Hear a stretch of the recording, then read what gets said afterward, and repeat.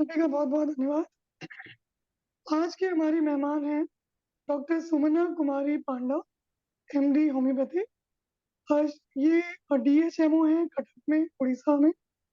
इनको 35 इयर्स का एक्सपीरियंस है ओबीसी और गायनिक केसेस को ट्रीट करने में और कैंसर के पेलिएटिव ट्रीटमेंट में। She has 18 years of teaching experience in Department of Veterinary Medical in Dr. Abhin Chand Homeopathic Medical College, Bhubaneswar. She has research experience as principal investigator in collaborative research of CCRH projects.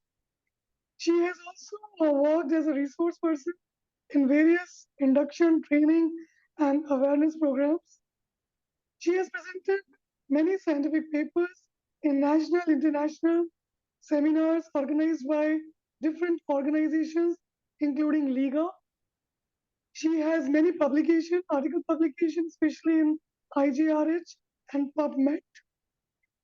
She has been awarded with Best Homeopath of Odisha, COVID Warrior, Women of Inspiration, Best Women Social Worker, and Bharat homeo Ratna award.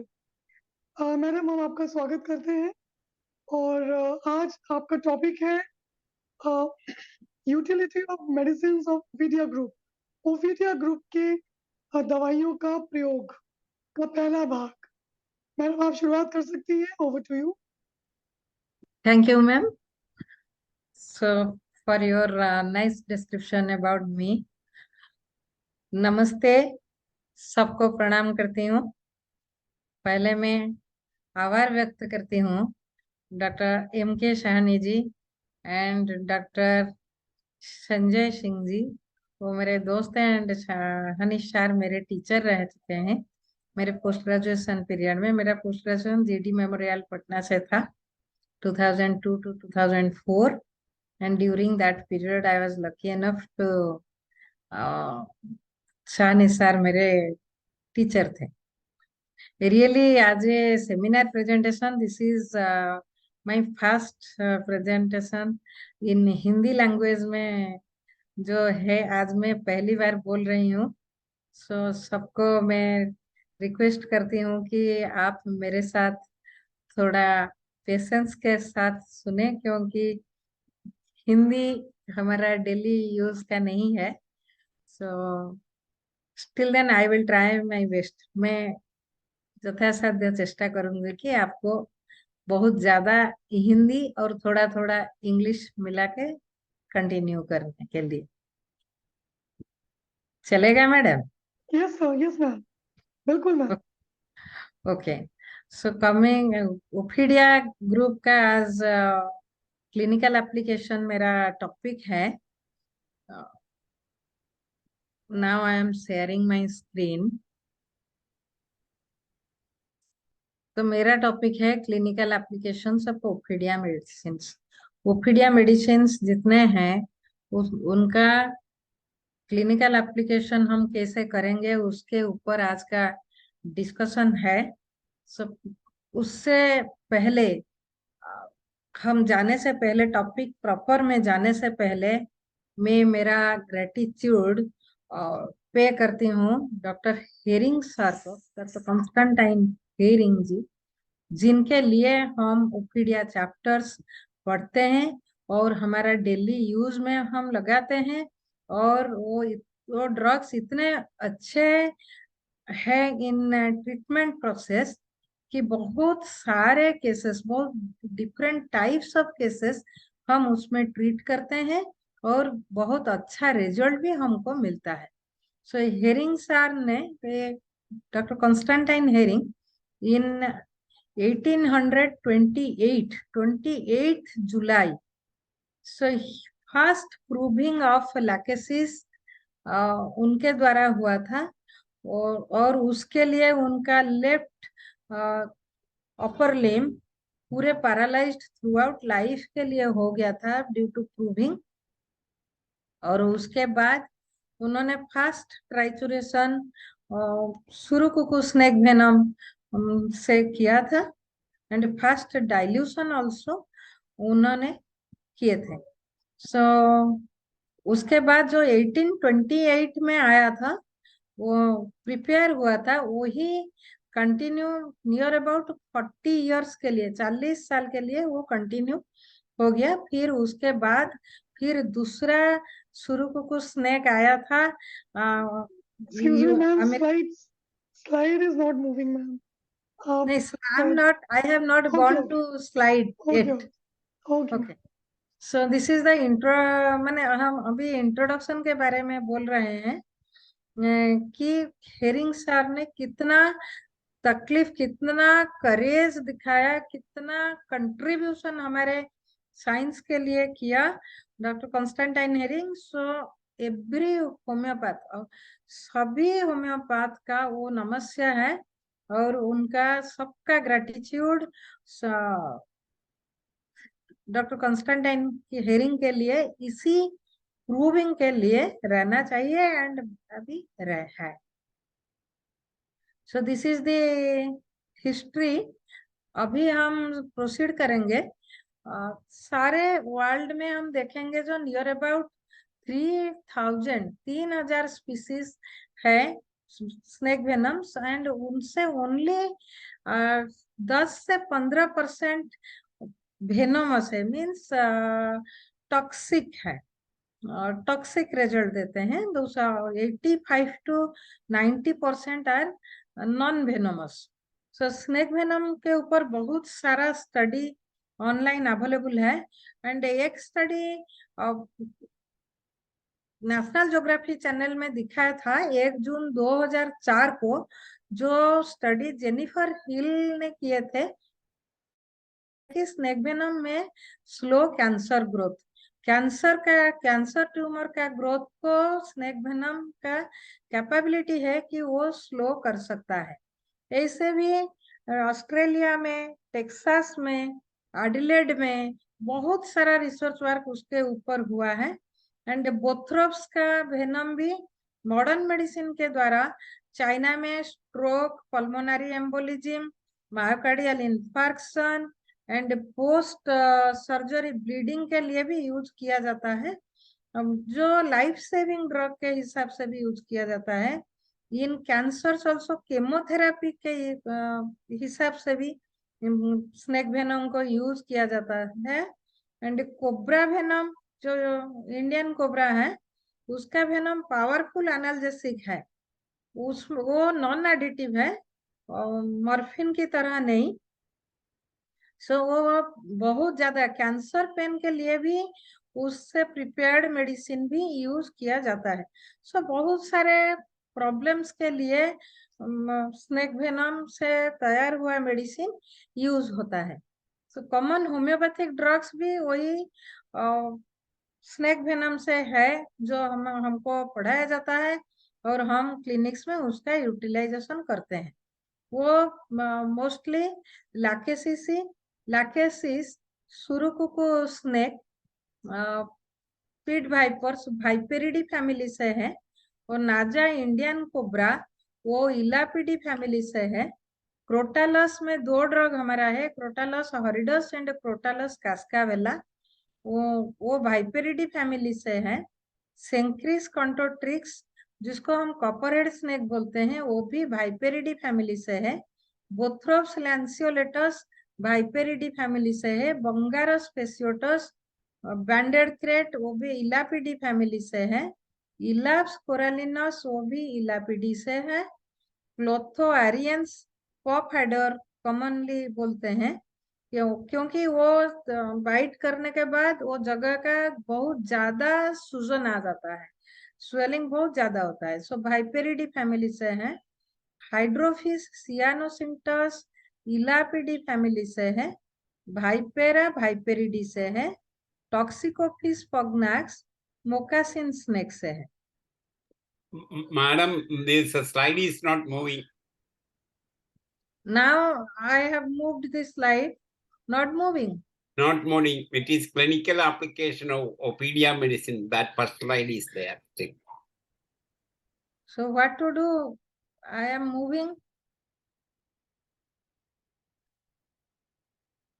Can you help me ma'am doctor?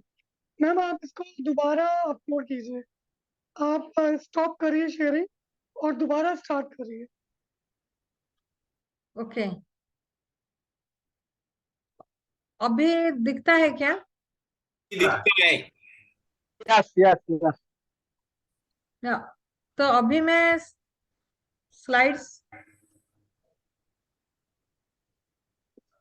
Slide show में move करती हूँ।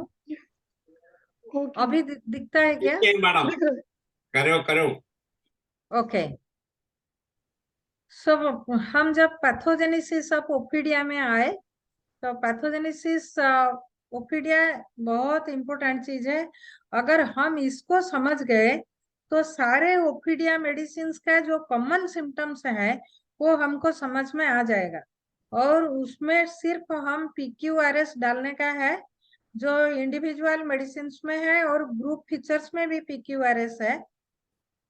हम इसी pathogenesis में डाल देते हैं तो हमारा पूरा ड्रग पिक्चर बन जाता है। तो मोस्टली स्नेक वेनम जितने तरह की है उसमें चीफली प्रोटीन्स है और different types of enzymes, complex enzymes है। वो एंजाइम्स बहुत lethal means poisonous effects, the toxic और लिथल इफेक्ट्स और जो प्रभाव है उसका की मैनिफेस्टेशन होता है वो usually due to this proteins and the effects of complex enzymes, उसके लिए ही होता है। तो जो प्रभाव है उसी हिसाब से हम उसे भेद मीन्स डिफरेंशिएट करें। तो neurotoxic snake venoms and haemotoxic snake venoms and cytotoxic snake venoms. Neurotoxic venom जो है वो मोस्टली नर्वस सिस्टम और ब्रेन, स्नायु को हमारा अफेक्ट करता है। और हीमोटॉक्सिक जो है वो ब्लड एंड सर्कुलेशन, हार्ट को अफेक्ट करता है। और साइटोटॉक्सिक और टिश्यू लेवल को अफेक्ट करता है। सो ये जैसे वो प्रभाव पक्का डालते हैं उसी हिसाब से ही इसको सेपरेशन किया गया है, डिफरेंशिएशन किया गया है। सो पहले कमिंग टू न्यूरोटॉक्सिक वेनम हम डिस्कस करेंगे। तो neurotoxic snake venom primarily it affects the neuromuscular junctions. तो न्यूरोमस्कुलर जंक्शन में क्या होता है ना, जो साइनेप्सेस होते हैं हमने पढ़ा है। तो मोस्टली स्नेक वेनम्स में जो न्यूरोटॉक्सिन होते हैं वो डिफरेंट टाइप्स होते हैं। यूजुअली बीटा न्यूरोटॉक्सिन वो प्रभाव डालता है प्री साइनेप्सिस पर, एंड अल्फा न्यूरोटॉक्सिन वो प्रभाव डालता है पोस्ट साइनेप्सिस पर। सो साइनेप्सिस में वो प्रभाव डालते हैं कैसे ना, वो in that has a inhibiting effect on acetylcholine. Acetylcholine हमारा न्यूरोट्रांसमीटर है, वो सारे सेंसरी ऑर्गन, सारे रिफ्लेक्सेस को ट्रांसमिट करता है। So neurotransmission is disrupted due to inhibition of acetylcholine. तो उसके प्रभाव से क्या होता है ना, mostly paralysis of the skeletal muscles होते हैं। और ये न्यूरोमस्कुलर जंक्शंस को बहुत वेरियस साइट्स में, मल्टीपल साइट्स में अफेक्ट प्रभाव डालता है। तो उससे क्या होता है ना, paralysis of the skeletal muscles, जिससे है कि इमोबिलाइजिंग इफेक्ट, मोबिलिटी, जो मोशन बंद हो जाता है। मोशन बंद होने से क्या होगा ना, पैरालिसिस होगा, पैरेसिस होगा, ये सारा इफेक्ट्स आता है। तो थ्रोट में जब पैरालिसिस ऑफ स्केलेटल मसल्स होता है, कंस्ट्रिक्शन सेंसेशन आता है, which is a very good symptom of all ophidias. सारे ओपीडिया में हम मार्क करेंगे कि कंस्ट्रिक्शन शरीर का किसी भी ऑर्गन में हो सकता है। लैकेसिस में है कि वो ज्यादा थ्रोट के पास होता है, लेकिन दूसरे सारे ड्रग्स में वो कंस्ट्रिक्शन सेंसेशन है, लेकिन वो कोई भी जगह हो सकता है। तो वो होने का कारण है paralysis of the skeletal muscles. उससे क्या होता है ना, rigidity of the muscles, muscles rigid हो जाते हैं। तो कंस्ट्रिक्शन होता है, लिंपिंग गेट होता है, मींस आराम से चल नहीं सकता। सो जब ब्रेन को वो अफेक्ट करते हैं तो क्या होता है, उससे लॉस ऑफ कॉन्शियसनेस होता है, we will find that convulsion, epilepsy are very good symptoms of the OPDs. We have हमारे पास सेंक्रिस है, बोथरोप्स है, लैकेसिस है, बहुत सारे ड्रग्स है जो इसके ऊपर काम करते हैं. So loss of consciousness and affects the pneumogastric and spinal accessory nerves. Affect करके क्या करता है, वो चोकिंग करता है, और न्यूमोगैस्ट्रिक अफेक्ट करके वो ग्रेजुअली हायर सेंटर्स को, स्पाइनल एक्सेसरी अफेक्ट करके हायर सेंटर्स ब्रेन का अफेक्ट करता है, जिसमें हमको ब्रीदिंग, सांस लेने में तकलीफ होता है. हमारा आईज में टोसिस हो सकता है, जैसे आईलिड ड्रूप हो जाएगा, बंद हो जाएगा, और जैसे हमारा कोरिया होता है, ट्रेमर होता है, ऐसे सेकिंग रहेगा, नंबनेस रहेगा एक्सट्रीमिटीज में, ट्विचिंग रहेगा. डिफरेंट है हायर सेंटर्स, और भी हायर सेंटर्स जब अफेक्टेड हो जाता है तब हमारा delusion, delirium, altered spatial senses, different type of delirium and delusion हमको मिलता है. सारे ओपीडिया ड्रग्स में बहुत डिफरेंट टाइप ऑफ डिल्यूजन्स हमको मिलता है. हम मेंटल सिम्टम्स डिस्कस करने का टाइम और डिस्कस करेंगे, लेकिन stupor, comatose conditions and affecting the gradually neurotoxicity, जैसे मसल्स अफेक्टेड होने से ओपन नहीं कर सकता, स्माइल नहीं कर सकता क्योंकि स्केलेटल मसल पैरालाइज्ड हो जाता है, टंग को प्रोट्रूड नहीं कर सकता due to paretic effect, neuromuscular weakness आता है. और जब ये सारा सिम्टम्स, नेर रिफ्लेक्सेस बंद हो जाते हैं, न्यूरो ट्रांसमिशन बंद हो जाता है, gradually affects the brain, vital organs जैसे हार्ट एंड लंग्स वो अफेक्टेड होते हैं, and final subsequently respiratory failure, renal failure and subsequently death हो जाता है. Next coming to haemotoxicity. Haemotoxicity में क्या होता है, जो ब्लड को अफेक्ट करते हैं, सर्कुलेशन एंड हार्ट को अफेक्ट करते हैं, जो वेनम, जैसे हम दूसरे स्लाइड में आएंगे ग्रेजुअली, जो वो हीमोटॉक्सिसिटी हमारा क्रोटालस हॉरिडस में है, इलैप्स में है, लाकेसिस में, लाकेसिस बोथ दोनों में है, ऑल में मीन्स न्यूरोटॉक्सिसिटी, हीमोटॉक्सिसिटी, साइटोटॉक्सिसिटी सारा हम लाकेसिस में देखते हैं. क्रोटालस में हम क्रोटालस कास्कावेला में ज्यादा न्यूरोटॉक्सिसिटी देखते हैं, क्रोटालस हॉरिडस में हम ज्यादा हीमोटॉक्सिसिटी देखते हैं और साइटोटॉक्सिसिटी देखते हैं. बोथ्रोप्स में हम न्यूरोटॉक्सिसिटी देखते हैं, हीमोटॉक्सिसिटी भी देखते हैं, बट ज्यादा न्यूरोटॉक्सिसिटी देखते हैं. इलैप्स में हम ज्यादा हीमोटॉक्सिसिटी देखते हैं, सेंक्रिस में हम ज्यादा न्यूरोटॉक्सिसिटी देखते हैं. इसी तरह हम डिफरेंशिएट करते हैं पूरे ओपीडिया को, कौन सा ड्रग किसी टॉक्सिक इवेंट में प्रीडोमिनेंटली प्रभाव डालता है. तो हीमोटॉक्सिसिटी जो ड्रग है उसमें क्या होता है, मोस्टली दो तरह का इफेक्ट हम फील करते हैं, जो कोआगुलोपैथी कैस्केड हम बोलते हैं. कोआगुलोपैथी कैस्केड में क्या होता है ना, दो तरह का इफेक्ट होता है. एक होता है कि एक्टिवेट्स द प्रोकोएगुलेंट्स, जो जितने हमारे कोएगुलेशन फैक्टर्स है, 12 कोएगुलेशन फैक्टर्स, उसमें कुछ फैक्टर्स को वो एक्टिवेट करता है. तो एक्टिवेट करने से क्या होगा, कोएगुलेशन ज्यादा होगा. कोएगुलेशन ज्यादा होने से थ्रोम्बस फॉर्मेशन होगा, वो जाके कहीं भी लॉज कर सकता है. ब्रेन में कोई आर्टरी में लॉज कर गया, हार्ट में लॉज कर गया, लंग्स में लॉज कर गया. तो जहां बड़ा थ्रोम्बस लॉज करता है या ब्लड थिकेंड होके एथेरोस्क्लेरोसिस कंप्लेंट्स आ जाता है, उसी तरह का कंप्लेंट्स जब होते हैं तब उसके बाद जो पेरीफेरी में, उसके बाद जो टिश्यू रुक गया उसमें नेक्रोसिस होता है. टिश्यू नेक्रोसिस होने से क्या होता है, वहाँ कलर चेंज हो जाता है, जैसे पर्पलिश कलर हो गया, या साइनोटिक ब्लूइश कलर हो गया, ब्लैकिश कलर हो गया. क्या ऑक्सीजन नहीं मिला तो इकाइमोसिस हो गया, वो टिश्यू डिस्ट्रक्शन हो गया. मायो को उसमें और क्या होता है कि वो पैरालिसिस होता है. उससे भी पैरालिसिस होता है, क्योंकि उसके अदर पार्ट्स में ऑक्सीजन नहीं पहुंच सकता, तो वो सेल डेड हो गया। तो मायोकार्डियल इन्फेक्शन हार्ट में हो सकता है, रेस्पिरेटरी फेल्योर लंग्स में हो सकता है, जैसे सांस लेने में बहुत ज्यादा तकलीफ हो।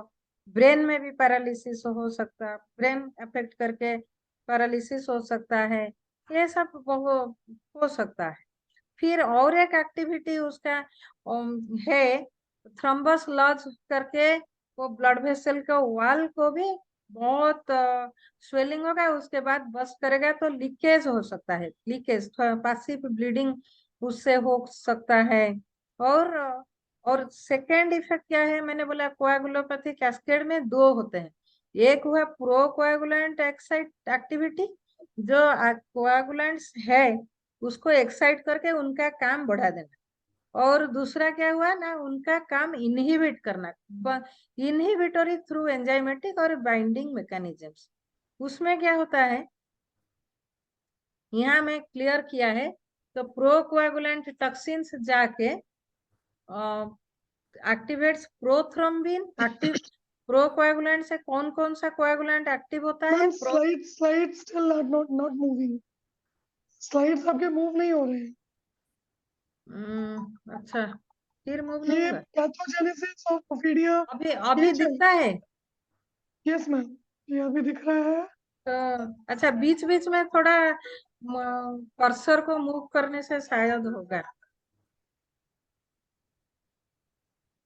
ओके, सो क्या होता है कि अभी दिखता है क्या? हेलो। सो वेनम इंड्यूस्ड कंजप्शन कोएगुलोपैथी हम उससे बोलते हैं। तो उसमें प्रो कोएगुलेंट टॉक्सिन एक्टिवेट होके क्या क्या हुआ ना, प्रोथ्रोम्बिन फैक्टर 10 एंड फैक्टर 5 उसको वो एक्टिवेट कर देता है। तो उसमें क्या होता है ना, thrombotic angiopathy, finally paralysis, tissue necrosis, vital organ failure, myocardial infection, cold feet, क्योंकि वहां ऑक्सीजन पहुंच नहीं पाता तो कोल्डनेस ही आएगा।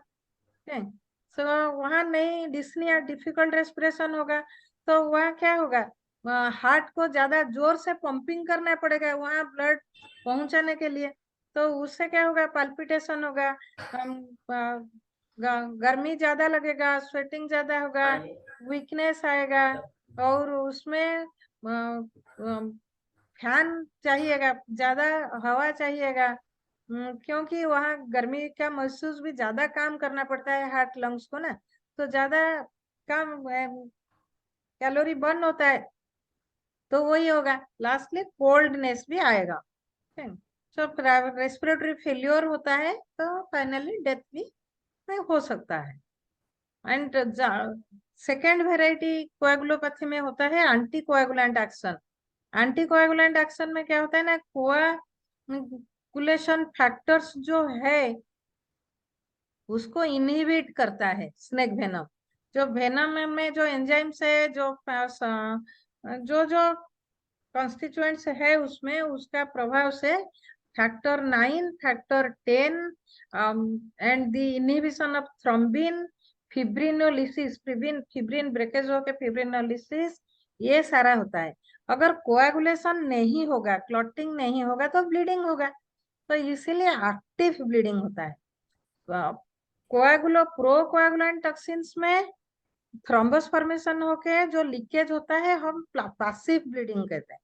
जैसे हमारा क्रोटालस कास्कावेला में पैसिव ब्लीडिंग होता है, लेकिन क्रोटालस हॉरिडोस, लैकेसिस, इलाप्स, इस बोथ्रोप्स, ये सब में हमारा एक्टिव ब्लीडिंग होता है।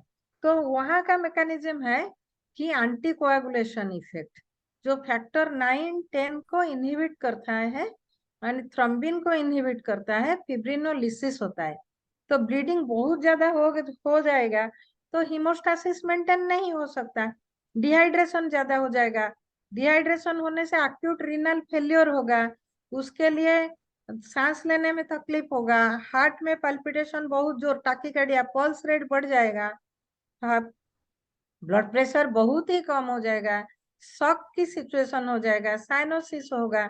एंड वो जब हायर सेंटर्स में ब्लीडिंग बहुत ज्यादा होने से हायर सेंटर्स अफेक्टेड होते हैं ब्रेन का, तो ब्रेन का अफेक्टेड होगा तो वही डेल्यूजन, हालुसिनेशन, फियर, एंजाइटी, पहले फियर एंड एंजाइटी आएगा, बाद में डेल्यूजन, हालुसिनेशन आएगा, एंड ग्रेट प्रोस्ट्रेशन, बहुत ज्यादा वीकनेस आएगा, डिस्ने आएगा, फाइनली डेथ आएगा। This happens in haemotoxicity. Next moving to cytotoxicity में क्या होता है हम देखते हैं। वो टारगेट करते हैं सेलुलर साइट्स, सो सेल की लेवल से टिश्यू को वो अफेक्ट करते हैं। तो अफेक्ट करके इसमें क्या होता है ना, सेल का इंजुरी होता है, इन्फ्लेमेशन मीन्स प्रदाह, प्रदाह होता है। हाँ, तो उसमें एक्यूट इन्फ्लेमेशन भी हो सकता है, सेल वॉल को वो नष्ट करता है, एंडोथेलियम, ब्लड वेसल्स के अंदर जो एंडोथेलियम है उसको वो नष्ट करता है, माइटोकॉन्ड्रिया, सेल के अंदर जो माइटोकॉन्ड्रिया है उसको भी वो नष्ट करता है। तो नष्ट करके क्या होता है उसमें ना, उसमें सूजन बहुत ज्यादा आता है, बहुत ज्यादा सूजन आता है, और वहाँ पेन भी बहुत ज्यादा, न्यूरोटॉक्सिसिटी में भी बहुत ज्यादा पेन होता है, और उससे कम लेकिन बहुत पेन यहाँ भी रहता है। मैडम हमारे, स्लाइड मूव कर दीजिए। हेलो, मैम स्लाइड मूव कर दीजिए। ओके, फिर क्या होता है आज? अच्छा ठीक है, मैं कर्सर को साइटोटॉक्स। बीच बीच में भूल जाती हूँ, इसे हिलाना चाहिए, नहीं ऐसे ऐसे हिलाने से वो चलेगा शायद, अभी दिखता है, हाँ okay. So early diffuse oedema होता है, फिर प्लाज्मा मेम्ब्रेन अफेक्ट होके वहाँ क्या होता है, कैल्शियम इन्फ्लक्स होके वहाँ जो सोडियम पोटेशियम पंप मैकेनिज्म में प्रॉब्लम आता है, तो वहाँ भी स्वेलिंग बहुत ज्यादा होता है। फिर धीरे धीरे वहाँ बाहर के जो बैक्टीरिया वायरस वहाँ घुस के वहाँ इन्फेक्शन डाल देते हैं, तो वहाँ से भी नेक्रोसिस, मसल नेक्रोसिस होता है, इडिमा होता है, इकाइमोसिस तो ऑलरेडी ऑक्सीजन नहीं पहुंचेगा तो होगा, उसमें कलर, स्किन का कलर चेंज हो जाता है, टिश्यू का कलर चेंज हो जाता है, इकाइमोसिस होने से वहाँ हमको ब्लैकिश ह्यू दिखेगा, या ब्लूइश या पर्पलिश ऐसे दिखता है, और जो डिस्चार्ज है वो बहुत ज्यादा ऑफेंसिव होता है, यहाँ ऑक्सीडेशन बहुत ज्यादा होता है, यहाँ बैक्टीरिया भी बहुत, सुपर एडेड बैक्टीरिया बाहर से हो जाते हैं, तो आप वो इन्फेक्शन होके offensive discharge, and gradually that tends to a stage of gangrene, septicaemia, ये सारा होता है। तो सेप्टिक कंडीशन पूरा शरीर में हो जाएगा, ब्लड इन्फेक्टेड हो जाएगा, एंड टिश्यू इन्फेक्टेड हो जाएगा, तो भट्टाइगो होता है, सांस लेने में तकलीफ होता है, ब्लड प्रेशर बहुत ज्यादा कम हो जाता है, पल्स फील नहीं होता है, तो सांस लेने में बहुत ही ज्यादा तकलीफ, सब्सिक्वेंटली रिनल फेल्योर, किडनी का फेल्योर होता है, एंड हायर सेंटर अफेक्टेड होके फिर फाइनली डेथ होता है। सो ये 3 स्टेट हमको मिलता है देखने में different types of snake venom. Next slide. Already we have, हम इसके बारे में डिस्कस कर चुके हैं कि इसमें हीमोटॉक्सिसिटी में हॉरिबल ब्लीडिंग होते हैं, और साइटोटॉक्सिक में टिश्यू डिस्ट्रक्शन होते हैं। रैटल स्नेक जो क्रोटालस का है, तो क्रोटालस हॉरिडस मैंने बोला कि हीमोटॉक्सिक और साइटोटॉक्सिक है, एंड क्रोटालस कास्कावेला ज्यादा न्यूरोटॉक्सिक है। मैम स्लाइड बोथ्रो, स्टॉप मूविंग। वही सेम स्लाइड ही जा रही हूँ ना। अच्छा साइटोटॉक्सिक। जी जी ऐसे ही जी मैं दिखाती हूँ अभी, जी। हम स्लाइड शो में और नहीं गए, क्या प्रॉब्लम होता है मेरे को भी पता नहीं क्यों ऐसा होता है। आप सॉल्व कर सकते हैं तो कोई सॉल्व कर सकते हैं, तो मेरे को नहीं बता मैम, मैनुअली मैनुअली आप एरोस पे चाहिए जब भी आपको कोई चीज डिस्कस करनी है, तो साथ में ऑडियंस भी देखेगी, आप भी देखोगे। ओके। सो ये तो मैं मैनुअली ही कर रही हूँ, टाइम सेट मैंने नहीं किया। हाँ ठीक ठीक। सो बोथ्रोप्स में हमारा, बोथ्रोप्स आपको पता है कि Bothrops a very good drug for day blindness, जैसे उसका दिन होगा तो उसको दिखने नहीं लगेगा। सो डे ब्लाइंडनेस के लिए, जैसे नाइट ब्लाइंडनेस के लिए चाइना बहुत अच्छा ड्रग है, बोथ्रोप्स डे ब्लाइंडनेस के लिए बहुत अच्छा ड्रग है, और पैरालिसिस लाइक सिम्टम्स भी उसमें आता है। डायगोनली कोर्स ऑफ सिम्टम्स उसमें हम देखते हैं। जो होता है थ्रोम्बोटिक एंजियोपैथी के लिए, मैंने थ्रोम्बस के बारे में बोला था, एक बड़ा सा थ्रोम्बस ऐसे लज हो जाएगा तो वो ब्लड वेसल्स में जितना ब्लड जाता है और नेक्स्ट साइड में वो नहीं जा सकता, क्योंकि बड़ा सा थ्रोम्बस लज हो गया। अगर छोटा सा है तो भी कम ही ब्लड जाएगा, जितना चाहिए पेरिफेरल पार्ट को उतना नहीं जाएगा, तो वहां थ्रोम्बोसिस का एक्टिविटी आता है। तो और rattle snake, Russell viper, copper head में हम हिमोटॉक्सिसिटी मिलता है। कोबरा और bothrops neurotoxic, lachesis, all three. अभी हम क्लिनिकल एप्लीकेशन ऑफ ओपीडिया में आएंगे। तो उसमें क्या होता है कि हमने डिस्कस कर दिया कि वो nervous system and cardiovascular system, ये दोनों सिस्टम को ज्यादा अफेक्ट करती है। इसमें डिस्ट्रक्शन बहुत ज्यादा होता है एंड पर्सन जो है वो इंसान कैरेक्टर का ज्यादा होता है। और deep seated diseases, they are long acting polycrest, they अभी 2 दिन का ऑफ कोर्स लैकेसिस 2 दिन का थ्रोट कंप्लेन में भी काम करता है। मैं बोलूंगी केस, कल बोलूंगी, हम कल केसेस डिस्कस करेंगे। आज हम थ्योरेटिकल पार्ट में जाएंगे, क्योंकि थ्योरी हम रिकलेक्शन नहीं करेंगे तो केसेस में जाने से उतना हमको फायदा नहीं होगा। तो माइंड को अफेक्ट करके भी वो इमोशंस को अफेक्ट करता है, ज्यादा एंगर को अफेक्ट करता है, और काइंड नेचर भी है। सी, एंगर भी ज्यादा है और काइंड नेचर भी ज्यादा है। This is the dualism, this is the paranoia we find in ophidia. जैसे हमको लैकेसिस में मिलता है कि सपोज हम एक पर्सन को देखते हैं, उसके पर्सनालिटी स्टडी में हम जाते हैं, तो वो क्या होता है कि बहुत ज्यादा गुस्से वाला होता है, बट समटाइम्स के बाद वो फिर बहुत काइंड नेचर का भी होता है। तो ये थिंग हमको देखने में मिलता है। जैसे सल्फर में हम भी ये थिंग देखते हैं, जेनेरोसिटी कुछ में देखते हैं और कुछ में ज्यादा एंगर भी दिखते हैं, या एक्सट्रोवर्ट देखते हैं, इंट्रोवर्ट भी देखते हैं, लेकिन वो डिफरेंट पर्सन से होता है, एक आदमी में नहीं होता। दो डिफरेंट आदमी में हम डिफरेंट तरह का मीन्स 2 नेचर्स देखते हैं। फॉस्फोरस में लेकिन हम एक आदमी में सेम लैकेसिस जैसा देखते हैं, बट लैकेसिस बहुत कम टाइम इंटरवल में, बहुत ही शॉर्ट इंटरवल में हम देखते हैं, एंगर देखते हैं एंड काइंडनेस देखते हैं। व्हेयरएज हम फॉस्फोरस में सपोज अभी हम देखते हैं कि जो सोरिक फॉस्फोरस है, हम देखते हैं कैसा है, वो बहुत चीयरफुल है, बहुत आदमी लोगों को फ्रेंडशिप लव करता है, घूमने को लव करता है, और ज्यादा एंजॉय करने को चाहता है, ज्यादा बात करता है, तो बहुत सिंपाथेटिक है। लेकिन जब 8-10 साल के या 5-7 साल के बाद आप देखेंगे, डिजीज भी ऐसा ही, सोरिक डिजीज जैसे गैस्ट्राइटिस जैसा था, लेकिन 4-5 साल के बाद पेशेंट आएगा या 7-8 साल के बाद पेशेंट आएगा तो बोलेगा कि मेरा गैस्ट्रिक अल्सर अभी हो गया है। वो अल्सर का सीवियर पेन लेके या ब्लड वोमिटिंग लेके या कैंसर का स्टोमक कंप्लेन लेके वो आएगा जब वो सोरा सिफिलिस में कन्वर्ट हो गया होगा, एंड इसके बीच में 8-10 साल भी बीत गए होंगे। और जब वो सिफिलिटिक कंप्लेन लेके आएगा सेम पर्सन, उसको जैसे आलेन ने लिखा, अपाथेटिक, इंडिफरेंट, टैसिटन, ग्लूमी, सो वो बात करना नहीं चाहता है, किसी के साथ रुकना नहीं चाहता है, और उसको कोई एंजॉयमेंट अच्छा नहीं लगता है।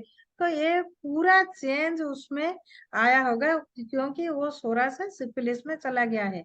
ये पैरानोया फॉस्फोरस में होता है, जब वो माइज में भी चेंज होता है और डिजीज पैथोलॉजी में भी चेंज होता है और मेंटल सिम्टम्स में भी, पर्सनालिटी में भी चेंज होता है।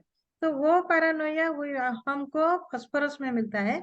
लेकिन लैकेसिस में उतना साल की जरूरत नहीं, short time, very short time के अंदर हम 2 नेचर्स हमको मिलेगा लैकेसिस में, जो सल्फर में 2 आदमी में 2 नेचर मिलेगा।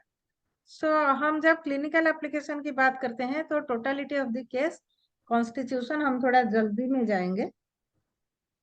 constitution, physical generals, mental generals, modality and PQRS.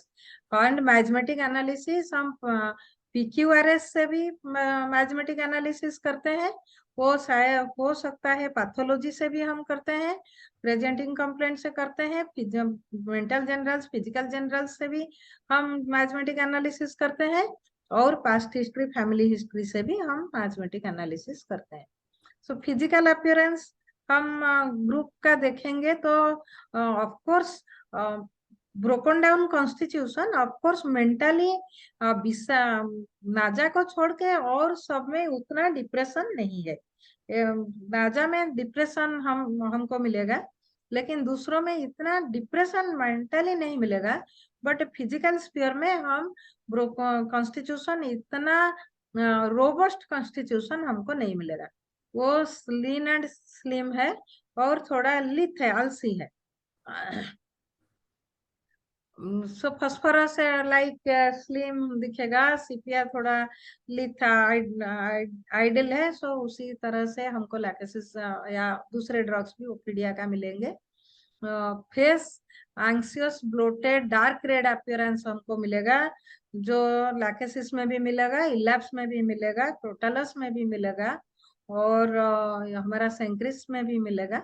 And never been well since the change of life, ये सिम्टम्स हमको ज्यादा मिलेगा लैकेसिस में, ऑफ कोर्स दूसरे ड्रग्स में भी है। And effects of history of masturbation हमको ज्यादा मिलेगा। सिफिलिटिक मर्कुरियल अफेक्शंस, ओवरडोज हो के जो आदमी आए हैं उनको भी मिलेगा, और समर वेदर में एग्रावेशन मिलेगा। लेस मेलानकोलिक डिस्पोजिशन, हम ये कंप्लेन हमको लैकेसिस में मिलेगा। लेस मेलानकोलिक क्यों लिखा हुआ है? हमको पता है कि टेम्परामेंट यूजुअली हमको 4 तरह का, of course Grauvogl's constitution is different, वो हाइड्रोजिनॉइड, नाइट्रोजिनॉइड, कार्बोनाइट्रोजिनॉइड, ऑक्सीजिनॉइड एंड कार्बोनाइट्रोजिनॉइड उन्होंने लिया है, और मैं यहाँ वो डिस्कस करने नहीं जाती हूँ, लेकिन कॉमनली वी फाइंड 4 तरह का टेम्परामेंट हम देखते हैं, sanguine, choleric, melancholic and phlegmatic. So sanguine temperament में यूजुअली हमको मिलता है कि वो बहुत खुश है, बहुत ऑप्टिमिस्टिक है, society oriented, means people oriented personality है sanguine temperament का। बट हम देखें कि कोलेरिक, डिटेल में मैं नहीं जाती हूँ, just recollection of the memory. So choleric temperament में हम देखेंगे तो वहाँ हम को मिलेगा कि वो आदमी थोड़ा रिजल्ट ओरिएंटेड होते हैं और शॉर्ट टेम्पर्ड होते हैं, वो थोड़ा एंग्री पर्सनालिटी होता है कोलेरिक में। और मेलानकोलिक में थोड़ा आदमी एनालिटिकल होता है और क्वाइट रहता है, इसीलिए लेस मेलानकोलिक दिया, क्योंकि लैकेसिस क्वाइट बहुत कम, इंडिफरेंट ऑफ कोर्स है, एक फर्स्ट ग्रेड ड्रग है लैकेसिस, बट स्टिल देन बहुत दूसरे ophidia drugs are not that much quiet और indifferent. Loquacity is a first grade symptom of all ophidias. So quiet हर time वो quiet नहीं रह सकते, but there is analytical mind, because all the Ophidia group drugs are very intelligent, they are very analytical, very inquisitive, they are quality oriented people. The choleric temperament is result oriented, but the melancholic temperament is quality oriented. So यहाँ इसीलिए less मेलानकोलिक लिखा हुआ, क्योंकि लोक्वासिटी बहुत मिलता है, first grade drug है, most first only lackesis is first grade, but others are in second and third grade also we find the ophidias. And the phlegmatic temperament, as you know, they are very much relaxed, and they are very obese, and they want to lead a peaceful life, and they are service oriented people. So coming to the diathesis, हमारे यहाँ ओपीडिया में हम cancerous and haemorrhagic diathesis हमको मिलता है। And मायाजम की बात हम करें तो वो सोरा, साइकोसिस, सिफिलिस, मायाजम कवर करता है। सो कॉमन कैरेक्टरिस्टिक फीचर्स, हम डिस्कस करेंगे पूरे ओपीडिया का। टाइम इज शॉर्ट, सो इसीलिए मेरे को थोड़ा जल्दी जाना पड़ेगा। Excessive sensitiveness to touch, very sensitive हो जाता है। एंड नेक रीजन में बहुत ज्यादा मिलता है इन लैकेसिस। अदर ड्रग्स में हमको पूरे शरीर में हमको सेंसिटिवनेस मिलता है।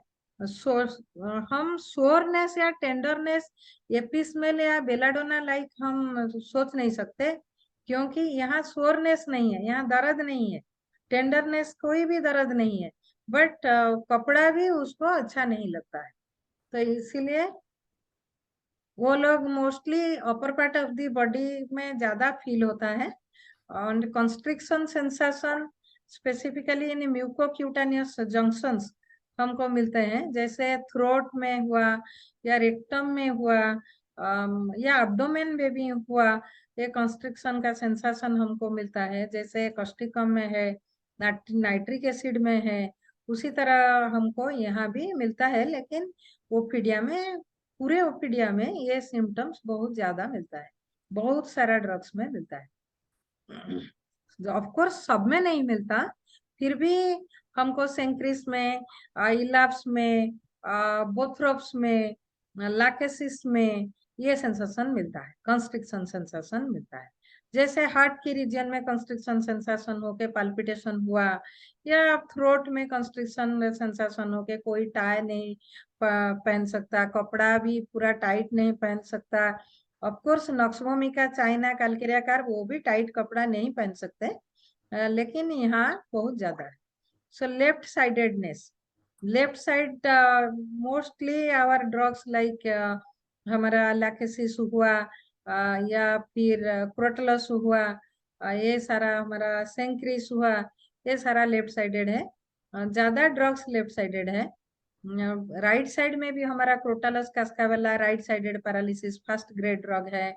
Bothrops to left sided but to some extent right भी अफेक्ट करता है। Elaps right lungs apex of the right lungs affect करता है। So and complaints move from left to right, left में शुरू हुआ फिर राइट में आ गया, जैसे ओवरीज हो, थ्रोट हो, या ब्रेस्ट का कंप्लेन हो, या टेस्टिस का कंप्लेन हो, वो सब में हम left to right movement extension हम देख सकते हैं। जैसे साबाडिला और लैकेनेनम में भी हम देख सकते हैं। अगर थ्रोट की बात करें तो क्रॉनिक कंडीशन में हम साबाडिला सोचेंगे और एक्यूट में हम लैकेसिस सोचेंगे। हेमोरेज इज ए बहुत बढ़िया सिम्टम है पूरे ओपीडिया का।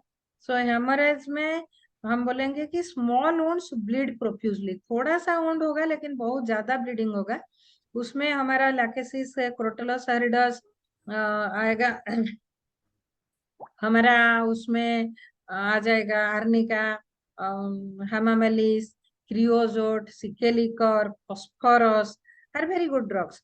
Small wounds bleed profusely. Time तो शॉर्ट है, तो हम डिफ्रेंसिएशन और कभी टाइम परमिट करे तो हम करेंगे।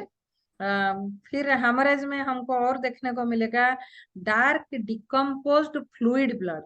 कोआगुलेशन यूजुअली नहीं होता है, बट क्रोटलोसोरिडस में हमको पार्टली कोआगुलेटेड मिलेगा, और थोड़ा वूजिंग विथ पूरा ब्लैक चारकोल लाइक दिखेगा। ये हमारा लैकेसिस दिखेगा, और इलाप्स पूरा ही ब्लैक दिखेगा। नेक्स्ट, सो दैट्स व्हाई सारे ऑरिफिस, जितना हमारा ऑरिफिस है वहां से ब्लीडिंग सारे ओपीडिया ग्रुप बहुत ज्यादा बढ़िया से कवर करते हैं। सो sexual passion is too much increased, हम यहाँ देखते हैं पूरे ओपीडिया में सेक्सुअल पैशन बहुत ही ज्यादा इंक्रीज्ड होता है। And a suppressed sexual desire also, complaints elements from suppressed sexual desire also a symptom of ophidia, ये भी ओपीडिया का सिम्टम्स है। मैं डिस्चार्जेस रिलीफ में आऊंगी।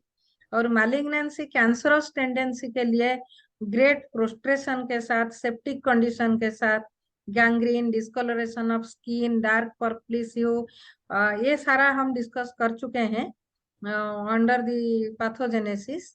कैंसर यूट्रस, कैंसर सर्विक्स के लिए हमारा क्रोटलोसोरिडस, लैकेसिस बहुत बढ़िया ड्रग है। तो जैसे थ्लास्पी हुआ, म्यूरेक्स हुआ, नाइट्रिक एसिड हुआ, मेड्रोनियम हुआ, ये सारे ड्रग्स भी वहां पे आते हैं।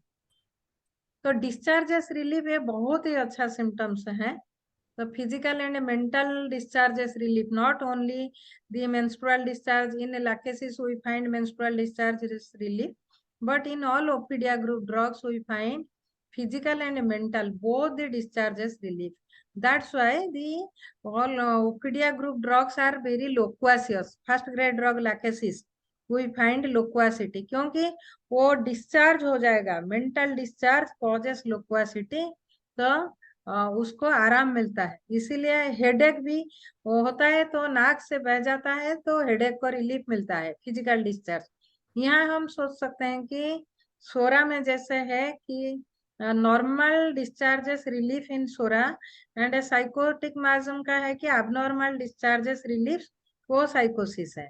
तो यहाँ दोनों देखते हैं, नॉर्मल डिस्चार्जेस भी रिलीफ करता है और अबनॉर्मल डिस्चार्जेस भी रिलीफ करता है। तो जो भी डिस्चार्ज होने के बाद उसको थोड़ा आराम मिल जाता है। जैसे सांस लेने में तकलीफ हुआ, स्पूटम कुछ निकल गया, एक्सपेक्टोरेशन बहुत ज्यादा आ गया, तो उसको आराम मिला। माइंड बहुत मेंटल स्ट्रेस में है, कहाँ सेक्सुअल एक्टिविटी उन्होंने बहुत ज्यादा कर लिया या मास्टरबेशन कर लिया, तो उसको थोड़ा मेंटल लेवल में भी रिलीफ मिल गया। तो ये डिस्चार्जेस रिलीफ उसमें है, इसीलिए उसका सेक्सुअल पैशन भी बहुत ज्यादा है। एंड सप्रेस्ड सेक्स जब आ जाता है तब उसको कंप्लेंट्स ज्यादा हो जाता है। जैसे मेनोपॉज में सप्रेस्ड मेंसेस बंद हो गया तो उसका कंप्लेंट्स एग्रावेट हो जाता है। तो that's why discharges relief and periodicity is also a factor. जैसे एनुअल रिटर्न ऑफ सिम्टम्स में हम देखेंगे कि Cenchris, Crotalus horridus, Lachesis, Naja, Elaps, Vipera, specially spring and summer complaints आता है, स्किन कंप्लेंट्स रिलैप्स होता है। एनुअल कंप्लेंट्स में बहुत ज्यादा ड्रग्स हमारा है। And lymphatic oedema, legs, viper around the boils और कार्बंकल्स, क्रोटलस एंड इलाप्स है। रीनल कॉज और कार्डियक कॉज के लिए जो एडिमा होता है वहां हम वाइपेरा, नाजा, क्लोथोएरियंस सोच सकते हैं। क्लोथोएरियंस is a rare drug but very good drug for swelling due to renal cause. जैसे हमारा हुआ नेफ्रोटिक सिंड्रोम हुआ, या क्रॉनिक ग्लोमेरुलोनेफ्राइटिस हुआ, कार्डियक कॉज में हमारा जो कार्डियक कॉज के लिए होता है उसमें स्वेलिंग इडिमा हुआ, तो क्लोथो is a very good drug but not due to cirrhosis. Cirrhosis liver में भी स्वेलिंग बहुत ज्यादा होता है, लेकिन उसमें ये ड्रग्स उतना नहीं है जितना रीनल और कार्डियक कॉज के लिए है। प्लग और लंप सेंसेशन, जैसे bladder, rectum, abdomen and liver, वहां हमको प्लग सेंसेशन या लंप सेंसेशन मिलेगा।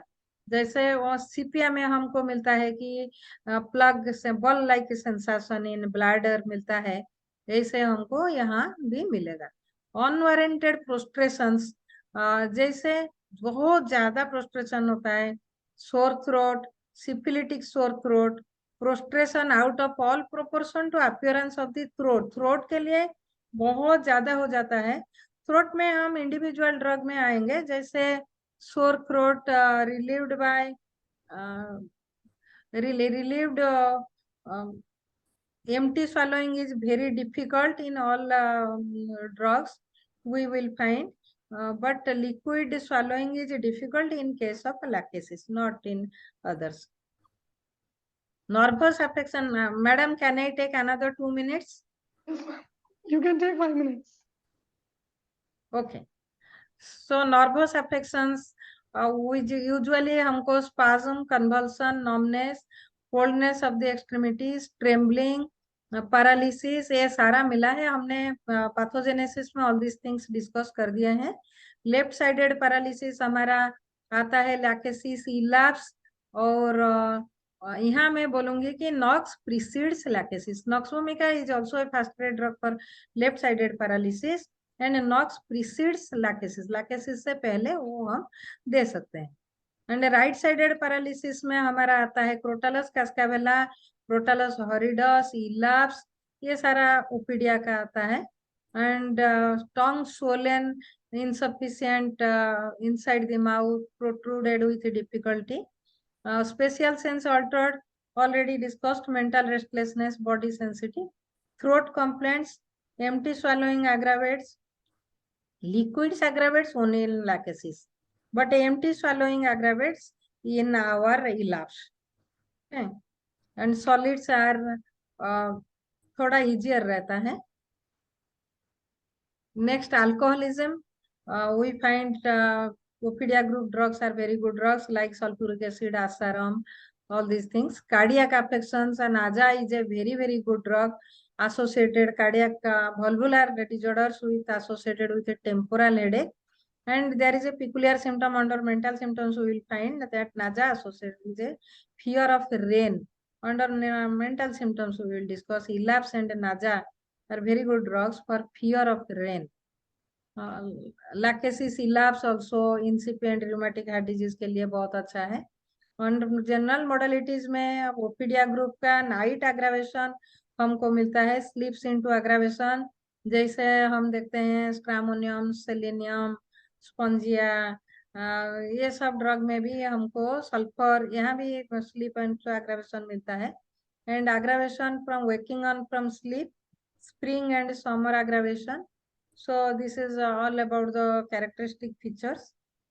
Tomorrow we will move to next part. Now I invite questions. Questions, please. Any question?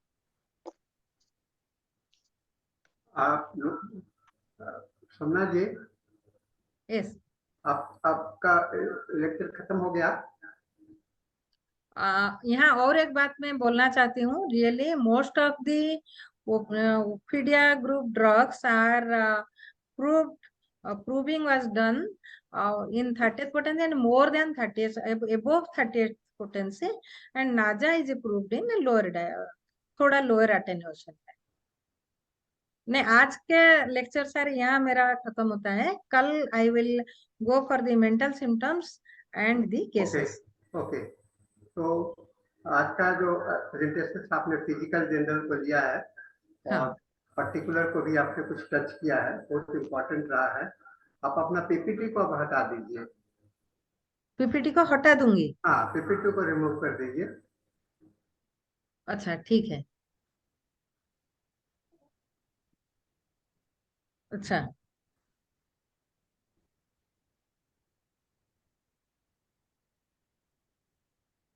यहाँ ऐसे क्या आ गया?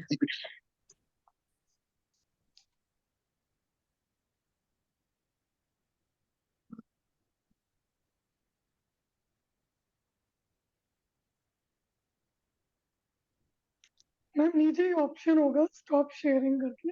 ओ, स्टॉप शेयरिंग. अच्छा अच्छा, उसको क्लिक करूँ. ओके, हाँ, हुआ हुआ. मैं उसमें इतना एक्सपर्ट नहीं हूँ मैडम. नहीं, बहुत अच्छा है. मैं सोमना जी, आपने इंग्लिश सेशन में भी इसको अच्छा प्रेजेंट किया था और हिंदी सेशन में भी आपने इसको बहुत अच्छा, आपका हिंदी तो अच्छा है, ऐसे भी हम देखे कि आपकी हिंदी अच्छा बोलती हैं, आपसे अच्छा बात होता रहता है. और आज हम इस पर चर्चा लोगों को नहीं करने के लिए कहेंगे क्योंकि कल फिर आप आ रही हैं, तो कल आपका इसको जो पूरा फाइनल कंप्लीट कर दीजिएगा, तो फिर हम पर आगे डिस्कशंस पे और किसी को कोई कमेंट करना होगा तो हम लोग इस पर करेंगे. और मैं समझता हूँ कि आज आपने जो जनरल फीचर्स ऑफ मीडिया का बताया बहुत ही इम्पोर्टेंट है और हम लोगों के लिए एक अच्छा अंडरस्टैंडिंग भी है. मैं जो समझता हूँ ऑफिडिया के विषय में, मैं थोड़ा सा आपको उसमें ऐड करना चाहूँगा कि आपने जितने भी स्नेक्स देखे होंगे, what is the best quality for the snakes? उसका स्ट्रेंथ क्या, उसका शक्ति क्या है, उसका फर्मनेस, है ना. आप देखेंगे कितना ये जमीन पर चलने वाला जंतु है, रेंगता है ना, रेंगता है. लेकिन एक समय में ऐसा भी आता है अगर आप इसको क्रोधित कर दीजिए तो ये इस तरह से खड़ा भी हो जाता है. So can you imagine that animal और ये कोई जानवर अपने पूंछ के बल खड़ा हो जाए? ऐसा संभव नहीं है. ये केवल सांपों में देखा जाता है, स्नेक्स में देखा जाता है कि they can stand on the, and this is because of the strong meditation capacity. Exactly. और जितने भी आपको स्नेक्स ग्रुप के मेडिसिन हैं, उसमें जो लैकेसिस को भी हम लोगों ने देखा, सभी में आप देखेंगे सबसे बड़ा जो इम्पोर्टेंट है वो स्ट्रॉन्ग मेडिटेशन कैपेसिटी। वो दिमाग को कंसंट्रेट करने का इतना अच्छा इनका साधन है कि आप इसके कारण ही ये जिंदा रहते हैं, और हम लोगों के ह्यूमन लाइफ को इन्होंने अफेक्ट किया है। मैं नहीं समझता हूँ कि हम जितने और सभी जानवर से जब डरते हैं, जितने भी जानवरों से डरते हैं, उन जानवरों में इस रेंगने वाले कीड़े से हम लोग ज्यादा डरते हैं। हम लोग जितना ज्यादा शेर से नहीं डरते, उतना ज्यादा सांप से डरते हैं, और इवन सांप के डर से नॉन पॉइजनस स्नेक का भी डेथ हो जाता है। ये बड़ा इम्पोर्टेंट मैसेज है इसके साथ में। तो इसका जो मेडिटेशन स्ट्रॉन्ग कैपेसिटी, इसका कैपेसिटी है, और ये सिम्टम्स, सारे सिम्टम्स में इसको दिखलाई पड़ता है। सेंसिटिवनेस, ये आपको कौन आदमी सेंसिटिव होगा? जिसके पास में मेडिटेटिव कैपेसिटी होगा, है ना। ये meditative capacity, acuteness, symptoms are very acute, सभी सिम्टम्स बहुत ही एक्यूट होते हैं। ये सारे बातें जो हैं तो हम लोगों के लिए बहुत ही महत्वपूर्ण है। अपने इस विषय को ला करके हम लोगों को एक बहुत बड़े ग्रुप के पास में लाया। लेकिन अभी ट्रेजेडी एक मैं आपके साथ में शेयर करना चाहूंगा कि जो ऐसा अभी जियोलॉजिकल सर्वे ऑफ इंडिया का रिपोर्ट है, उसके मुताबिक लैकेसिस जो है तो इस पृथ्वी से इंस्टिंक्ट हो गए, उसका नामो निशान मिट गया। तो भविष्य में यह लैकेसिस का अल्टरनेटिव मेडिसिन क्या होगा, इस पर भी हमको सोचना होगा, है ना। लैकेसिस हम लोग बहुत यूज करते हैं, जितने भी ओपीडिया ग्रुप के मेडिसिन हैं उसमें सबसे ज्यादा हम लोग लैकेसिस का यूज करते हैं। लेकिन ये आगे का समय में लैकेसिस कहाँ से आएगा, इसके लिए हम लोगों को चिंतन करना है, या इसका कोई अल्टरनेटिव स्नेक्स, इक्विवेलेंट स्नेक्स कौन से हो सकते हैं, उस पर रिसर्च करने का जरूरत पड़ेगा। तो इसके साथ में हम लोगों का समय समाप्त होता है सोमनाथ जी, और मैं समझता हूँ कि नूतन जी, हम लोग doctor Dhanesh has already joined for the next session, and you are the host for the next session, sir. Dr. Dhanesh? Yes, sir. Yes, sir. Yeah. So, Dr. नूतन शर्मा, आप अब इस सेशन को क्लोज डाउन कीजिए, और हम लोग we move towards the English session. एक sentence में बोलना चाहूंगी सर यहाँ पे। बोल लीजिए, तब सब 1828 में जो डॉक्टर हेरिंग ने पहले उसको प्रूविंग किया था और फर्स्ट ट्राइचुरेशन बनाए थे, वो 1868 तक गया। 1868 में फिर अमेरिकन एसोसिएशन ने सोचा कि दूसरा सुरुकुकु स्नेक लाया जाए, वो शिप में आया, तो वहाँ न्यूज़पेपर में आया कि लैकेसिस 2 आ गया। तो जैसे एक फिल्म का हीरो आता है ना, वैसा एडवर्टाइजमेंट हुआ था, तो उसको देखने के लिए भी बहुत सारे आदमी गए थे वहां पे। तो ऐसा लिटरेचर लिखता है। ये डाउटफुल है मैडम, ये डाउटफुल है। हाँ, वो भी हो सकता है। ये दोनों कहना बड़ा मुश्किल है, लेकिन हमारे होम्योपैथी में भी दवा मिल रहे हैं, बाजार में दवा मिलते हैं। लेकिन ऐसा लिटरेचर कैथरीन कुल्टर ऐसा लिखते हैं, वो लिटरेचर में ही मैंने पढ़ा। So we have to close down, madam. हम लोग आगे नहीं बढ़ सकते। Thank you all everyone. Madam, नमस्ते। मैं आपका बहुत बहुत धन्यवाद देती हूँ। और तीसरा सुरुकुकु भी आ जाएगा, वैसे बैक पोटेंसीज है हमारे पास। मैं यहाँ पे सब सारे डेलीगेट, सारे पार्टिसिपेंट्स का धन्यवाद देती हूँ, स्पेशली सानी सर का, और मैं वेलकम करती हूँ डेलीगेट्स ऑफ इंग्लिश सेशन। और धनेश सर ज्वाइन कर चुके हैं, over to you. Thank you, Dr. Nudan Sharma and Dr. Sahani sir. Good evening, good afternoon, and good morning. This is the 1163rd day of continuous webinar conducted by International Forum for Promoting Homeopathy. Today, our guest is Professor Dr. BRITTO WILBERT Das. Let us begin the session with 1 minute silent prayer. International Forum Homeopathy is regularly conducting these sessions on first 7 to 8 p.m. we have a Hindi session, and from Hindi to 8 to 9 p.m. an international session, and from there 9 to 10 we have a local session in Malayalam. So all these things, 3 hours are dedicated to homeopathy, and this is what international session is more important because that connect between both the local language sessions as well as the national session in Hindi. So we are getting a lot of guests as a very good guests nowadays because of our Dr. Sahani Sir's effort. And we are thankful to Dr. Sahani Sir for making such a wonderful session in these days. And let me welcome today's guest, Dr.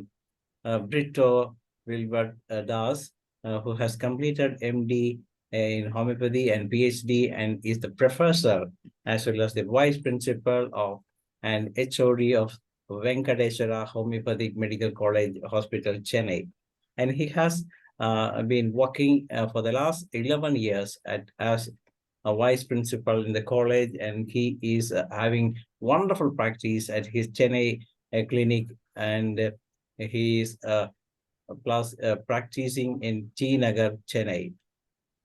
And he has accomplished a lot of things. He has awarded the best teacher award by Tamil Nadu MGR University in 2012, and he has been there doing a lot of organization ventures as moderator in various seminars and secretary of the some association. He is a Paraxis 2019 national level homeopathic seminar, and he has there in Praxis 2020 also. He has been working as in a lot of things as academic activities, as a guide in for BHMS students, cultural a course in homeopathy. He is teaching subject.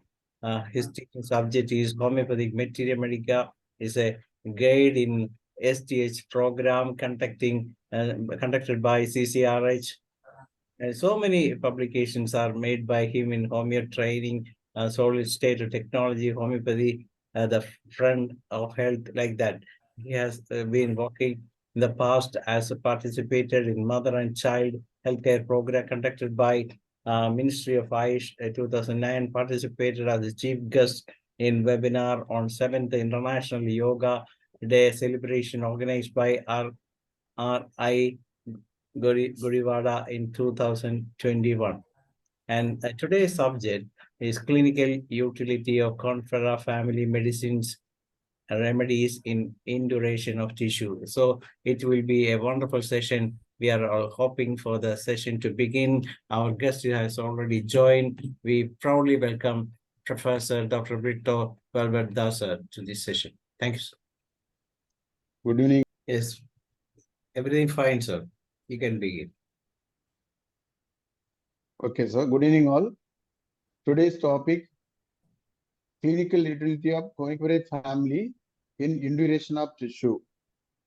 So nowadays there are a lot of cases reporting to our OPD and IPD. This kind of cases, the induration of tissue cases. That's why this particular topic I have taken today. That too, CONIFERA family remedies are very, very important in this kind of cases. Nowadays, we see that disease develops on one side as medical science, advanced on the other. But the treatment were there to remove the outcome from the surface, thereby surgical removal of all growths which only removed it from surface, where the underlying cause of disease exists.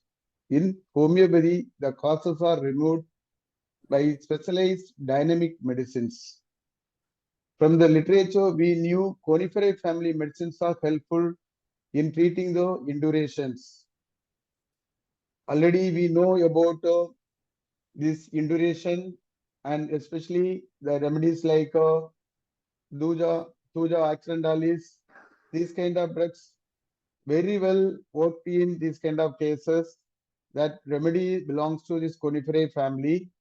Again, the tissue level changes causes disfiguration and distress when manifested externally, which worsens the patient mentally and socially. So people shrink themselves and never open up, which is a feature of Coniferae. The cure of the induration of cell tissue is a challenging subject. As we know, the tumor cases, the cancer cases, whether it is a benign or malignant, especially the malignant cases, the cure is very, very challenging. Most of our seniors, our followers, they were treated a lot of cases. We have seen, we have in during our student life, even when we teach in the classroom or teach in the hospital, in the IPP, when you are seeing the patient, when you are teaching the students, we are saying this particular these drugs are belong to Coniferae family are very well. We are able to treat these kind of cases. So, though it is very challenging, but Coniferae families are helping a lot. It not only works on the physical level, but also works on the emotional level of individual, so as to bring the permanent cure. So now we see the Coniferae family, very like just to be the what it is. The Coniferae family. The Coniferae family comprises evergreen cedars from different continents: North America, North Africa, Asia, and South Europe. The tree of the family are unremarkably referred to as cypress and are principally cone or column shaped. You all can understand that cone shaped, this thing. We can see they are very tall trees. We can see especially in these areas is different continents. What I said is North America or North Africa. Even in India also we can see this nowadays. When the forest areas you can see this. They don't show edges as a result. The young plants are fully grown. We can see the different trees later, the drugs, the remedies, whatever belong to this Coniferae family. They tolerate many kind of soils except wet ones. They can even grow in shallow and alkaline soil. This is very, very important. They tolerate many kind of soil except wet ones. They can even grow in shallow and alkaline soil. So about Coniferae family, next we see, because the induration of cell tissue, we are treating with the Coniferae family remedies. So what it is, induration of cell tissue, this induration means what? See, the widespread systemic dysfunction is exhibited by cutaneous manifestations, among them the most significant are dermatomyositis, this scleroderma, and cutaneous lupus erythematosus. So this dermatomyositis, this is an autoimmune disorder. Scleroderma, this is an autoimmune disorder. The cutaneous lupus erythematosus is an autoimmune disorder. So this CTDS, this pathogenesis is not completely understood, that it is quite variable, but still these remedies are mostly these are autoimmune disorders. Again, clinically they may be present as localized abnormalities such as deformities in skin. Again, we can see this dermatomyositis. Here you see the dermatomyositis in a person, the skin affections. There will be discoloration. The person looks so fair, but once he is affected with the dermatomyositis, exactly turned into black. There is a lot of discoloration changes. There will be joint affections. Mainly the skin affection. Later they will go for rheumatic complaints. These kind. Same thing we can see in the scleroderma also, the skin affections. Second, you see cutaneous lupus erythematosus. Same thing here. Here also the indurations takes place. So these are clinically there is a skin deformities, or there will be debilitating organized complications in these conditions. Okay, in this review, all these entities discussed are polygenic and are linked with the idea of production of pathogenic autoantibodies and the autoimmunity. That's what I said, the autoimmune disorder. So this autoimmune response is initiated and promoted by both environmental and genetic factors, which is suggested by strong evidences. So the autoimmune response is initiated and promoted by environmental and genetic factors also. That's what is the induration we can see in these various conditions. Just in a brief, we'll see about the scleroderma. Scleroderma is a systematic localized skin disorder with excessive fibrosis. So again, there will be that induration. There is a fibrosis formation. Again, there is an aggregation or there is a deposition in one place. Or there will be overburden. So there is a condition we can see here. With the hypodermis, the innermost layer of the skin shows fibrosis. It is termed as localized scleroderma. So multiple system disease affecting skin, blood vessels, and other inner organs is known as systemic sclerosis. Then this all we know about warts. So the moment when you say there is a induration, and most of the people, they think about first thing they mind it comes on the warts. Other than scleroderma or dermatomyositis or cutaneous lupus erythematosus, most of the time the people first the mind it is strikes is the warts. The warts are lumps that are developed due to infection of human papilloma virus. So this particular virus infecting, because of that there will be induration, there is a warts formation. They are maybe small or they grow very hard. We have very good remedies, various remedies of the warts are sort of peduncle or bleeding or very soft in nature. That kind of warts, various varieties are there. This all that is because of the induration. Next is the female system. Nowadays we see the polycystic ovarian syndrome. This polycystic ovarian syndrome, again, this is the induration here, is a disorder in regulation of hormone synthesis by the hypothalamus. So there is a disorder in hormonal change. There is a hormonal dysfunction. Because of that, the female is getting, there will be polycystic ovarian syndrome. Nowadays, it's very common because we see in society this polycystic ovarian syndrome. The survey, whether it is in our homeopathic hospital or it is a other system in the hospital, when we make a survey, the age group is most of the time 15 to 25. Okay, 15 to 25. Why it is 15 to 25? Because they complete their 10th standard and they end into higher secondary, and their studies, their heavy load, their lot of emotional turbulence, and once they complete their higher secondary, then their college life, then their career, then next they enter into the married life.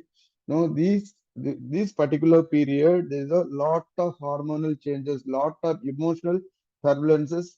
Because of that, there is a ovary, there is a cyst formation. So because of that, there is a induration, it is happening. So this in this also the CONIFERA family remedies are very much indicated. See here, this is a believed that PCOS is caused due to increase in male hormones, namely androgen, which reduces the production of regular follicles and eggs.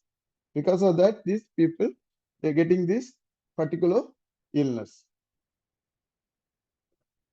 Next, this is a very well known neoplasia.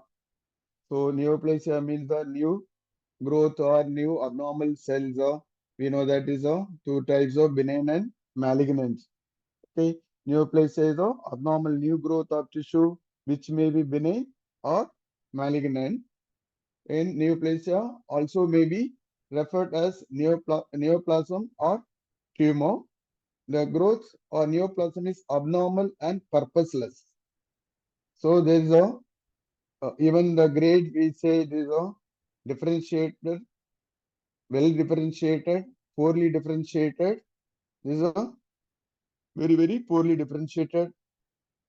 So the normal cells, how much it is able to differentiate depends upon that there will be the damage of the tissue. So very poorly differentiated means there more number of cells are damaged. They become abnormal cells. There will be loading of abnormal cells. There is a induration formation, induration of cell tissue. There also the coniferous family drugs helping. Next is a uterine fibroid. This develops in womb and is benign in nature, but sometimes not only in benign, the benign sometimes it change into malignancy also. They are very smooth, spherical, and they don't show any signs and symptoms in most of the cases. Okay, when slowly there is the size increases. When there is a abdomen enlarges, the size increases, and that time only the other person will notice and they will ask her. But initially they will not have any irregularities. Slowly, once there is a menstrual irregularities, then only we'll find the person will understand that there is some abnormality. There is some abnormality in the womb. Then they'll go for the test. They'll find out there is a induration in there is a womb, there is a uterine fibroid that also belong to this particular induration of cell tissue. So next we will go for properly the coniferae families are there about the coniferae family, their characters of so where and all their actions, which all system is the coniferae family remedies they act. We'll see. First is the sphere of action. Which are the regions of the body there or which system of the body the coniferous family is having the affinity. So affinity of coniferous family remedies. Okay. So action on mainly on nervous system, action on the skin, action on urinary tract, action on mucous membrane, action on rectum, action on sexual organs, action on uterine uterine affection, then action on respiratory organs, action on gastrointestinal tract, action on blood, action on bones. These are the affinity of coniferous family remedies. These are the systems, they have the affinity. Then when you see main diathesis is gouty and rheumatic diathesis. That's what the very beginning I said is dermatomyositis or the scleroderma. Especially we see the dermatomyositis. There is apart from the skin affections, joint is the rheumatic complaints. The joint is affected more. So that particular thing we can see here is gouty and rheumatic diathesis. It's not only the diathesis, gouty and rheumatic diathesis, and also more of these are skin affection. There is a skin skin induration in the skin. In coniferous family remedies, the pathogens we see, there will be discoloration of skin and there will be eczema formation. Again, we can see there is a eczema, there will be induration, there will be settling of more and more layer formations. There will be keratinization in case of eczema. So the induration is more. There will be when we see the warts, already we said the warts is it may be small or it will be hard or soft or pedungulate or all these things. That's kind again that's induration. Then gonorrhea, there also the discharges are very stingy in psychotic in nature. That one. Then leukorrhea also. Here you see there will be the leukorrhea. It's very stringy and very offensive. Again, there is that indurative nature we can see. Then gangrene, there is a blood circulation. Absolutely, there will be very less blood supply. In that case, there will be ganglion formation in particular area.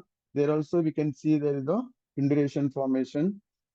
Again, in case of asthma, okay, in case of asthma, there will be accumulation of mucus collection. There will be, in case of respiratory system, there will be lungs, there will be accumulations. Okay, then there will be glandular swellings. Glandular swellings also there will be induration. Then cystitis, there will be inflammation in bladder, then inflammation in kidney, then tumor. There is a new cells formation. There will be aggregations of abnormal cells, abnormal new cells. There is a purposeless cells. There is no purpose in these kind of cells there. Then the pathogens in urinary infections. So urinary systems, the effects that causes, there will be hematuria, strangury, dysuria, and urethritis. Then the urine may be insufficient.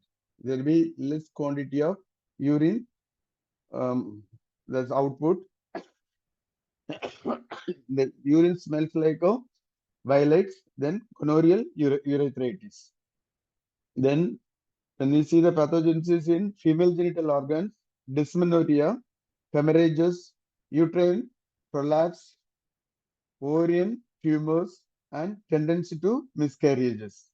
So ovarian tumors, so there also the induration we can see in especially ovary area. Then we see the gastrointestinal tract. Gastrointestinal tract especially causing dyspepsia, indigestion, constipation, flatulence, okay, stomach pain, and after eating.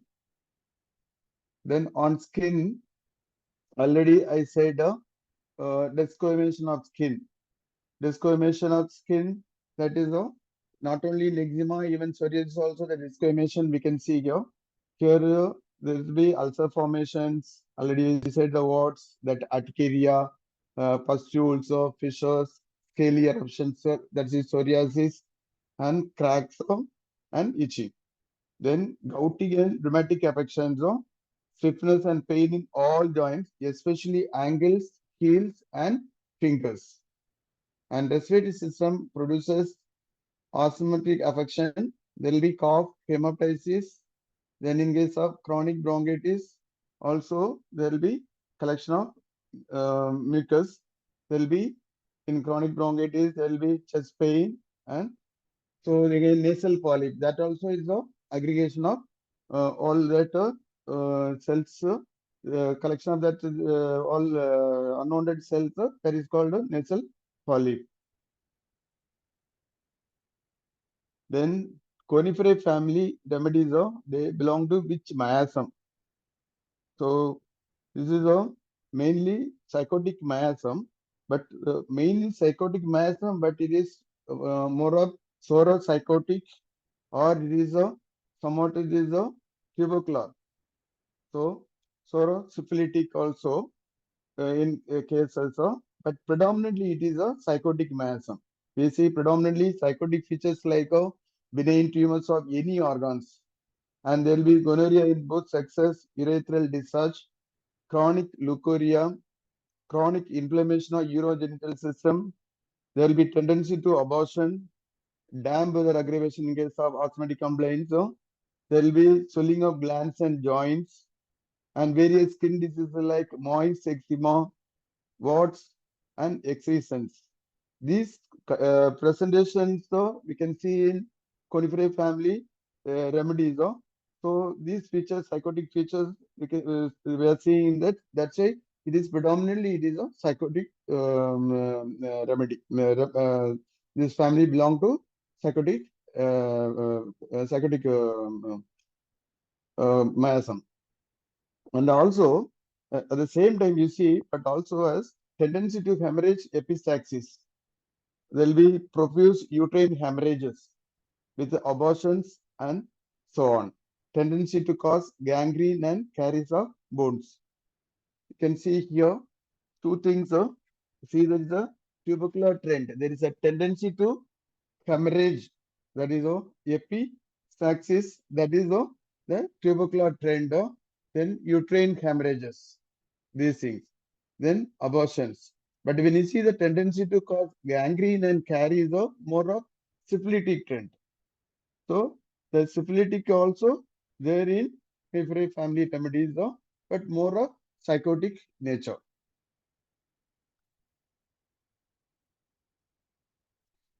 And when we see the mind symptoms of coniferous family, all these are mentioned very consistently only in this family. And the most peculiar botanical feature of this family is also that some of these are the oldest and tallest trees, and many are having conical and typically thin tapering ends. Okay, already I said these all trees are very tall. So these are the trees that belong to these families are very tall. So we see the mind symptom. Something that is tall and thin can only have the fear of breaking into pieces or thinning out.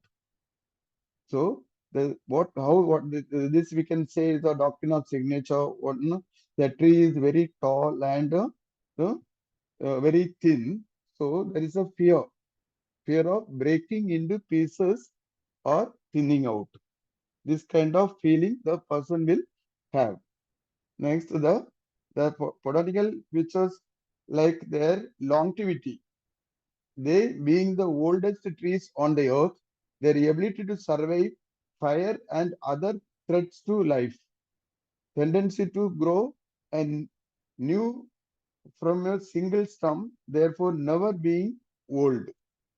Yet the bark, though tough, can be easily shredded. Sensation of being old or ability to encourage tissue growth and feel rejuvenated. All these expressions, all these various expressions just clearly help us to understand that various yet not too discrete areas of concerns in this family. Able to survive despite many threats to the very basic existence. Useful for old age problem or sensation of always being young. Yet very strong inherent sense of inadequacy or inability to sustain stressful situations and buckling under pressure with fear of death. Tenacity amounting to obstinacy and fixity. Sensation or complaints of heaviness like wood bearing down or lightness floating in air. Extreme irritability with rage or violence. These are the mind symptoms. You can see these are doctrinal signature that they are correlating with the coniferous family trees, and these are in various drugs the coniferous family remedies. Now you can see these symptoms, these important mind symptoms. As well in Tuja will see, and other remedies will these mind symptoms. Okay. Next we'll see the individual drugs which are belong to coniferous families. These are Abies nigra. The common name is black or double spurs. The pot is gum. The main characteristic of this Abies nigra, the grand characteristics of Abies nigra is sensation in the cardiac end of the stomach or in the esophagus, where it enters the stomach as if a hot boiled egg had lodged there. Where this symptom is present, whether in dyspepsia, lung disease, when the sensation is as if there was a hot substance to be coughed off, with or without hemoptysis, constipation, etc. Abies nigra will be the mostly the remedy. There will be dyspepsia caused by abuse of tea or tobacco have been cured by this Abies nigra. Then wakeful at night with hunger, distress in the head with flushed cheeks often accompanies the dyspeptic symptom of this remedy. If one patient chilliness round stomach was removed and general chilliness greatly lessened. Was after eating, pain in the stomach always comes after eating that we can see, Concise always says, pain in the stomach always comes after eating. Rheumatic pains and aching in the bones, alternate heat and cold. Then 9 symptoms of Abies nigra, very low spirited and melancholy, nervousness, unable to think or study, head head is very hot with flushed cheeks, throat, choking sensation in throat, sensation of something sticking in esophagus towards of lower end, appetite, hungry and wakeful at night, total loss of appetite in the morning, but great craving for food at noon and night. Stomach pain in the stomach always comes after eating. Painful sensation as if something were lodged in the chest which had to be coughed up, though nothing comes after taking food that disagreed. Frequent erection, sensation of an undigested hot boiled egg in the stomach. And female symptoms of menstruation, delayed 3 months, heavy, slow beating of heart, sharp cutting pain, sleep during the day, but wakeful and restlessness at night, very bad dreams. The next we see cypress. Here is the parts this use is fruit and leaf of the plant. Suffer the pain in arms, elbow and ankles, pain from headache, critical rheumatism and STS, sexually transmitted diseases, cure the pain during the urination, affected by kidneys and bladder, irritations in the private body parts, general feeling of heat. Then Lawson cypress. Pots to be taken into fruits and leaf. You see there will be intolerable stomachache, cox growth in mouth, warts, lipomas on thighs, keloid scars and warts. It is treated with this drug. Then Churiperus communis. This is the parts uses fruits in ripe form.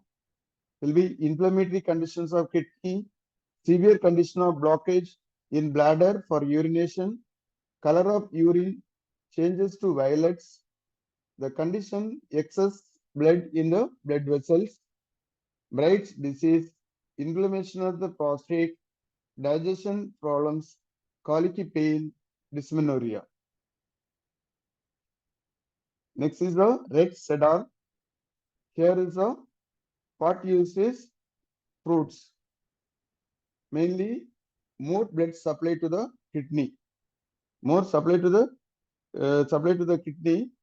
In that kind of conditions, there will be urinary tract infection, uncontrolled urination, discomfort in urination, persistent dragging in the back, blockage in bladder, painful menstrual cramps in uterine origin, stomach pain, vomits like black color, movement of pulse irregular, cerebral hemorrhage or stroke, muscle pain, loss of consciousness, all these conditions of this red cedar is used. Then the larch. This is especially back flower remedies also they use. So especially you can see the symptoms when you see the symptoms: low energy and self-confidence, dry arms and erect and posture, low energy and self-confidence. In that type of conditions, that this remedy is used. This is Pinus cupressus. It is especially in sexually transmitted diseases it is used. Then sugar pine, the part used is sap. There will be pain of suppression. There will be pain of suppression. There will be when there is abortion, in that kind of condition you can use. Then there will be laxative agent. Then Scotch pine. Here is the parts used is leaves and young twigs. The symptoms we see pain in arms, legs and hands, difficult to walk, emaciation of lower extremities, bacteria affected in lymph nodes, then chest pain, exhaustion, walking, touch in the morning. So here more of you can see the more of rheumatic complaints. See the pain in the arms, or difficult to walk, then the emaciation in the lower extremities. So more of rheumatic complaints, and apart from the chest pain and other things. Then we see the fine tar. This product from dry woods, mainly the mucous membrane, inhibit odor and taste. The main affection on mucous membrane. So automatically this will see the nasal thing, they will be inhibit the odor, and at the same time in the tongue there will be inhibit the taste. Then respiratory system, there will be severe cough. Then there will be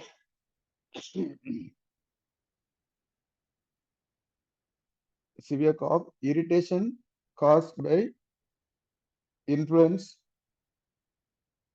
Just a minute.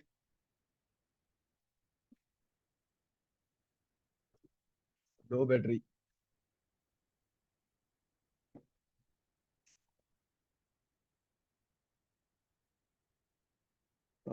Pain in cartilage and left bronchus, scaly eruption, especially in skin affection. We see there is a scaly eruption, that is a psoriasis. Then eczema,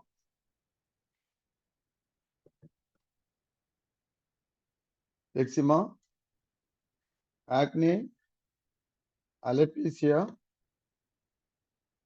Then there will be irritation in skin, bleeding on night, dark stool, vomit, and there will be urination.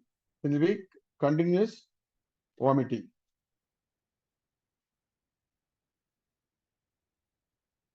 Next drug, we all very well know about this particular drug, Sabena juniperus. Here the pot uses fresh green and young branches. So the characteristic symptoms we see in Sabena as a widespread irritant, inflaming the pyloric end of duodenum and causing patches of inflammation in other portion of the intestines, especially the upper intestines, the omentum and the peritoneum. Pain from sacrum to pubis in uterine cases. This particular symptom is very important. Pain from sacrum to pubis. Then discharge of blood between the periods with sexual excitement. Obscure abdominal pains due to inflammatory states of the peritoneum, like a tuja. It removes the wart-like growth from the mucocutaneous surface. So again, you see these are the tuja also belong to this particular family, Conifera family. There is a induration here also. This is the Sabena, the induration. So like tuja, it removes the wart-like growth from the mucous cutaneous surface. Then right shoulder joint, as it's sprained and also affects heels. So pains are proximal and labor-like. Then hemorrhage comes in gushes, suddenly increasing and slowly disappearing pain.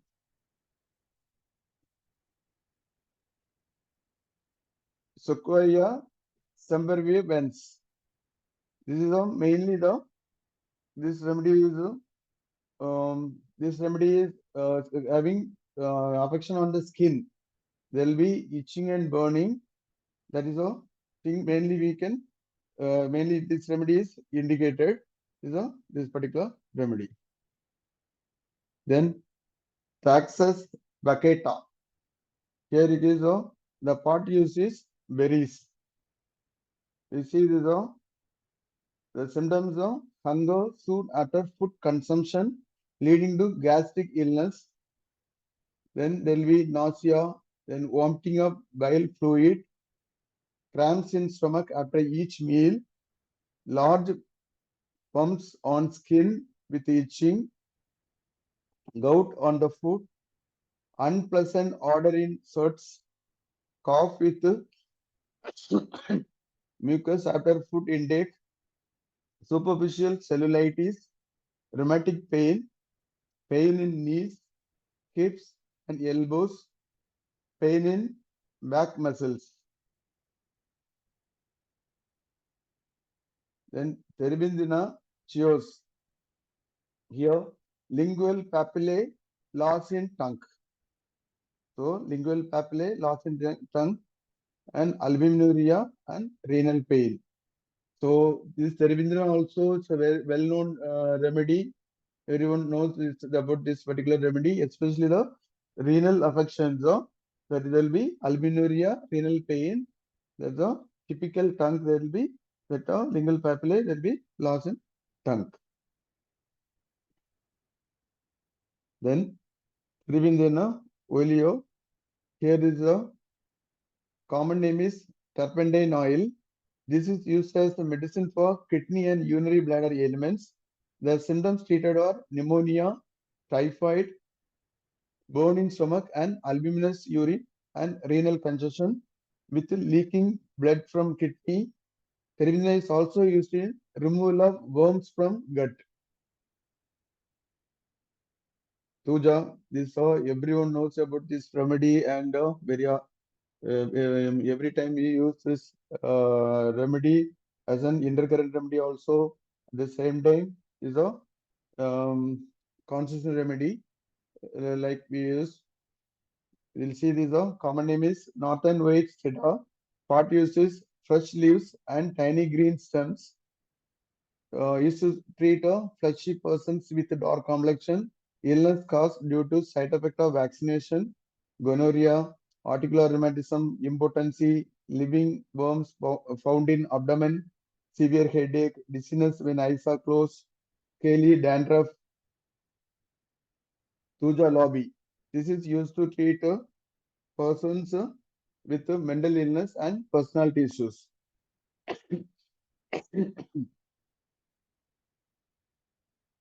So, with this, we'll see the conifera families, what all drugs are there and their indications. With these remedies, I have made a study. Okay, there is a experimental research I have made. I selected 30 cases. I selected this study was done in Chennai. Okay, the study methodology is the before and after without a control experimental study design. The sample size is 30. Source of sample is the OPD and peripheral centers of Venkateshwara Homoeopathy Medical College and Hospital, Porur, Chennai. Method of collection of data. Data was collected from patients, their parents or attenders. Detailed history was taken by interviewing the patient, followed by thorough physical examinations. Investigations were performed whenever required. Then the criteria was used. Inclusion criteria: patients having rate of perseverance after repeated failure in business. Patients between the age group of 10 years to 60 years. Exclusion criteria: patients associated with other complications. So these are the observations have been made after the study. There are 30 cases. The first observation we can see the distribution of cases according to age and incidence. The see the age of the age 1 to 20. There will be we can see this blue that the bar is the male and the maroon that is the that is female.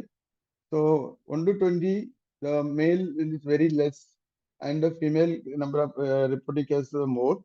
But when you see the 21 to 40, the male cases are more and female cases are less. Again, 41 to 60, the male cases are more, female cases are compared to male, it is less. Next, instance in relation to family history. So here we see distribution of cases affecting upon the depending upon the hereditary and non-hereditary basis of induration. Here this is a we see this is a hereditary and non-hereditary. We can see here the compared to hereditary, this is a non-hereditary cases. In my study, here non-hereditary cases are more. Distribution of cases in relation with associated diseases with induration. Here also, again, we can see with the associated disorder, the male cases are more, female cases less. Again, without associated cases, male cases are more, female cases are less. So, considering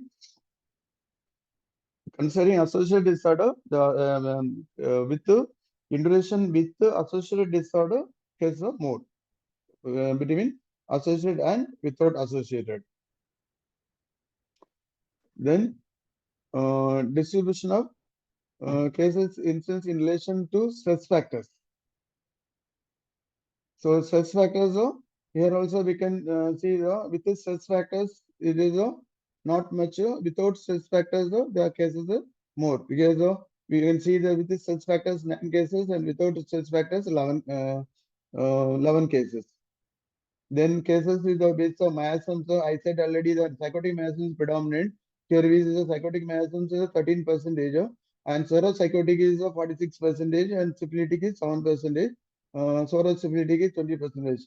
But psychotic is more, but psychotic predominance is there in overall the cases. Then distribution of cases in terms of psychosomatic relationship. When you see the psychosomatic with the psychosomatic cases is we can see the female cases it is more. In case of without psychosomatic male cases are more. Then using intercurrent remedies, here also intercurrent remedies are used in on and off. Even this the DHAS was used in some cases. When constitutional remedy was used, in that cases DHAS was used as an intercurrent remedy, because when the as Dr.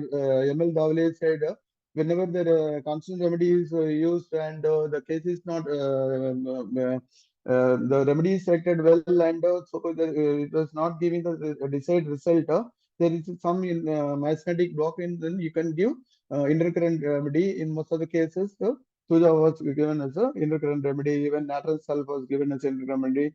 Syphilinum that was used.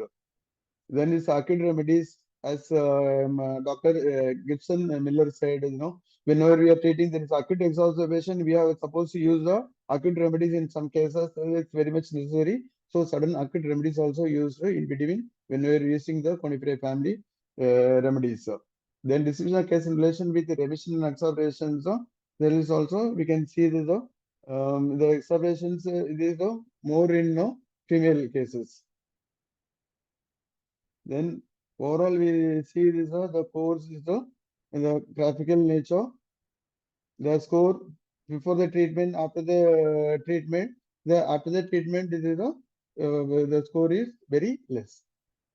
So the conclusion is the maximum number of sufferers were between 21 to 50 years. Minimum number of cases were between 61 to 80. In this study, 14% of cases had hereditary basis of psoriasis, that is 12 cases, and 60% had no family history, but most of the cases had a family history of multi-miasmatic influence. The study had established that induration was multi-miasmatic. Most of the cases were with psora, psychotic, miasmatic influences. So, from the study, it is seen that psoriatic patients have a personality type not very similar, that they are highly sensitive and very emotional and perceiving the stress in larger amounts. They often tend to become depressed from troubling agents, constantly brooding over things, feel highly insecure and often disappointed. some patients were unconcerned about very extensive lesions, while to others the most minor lesions are catastrophic. In the study, holistic approach towards the cases with constitutional, intercurrent, and acute treatment resulted in long-term remissions and reduction of intensity of the complaints. The intercurrent remedies were used as the cases were having multi-miasmatic influence and not responding to indicated constitutional remedies. The remedies were Thuja in 4 cases, natron sulfate in 3 cases, medorinum in 2 cases, and cyprinum in 5 cases. As acute remedies are also needed in the successful treatment of chronic condition, certain acute remedies were used for some cases whenever the patient had came with the acute exacerbations. Arsal had come as the most used acute remedy, followed by Stellaria media, thyroidinum, and orsiod. A clear form of disease is essential to determine the pathogenesis of the case. The study shows both cases of long duration as well as cases of shorter duration have responded to homeopathic treatment. Education and orientation of the disease is absolutely necessary in terms of nature, course, and prognosis. If not adequately done, patients tend to be irregular and some even dropped out. During the present study, maximum care was taken about the cases and it had a very good impact over the cases. Finally, it can be said on the basis of present study that in the treatment of psoriasis, more of a palliation is possible and in a few complete cures depending on the cases reporting for homeopathic treatment. Thank you.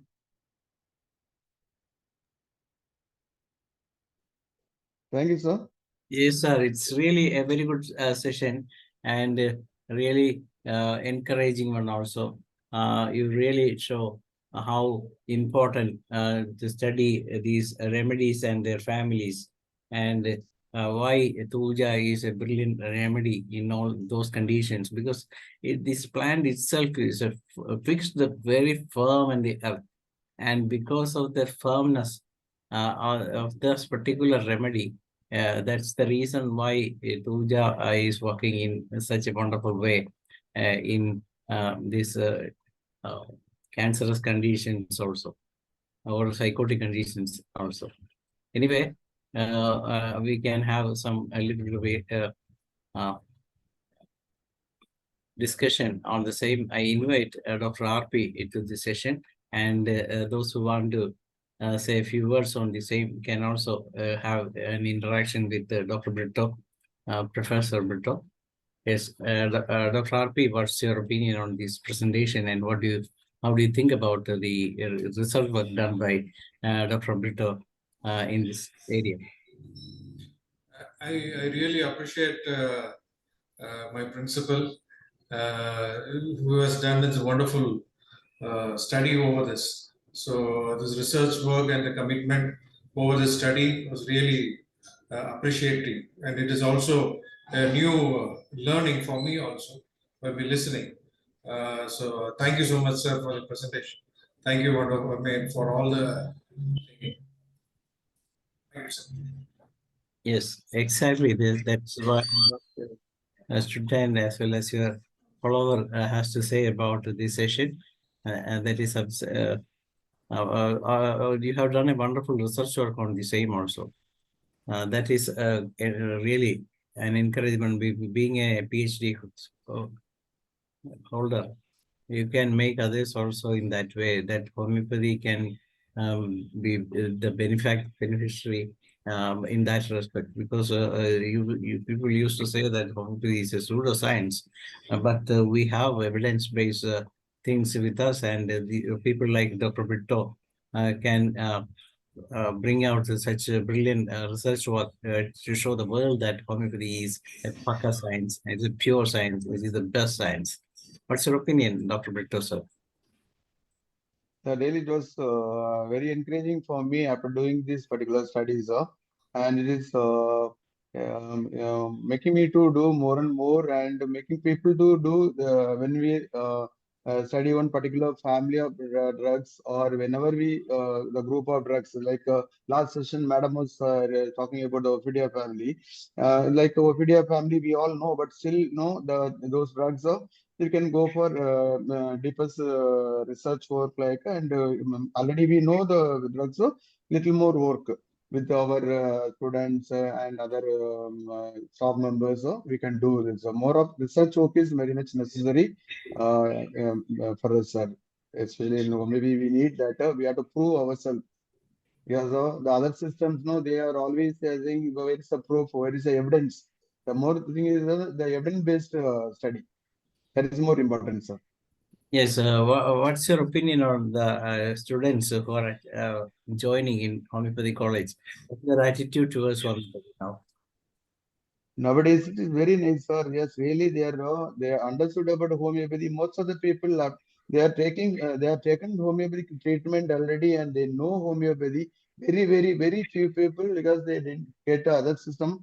They are coming. But recently also our no admission is not just it's not at over, but part of it, almost 75% of the admissions over. But when we are seeing the students, and we are receiving the students, what we understood that is most of the people they wanted to take homeopathy, and they are taken. What kind of support the government of Tamil Nadu is contributing towards homeopathy? They are supporting, but compared to the means, since Chitta is Tamil medicine, like only in Tamil Nadu it is practiced, so they are getting more encouragement from this one government, the support compared to homeopathy in all aspects. Whether it is any preventive aspect, when you are seeing this, we struggled, and we got the permission, and we are given for. Given that preventive for this one last COVID. COVID, no. But we prove it. We prove it not only giving prevent, and we have treated a lot of cases. Personally, I have treated a lot of cases even when they were in the ICU. I brought them from the ICU. That kind of case also we had treated. Okay, what's your opinion on what is your suggestion to the new generation doctors now? New generation, the main thing is they have selected their profession, so they have to give more important for the study side. Nowadays there are a lot of deviations, especially the what we can say is cell phone. So they can use that thing only for the study purpose, and that another thing is that homeopathy, what they are studying is whatever the doubt, they have to clear it that day itself, and with their senior students or the staff members without any fear. Yeah, in our college, all the staff members, they clear their doubts. Whoever is asking, immediately they clear their doubts. Whoever is asking.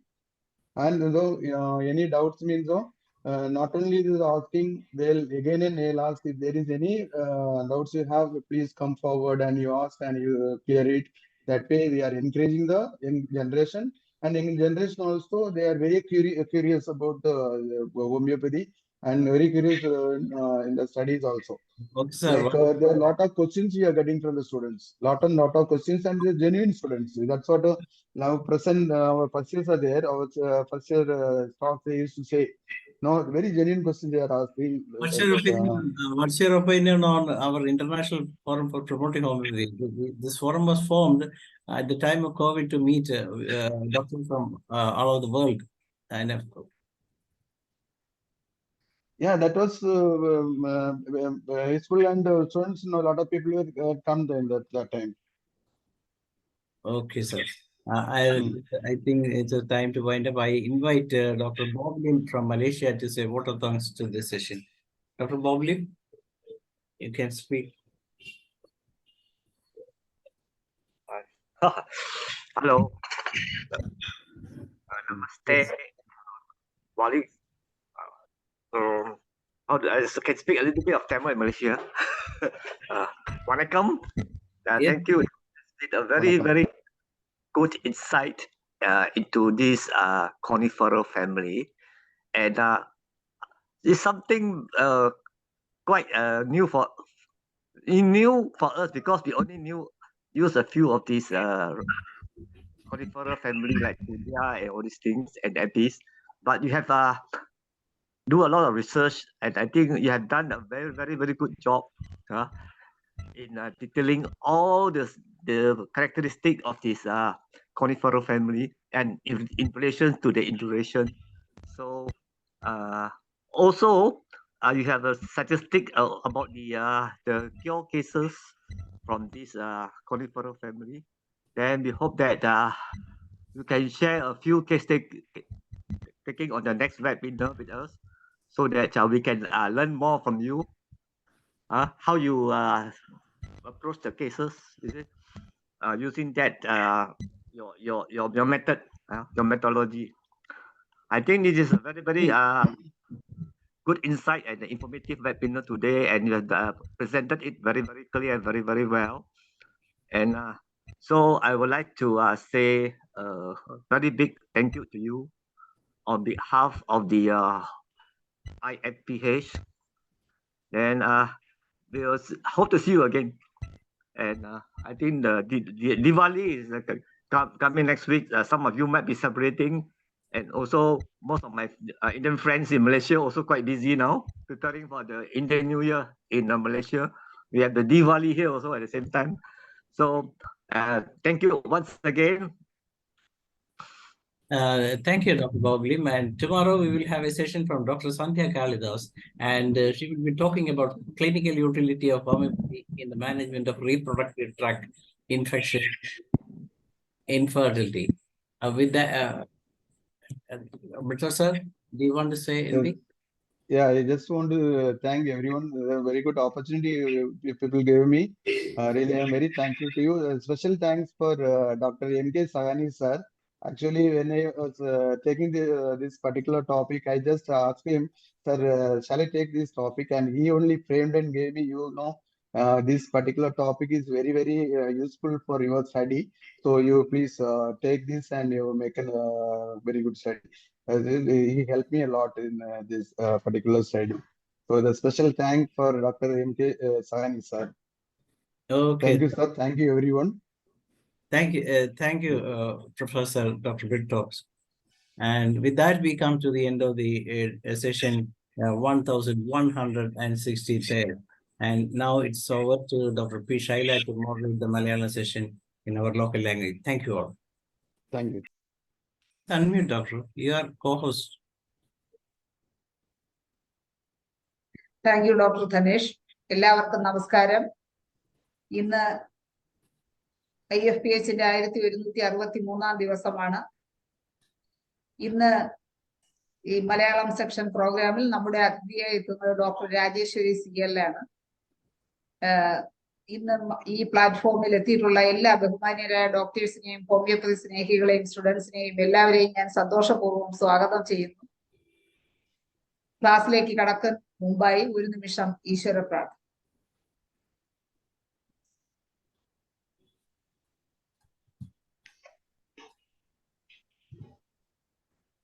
നന്ദി. Doctor രാജേശ്വരിയെ കുറിച്ച് പ്രത്യേകിച്ച് പറയേണ്ടതില്ല. Doctor നമുക്കിപ്പോൾ 2-3 class ഇതിനകം എടുത്തു കഴിഞ്ഞു. കൂടാതെ പ്രത്യേകിച്ച് പരിചയപ്പെടുത്തേണ്ടതില്ല.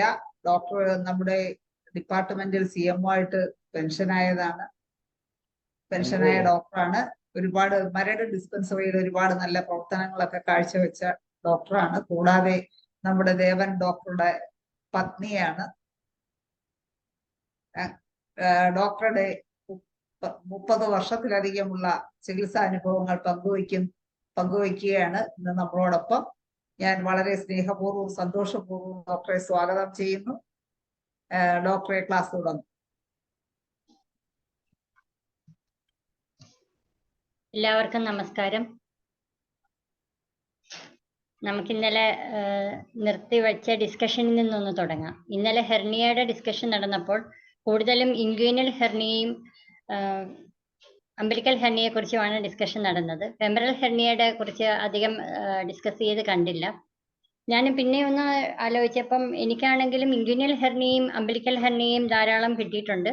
അംബിലിക്കൽ ഹെർണിയൊക്കെ കുഞ്ഞുങ്ങൾ, അതായത് ഇൻഫന്റ് സ്റ്റേജിൽ നല്ലതുപോലെ തന്നെ ഇപ്പൊ ഇന്നലെ പറഞ്ഞ ആ ഒരു റെമഡിയൽ മെഷേഴ്സ്, കോയിൻ വെച്ച് വെക്കുക, കമന്ന് കിടക്കുന്നപ്പോൾ തന്നെ മാറും. അതല്ലെന്നുണ്ടെങ്കിൽ കോയിനും കൂടി വെച്ച് അത് ടൈ ആക്കിയിട്ട് ചെയ്യുവാണെങ്കിൽ നല്ല വ്യത്യാസം വരും വിത്ത് അവർ മെഡിസിൻസ്. അതിപ്പോൾ നെക്സോമിക്കയാണ് കൂടുതലും നമുക്ക് പ്രയോജനമായിട്ട് കണ്ടിട്ടുള്ളത്. ഇൻഗ്വിനൽ ഹെർണിയയുടെ പറഞ്ഞു ഇന്നലെ എല്ലാവരും തന്നെ, റൈറ്റ് ലെഫ്റ്റ് എല്ലാം സൈഡ് തിരിച്ച് തന്നെ പറഞ്ഞു. പക്ഷെ ഫെമറൽ ഹെർണിയ ഞാൻ പിന്നെ ഇരുന്ന് ആലോചിച്ചപ്പം ഫെമറൽ ഹെർണിയ ഫീമെയിൽസിലാണ് നമുക്ക് എല്ലാവർക്കും അറിയാം കൂടുതലായിട്ട് വരുന്നത്. എങ്കിലും ഫെമറൽ ഹെർണിയ അങ്ങനെ എനിക്കാണെങ്കിലും അങ്ങനെ വന്നതായിട്ട് എനിക്ക് ഒരു വലുതായിട്ട് അങ്ങനെ വന്ന എനിക്കൊരു ഓർമ്മയില്ല.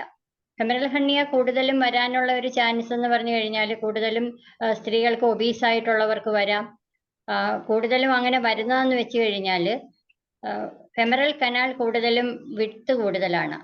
അതിൽ പാസിങ് ത്രൂ ആ വെസൽസ് ആണെങ്കിൽ അതിന് കൂടുതലും സ്പേസ് കൂടുതലായിട്ടുള്ളത് കൊണ്ട്, വെസൽസ് കുറച്ച് 2-3 വെസൽസ് മാത്രമേ ഉള്ളതുകൊണ്ട് സ്പേസ് കൂടുതലുള്ളത് കൊണ്ടാണ് അബ്ഡോമിനൽ ഓർഗൻസ് അല്ലെങ്കിൽ ഏതെങ്കിലും ഒരു ഇൻറ്റെസ്റ്റൈനൽ ലൂപ്പ് അവിടെ പ്രൊട്രൂഡ് ചെയ്യുന്നത്. അതിൽ കൂടുതലും നമുക്കറിയാൻ സാധിക്കും കൺജനിറ്റൽ കണ്ടീഷനും കാണും, അതിനോടൊപ്പം തന്നെ ആ പോർഷനിലുള്ള അബ്ഡോമിനൽ മസിൽസ് വീക്കനുമായിരിക്കും. അപ്പൊ അതുകൊണ്ടാണ് ഫെമറൽ ഹെർണിയ വരുന്നത് കൂടുതൽ. പക്ഷെ എന്തുകൊണ്ടാണെന്ന് അറിഞ്ഞൂടാ, മേ ബി ഇനി ലേഡീസ് നമ്മളോട് കൂടുതൽ അത് പറയാഞ്ഞിട്ടാണോ അവർക്ക് മനസ്സിലാകാഞ്ഞിട്ടാണോ എന്ന് എനിക്കറിയത്തില്ല. അല്ലെങ്കിൽ കൂടുതൽ അവരെ പ്രോബ്ലം കൂടുതൽ ഉണ്ടാവില്ല. എങ്കിലും അതിന്റെ ഒരു മെഡിസിൻസും കൂടി ഞാനൊന്ന് മെൻഷൻ ചെയ്തിട്ട് അടുത്ത പോർഷനിലേക്ക് പോകാം. കൂടുതലായിട്ടും ഇന്നലെ പറഞ്ഞതുപോലെ തന്നെ ലൈക്കോപോഡിയമാണ് കൂടുതലും ഇൻഡിക്കേറ്റഡ് ആയിട്ട് വരുന്നത്, പ്ലസ് നെക്സോമിക്ക, ക്യുബേബ നല്ലൊരു മെഡിസിൻ ആണ്. പ്രത്യേകിച്ചും സ്ത്രീകളെ സംബന്ധിച്ചിടത്തോളം യൂറിനറി ട്രാക്ട് ഇൻഫെക്ഷൻസിന് ക്യുബേബ നല്ല എഫക്റ്റീവായിട്ട് നമ്മൾ ഡെയിലി ദൈനംദിന പ്രാക്ടീസിൽ നമ്മൾ കണ്ടുവരുന്നുണ്ട്. അതിന്റെ ഒരു പ്രധാനപ്പെട്ട ഒരു ഇൻഡിക്കേഷൻ എന്ന് വെച്ച് കഴിഞ്ഞാൽ urine with plenty of mucus with cutting pain, urethritis എന്നുള്ള ഇൻഡിക്കേഷൻസ് ഉണ്ട്. പിന്നെ അതിന്റെ കൂടെ നോക്കുമ്പോൾ നമുക്കൊരു ഇൻട്രസ്റ്റിംഗ് ആയിട്ടുള്ളൊരു കാര്യം, നമുക്ക് കോളോഫൈലം ഒക്കെ ഉള്ളതുപോലെ തന്നെ ല്യൂക്കോറിയ ഇൻ ലിറ്റിൽ ഗേൾസ് എന്നുള്ളതും ആ ക്യുബേബ ഒഫീഷ്യനാലിസ് എന്നുള്ള മെഡിസിൻ വളരെ ഇൻഡിക്കേറ്റഡ് ആയിട്ട് നമുക്ക് ഇപ്പം ഡെയിലി ഉള്ള പ്രാക്ടീസിൽ നമുക്ക് യൂസ് ചെയ്യാവുന്നതാണ്. അപ്പൊ അതിനോടൊപ്പം തന്നെ വിസ്ബാഡന്റെ സിംറ്റംസും നമുക്കറിയാം. അപ്പം ലൈക്കോപോഡിയം, നെക്സോമിക്ക, ക്യുബേബ, ദെൻ വിസ്ബാഡൻ, ഇതൊരു 4 മെഡിസിൻ ആണ് പ്രധാനമായിട്ടും ഫെമറൽ ഹെർണിയയ്ക്ക് നമുക്ക് ഉപയോഗിക്കാവുന്ന മെഡിസിൻസ്. അപ്പൊ ഞാൻ ഇന്ന് കൂടുതൽ പറയാൻ ഉദ്ദേശിക്കുന്ന ഒരു കേസ് എന്ന് വെച്ചാൽ അതിനോടൊപ്പം തന്നെ നമ്മൾ സ്ത്രീകളുടെ ഇതിൽ കേസ് എടുക്കുമ്പോൾ അല്ലെങ്കിൽ പലരും തന്നെ ബുദ്ധിമുട്ട് അനുഭവിക്കുന്ന ഒരു പക്ഷേ ആദ്യം നാളുകളിൽ പറയണം എന്ന് തന്നെ നമ്മളോടില്ല. യൂട്രൈൻ പ്രൊലാപ്സിനെ കുറിച്ചാണ് ഞാനിന്ന് പറയാമെന്ന് ഉദ്ദേശിക്കുന്നത്. ധാരാളം കേസുകൾ എനിക്ക് സർവീസിലാണെങ്കിലും പ്രൈവറ്റ് പ്രാക്ടീസിലാണെങ്കിലും എനിക്കത് ഒരു സുഖമാക്കുവാൻ തന്നെ സാധിച്ചിട്ടുണ്ട്. ഇപ്പം ഒരു യൂട്രൈൻ പ്രൊലാപ്സ് എന്ന് പറഞ്ഞാൽ ഈ ഇടയ്ക്ക് ഇപ്പോൾ അത്രയും നമ്മൾ കാണുന്നില്ല. പക്ഷെ ഇടക്കാലത്ത് യൂട്രസിന് എന്തെങ്കിലും ഒരു കംപ്ലൈന്റ് വന്നു കഴിഞ്ഞാൽ ഉടനെ തന്നെ അതങ്ങ് റിമൂവ് ചെയ്യുക എന്നുള്ള ഒരു ഹിസ്റ്റക്ടമി നടത്താം എന്നൊരു അഭിപ്രായമായിരുന്നു പൊതുവെ ഗൈനക്കോളജിസ്റ്റുകൾക്കാണെങ്കിലും പൊതുവെ ആരാണോ ഇത് അഫക്റ്റഡ് ആയിട്ടിരിക്കുന്ന അവർക്കാണെങ്കിലും ഫാമിലിയിലുള്ളവർക്കാണെങ്കിലും അങ്ങനെ ഒരു ധാരണയുണ്ടായിരുന്നു. പക്ഷെ ഇപ്പം അങ്ങനെയല്ല, ഒരു പോസിറ്റീവായിട്ട് ഒരു അപ്രോച്ച് ഞാനും കണ്ടുവരുന്നുണ്ട്. കാരണം ഈവൻ ഒരു ഫൈബ്രോയിഡ് കേസ് ആണെങ്കിൽ ഫൈബ്രോയിഡ് അല്ലേ, ഒരു ബിനൈൻ കണ്ടീഷൻ ആണെങ്കിൽ പോലും, ഒരു ഫൈബ്രോയിഡ് ആണെങ്കിൽ പോലും അതിന്റെ സൈസ് പോലും നോക്കാതെ അതങ്ങ് റിമൂവ് ചെയ്തേക്കാം എന്ന് ഉള്ളൊരു ആറ്റിറ്റ്യൂഡ് ഉണ്ടായിരുന്നെങ്കിൽ പോലും ഇപ്പോഴത് കാണുന്നില്ല. ഇപ്പൊ അത് ഈവൻ നല്ല ഗൈനക്കോളജിസ്റ്റുകൾ തന്നെ അത് കുഴപ്പമില്ല, അത് അവിടെ നിന്നോട്ടെ, നമുക്കത് പ്രശ്നം ഉണ്ടാക്കുന്നില്ലല്ലോ എന്നുള്ളത് പറയാറുണ്ട്. കാരണം നമ്മൾ യൂട്രസ് എന്ന് പറയുമ്പോൾ അറിയാലോ, പഴയ ആ നാടൻ ഭാഷയിൽ പറഞ്ഞാൽ ഗർഭപാത്രം. അപ്പം അതിന്റെ ഒരു ഫംഗ്ഷൻ എന്ന് പറഞ്ഞു കഴിഞ്ഞാൽ ഒരു കുഞ്ഞിനെ വഹിക്കുക, അതല്ലെന്നുണ്ടെങ്കിൽ അതിന് ശേഷം ഒരു ഡെലിവറിക്ക് ശേഷം പിന്നെ അതിന്റെ ആവശ്യമില്ല എന്നൊരു തെറ്റായ ധാരണ എവിടെയോ ഒക്കെ ആളുകളുടെ കയ്യിൽ മനസ്സിലുണ്ടായിരുന്നു. അപ്പൊ അതങ്ങ് മാറിയിട്ടുണ്ട്. അതൊരു നല്ല അഭിലഷണീയമായ ഒരു കാര്യം തന്നെയാണ്. അപ്പോൾ ഇപ്പൊ നമുക്ക് അറിയാൻ സാധിക്കും മിക്കവാറും ഒരു 4th ഡിഗ്രി സ്റ്റേജ് വരെ ഉണ്ട്, നമുക്ക് എല്ലാവർക്കും അറിയാവുന്നതാണ് യൂട്രൈൻ പ്രൊലാപ്സ്. അപ്പോൾ ഒരു 1st ഡിഗ്രിയിലൊക്കെ ചിലപ്പോൾ ആരും നോട്ട് ചെയ്യണം എന്നില്ല. 2nd ഡിഗ്രി ആകുമ്പോഴത്തേക്കും ഓൾമോസ്റ്റ് ആ യൂട്രസ് നമ്മളുടെ വജൈനയുടെ ജസ്റ്റ് ഒന്ന് പ്രൊട്രൂഡ് ചെയ്ത് വന്നിരിക്കും. പിന്നെ 3rd സ്റ്റേജ് ആകുമ്പം കുറച്ചും കൂടി പ്രൊട്രൂഡ് ചെയ്ത് വന്നിട്ട് 4th സ്റ്റേജ് ആകുമ്പോഴത്തേക്കും കംപ്ലീറ്റ് പ്രൊട്രൂഷൻ ആയിരിക്കും. അപ്പൊ എനിക്കൊരു കേസുകൾ വന്നിട്ടുള്ള ഓൾമോസ്റ്റ് ഒരു 2nd or 3rd, ഈവൻ ഒരു ടോട്ടൽ യൂട്രൈൻ പ്രൊലാപ്സ് എന്നുള്ള രീതിയിൽ തന്നെ വിത്ത് റെക്ടോസീൽ ആൻഡ് യൂറിത്രോസീൽ. അപ്പം നമ്മുടെ അടുത്ത് വരുന്ന, നമ്മളെ ആശ്രയിക്കുന്ന, നമ്മളെ വിശ്വസിച്ച് വരുന്ന രോഗികളെ നമ്മളൊരു സർജറിക്ക് വേണ്ടി വിടുന്നതിനെക്കാട്ടിൽ എത്രയോ നല്ലതാണ്, നമ്മളുടെ മെഡിസിൻ എഫക്റ്റീവ് ആണ് എന്നുള്ളത് നമുക്ക് നല്ല ബോധ്യമുണ്ട്. ധാരാളം പേഷ്യൻസിന് നമ്മൾ കൊടുത്തിട്ടുള്ളത് കൊണ്ട്, പൂർണ്ണ വിശ്വാസം ഉള്ളത് കൊണ്ടും കൂടിയാണ് എനിക്ക് അങ്ങനെയുള്ള കേസുകൾ വരികയും ധൈര്യമായിട്ട് ചികിത്സിക്കാനും പറ്റിയത്. ഒരു ഉദാഹരണം നമ്മൾ നോക്കിക്കഴിഞ്ഞാൽ, നേരത്തെ ടോൺസിലെക്ടമി എന്ന് പറയുന്നത് ഫ്രീക്വന്റ് ആയിട്ട് നടന്നിരുന്ന ഒരു കാര്യമാണെങ്കിൽ ഇപ്പോൾ ഈയിടെയായിട്ട് നമുക്ക് അങ്ങനെ ഒരു ടെൻഡൻസി കാണുന്നില്ല. ഒരു പക്ഷേ നമ്മൾ ഹോമിയോപ്പതി ഡോക്ടർമാരുടെ ഒരു ചികിത്സയുടെ ഫലമായിട്ടായിരിക്കണം. നമ്മളൊന്ന് അനലൈസ് ചെയ്ത് നോക്കുമ്പോൾ നമുക്കറിയാം, ഇപ്പൊ ഈയിടെയായിട്ട് അങ്ങനെ ഒരു ടോൺസിലെക്ടമി കേസുകളൊന്നും നമുക്ക് വരാറില്ല. ടോൺസിലൈറ്റിസ് വരുമ്പോൾ തന്നെ നമ്മുടെ അടുത്ത് വരുന്ന പേഷ്യൻസിനെ നമുക്ക് നല്ലതുപോലെ തന്നെ മാനേജ് ചെയ്യാൻ പറ്റുന്നുണ്ട്. അപ്പൊ അതുപോലെ തന്നെ അഡിനോയിഡ്സും നമുക്ക് നമ്മുടെ ഇപ്പം ധാരാളം കുട്ടികൾ വരുമ്പോൾ നമുക്ക് അതിനെക്കുറിച്ച് ഒരു ക്ലാസ് എടുത്തു കൊടുക്കുവാനും അതിന്റെ എല്ലാ അനാട്ടമി പതോളജി അനുസരിച്ച് നമുക്ക് പറഞ്ഞു കൊടുക്കുവാൻ സാധിക്കുന്നുണ്ട്. ടോൺസിലൈറ്റിസ്, ഞാനിപ്പം ഒരു കേസ് വന്നു കഴിഞ്ഞാൽ ഞാൻ പറയാറുണ്ട്, ടോൺസിൽസ് എന്ന് പറയുന്നത് നമ്മുടെ ബോഡി ഗാർഡ്സ് ആണ്, നമ്മുടെ ശരീരത്തിൽ ആവശ്യമുള്ളതാണ്. അപ്പൊ അത് നമ്മൾ റിമൂവ് ചെയ്യാൻ പാടില്ല എന്നുള്ള എല്ലാ അവയർനെസ് ക്ലാസ്സുകളും നമ്മൾ പറഞ്ഞു കൊടുക്കുന്നതിന്റെ കൂടി ഫലമായിട്ടായിരിക്കണം. പിന്നെ നമ്മുടെ മെഡിസിൻസും ഒരുപാട് ഇപ്പൊ ഈ പ്ലാറ്റ്ഫോമിലുള്ള എല്ലാ ഡോക്ടേഴ്സിനും തന്നെ ടോൺസിലൈറ്റിസ് വരാറുണ്ടായും അങ്ങനെയുള്ള കേസുകൾ വരികയും നമുക്ക് എല്ലാവർക്കും തന്നെ നല്ല വളരെ ഭംഗിയായിട്ട് തന്നെ അത് ചികിത്സിച്ച് സുഖപ്പെടുത്തുവാനും സാധിക്കുന്നുണ്ട്. അപ്പൊ എന്ന് പറഞ്ഞതുപോലെ ഇങ്ങനെയുള്ള കേസുകളും, ഇപ്പൊ ഇന്നലെ പറഞ്ഞതുപോലെ ഹെർണിയ, ഇപ്പൊ ഈവൻ ഒരു അപ്പൻഡിക്സിന്റെ കേസ്, അങ്ങനെയുള്ളതെല്ലാം പ്യുവർലി സർജിക്കൽ എന്നുള്ള ഒരു ധാരണ വിട്ട് നമ്മൾക്ക് ഓരോരുത്തർക്കും നല്ല ധൈര്യമായിട്ട് നമ്മളുടെ മെഡിസിനെ വെച്ച് നല്ലതുപോലെ മാനേജ് ചെയ്യാൻ പറ്റുമെന്നുണ്ടെങ്കിൽ ഇങ്ങനെയുള്ള സർജിക്കൽ കേസ്, ഈവൻ ഒരു എമർജൻസി, ഇപ്പം ഒരു ആക്സിഡന്റൽ കേസൊക്കെ ചിലപ്പോൾ ഒരു പക്ഷേ നമുക്ക് പെട്ടെന്ന് തന്നെ ചെയ്യാൻ പറ്റിയില്ലെങ്കിൽ പോലും ഇങ്ങനെയുള്ള സർജിക്കൽ കേസുകൾ വരെ നമ്മളുടെ മെഡിസിൻ കൊണ്ട് മാനേജ് ചെയ്യാൻ പറ്റും എന്നാണ് ഞാൻ പറയാൻ ഉദ്ദേശിക്കുന്നത്. അങ്ങനെ റിസൾട്ട് കിട്ടിയത് കൊണ്ട് മാത്രമാണ് ഞാനത് പറയുകയും ചെയ്യുന്നത്. അപ്പൊ യൂട്രസ് എന്ന് പറയുന്നത് നമുക്ക് വളരെ ഒന്ന് ആലോചിച്ച് കഴിഞ്ഞാല് ഈ ഈശ്വരന്റെ അല്ലെങ്കിൽ പ്രകൃതിയുടെ ഒരു എന്താ പറയാ, ഒരു അതിശയം എന്നുള്ള രീതിയിൽ ഒന്ന് ചിന്തിച്ചു കഴിഞ്ഞാൽ നമുക്ക് മനസ്സിലാകും, അതിനൊരു മസിൽ അറ്റാച്ച്മെന്റും ഇല്ല. 6 ലിഗമെന്റ്സ് അല്ലെങ്കിൽ 4 ലിഗമെന്റ്സ് പ്രധാനമായിട്ടും, ബാക്കിയുള്ള ലിഗമെന്റ്സിന്റെയും ഒരു അറ്റാച്ച്ഡ് ആയിട്ട് അങ്ങനെ ഹാങ് ചെയ്യുന്ന രീതിയിലാണ് അതിങ്ങനെ സ്റ്റേബിൾ, ഹാങ്ങിങ് എന്ന് പറയാൻ പറ്റത്തില്ല, സ്റ്റേബിൾ ആയിട്ട് നിൽക്കുന്നത്. അതുപോലെ തന്നെ അതിന്റെ താഴെയാണ് ഇൻഫീരിയർലി സപ്പോർട്ടഡ് ബൈ പെരിനിയൽ ബോഡി ഉണ്ട്, പിന്നെ നമ്മുടെ പെട്രോണിയൽ ക്യാവിറ്റി ഉണ്ട്. അപ്പൊ അത് അങ്ങനെ ആ യൂട്രൈൻ ലിഗമെന്റ്സ് നമുക്ക് എല്ലാവർക്കും തന്നെ അറിയാവുന്നതാണ്. ബ്രോഡ് ലിഗമെന്റ് ഉണ്ട്, റൗണ്ട് ലിഗമെന്റ് ഉണ്ട്, യൂറിട്രോ വെസിക്കൽ ലിഗമെന്റ് ഉണ്ട്. അപ്പൊ അത്രയും ആ ലിഗമെന്റ്സ് എല്ലാം കൂടി, കാർഡിനൽ ലിഗമെന്റ് ഉണ്ട്. അപ്പൊ ആ ലിഗമെന്റ്സ് എല്ലാം കൂടി എന്താ പറയുക, ഇങ്ങനെ പിടിച്ച് സ്ട്രെയിറ്റ് ആയിട്ട് വെച്ചിരിക്കുകയാണ് നമ്മുടെ യൂട്രസ്. അപ്പൊ ആ യൂട്രസിനകത്ത് എന്തെല്ലാം പ്രവർത്തനങ്ങൾ നടക്കുന്നുണ്ടെന്ന് നമ്മളൊന്ന് കൗതുകമായിട്ട് ആലോചിച്ച് നോക്കിയാൽ, ആ യൂട്രസിനകത്താണ് നമ്മളുടെ മെൻസ്ട്രൽ കംപ്ലൈന്റ് ഇതെല്ലാം വന്നു, അത് കഴിഞ്ഞൊരു കുഞ്ഞ് ഉണ്ടായി, ആ ഡെലിവറി നടക്കുന്ന, ഡെലിവറി എന്ന് പറയുന്ന ഒരു നോർമൽ ഡെലിവറിയിൽ എന്തെല്ലാം പ്രക്രിയകളാണ് നടക്കുന്നത് അതും നമുക്കറിയാം. നമ്മളെല്ലാം പഠിച്ചതാണ്. നമ്മളെല്ലാവരും തന്നെ കേസുകൾ പോയി കണ്ടതാണ് നോർമൽ ഡെലിവറി. അപ്പൊ അതിനകത്തൊരു 6 ഇതുണ്ട്. ആദ്യം എന്താണ്, ഒരു ഡിസെൻഡ് ചെയ്യുന്നു, ആദ്യം എൻഗേജ്മെന്റ് ആണ്, പിന്നെ ഡിസെൻഡ് ചെയ്യുന്നു, പിന്നെ ഒരു ഇന്റേണൽ റൊട്ടേഷൻ ഉണ്ട്, അത് കഴിഞ്ഞിട്ട് എക്സ്റ്റൻഷൻ ഉണ്ട്, അത് കഴിഞ്ഞ് എക്സ്റ്റേണൽ റൊട്ടേഷൻ ഉണ്ട്, ദെൻ എക്സ്പെൽഷൻ. അപ്പൊ ഇത്രയും കാര്യങ്ങൾ നടത്താനുള്ള ആ ഒരു കഴിവ് ആ യൂട്രസിന്റെ മസിൽസിനുണ്ട്. അപ്പൊ ഇതെല്ലാം കഴിഞ്ഞ് ഈ ഒരു യൂട്രസിന് ആ ഡെലിവറി സമയത്തോ അല്ലെങ്കിൽ ആ ഒരു പ്രഗ്നൻസി സമയത്തോ എന്തെങ്കിലും കൂടുതൽ ഡിഫിക്കൽട്ട് ലേബറോ അല്ലെന്നുണ്ടെങ്കിൽ കോംപ്ലിക്കേറ്റഡ് ആയിട്ടുള്ള ലേബറോ ഒക്കെ വരികയാണെന്നുണ്ടെങ്കിൽ നമ്മുടെ ആ ലിഗമെന്റ്സ് വീക്കൻ ആകാനുള്ള ചാൻസ് ഉണ്ട്. അതുപോലെ തന്നെ കൂടുതൽ സ്ട്രെയിൻ ചെയ്യുമ്പോഴും ഓവർ സ്ട്രെയിന് ഒരു കാരണമാണ്. ഇപ്പോൾ ഈ കാലഘട്ടത്തിൽ സ്ത്രീകൾ എല്ലാ ഫീൽഡിലും തന്നെ കൂടുതൽ ജോലി ചെയ്യുന്നവരാണ്.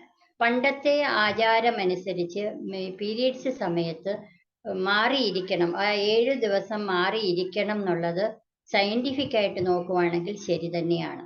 കാരണം ആ സമയത്ത് സ്ത്രീകൾക്ക് റെസ്റ്റ് ആവശ്യമാണ്. പക്ഷേ ഇപ്പോഴത്തെ സാഹചര്യത്തിൽ നമുക്ക് ആ ഒരു റെസ്റ്റ് പറ്റുന്നില്ല. കാലഘട്ടത്തിൻ്റെ അനുസരിച്ച് പോകുന്നതിനനുസരിച്ചുള്ള ജീവിത സാഹചര്യങ്ങളുടെ വ്യത്യാസം അനുസരിച്ച് കുറേ കാര്യങ്ങൾ വ്യത്യാസം വരുന്നുണ്ട്. പക്ഷേ അത് സയന്റിഫിക് ആയിട്ട് നോക്കുമ്പോൾ പഴയ ഉള്ള ആചാരങ്ങൾ കുറേ ഏറെയൊക്കെ നമ്മൾ ഇടയ്ക്കെങ്കിലുമൊക്കെ പാലിക്കപ്പെടേണ്ടതാണോ എന്ന് നമ്മളൊന്ന് ചിന്തിക്കേണ്ടിയിരിക്കുന്നു.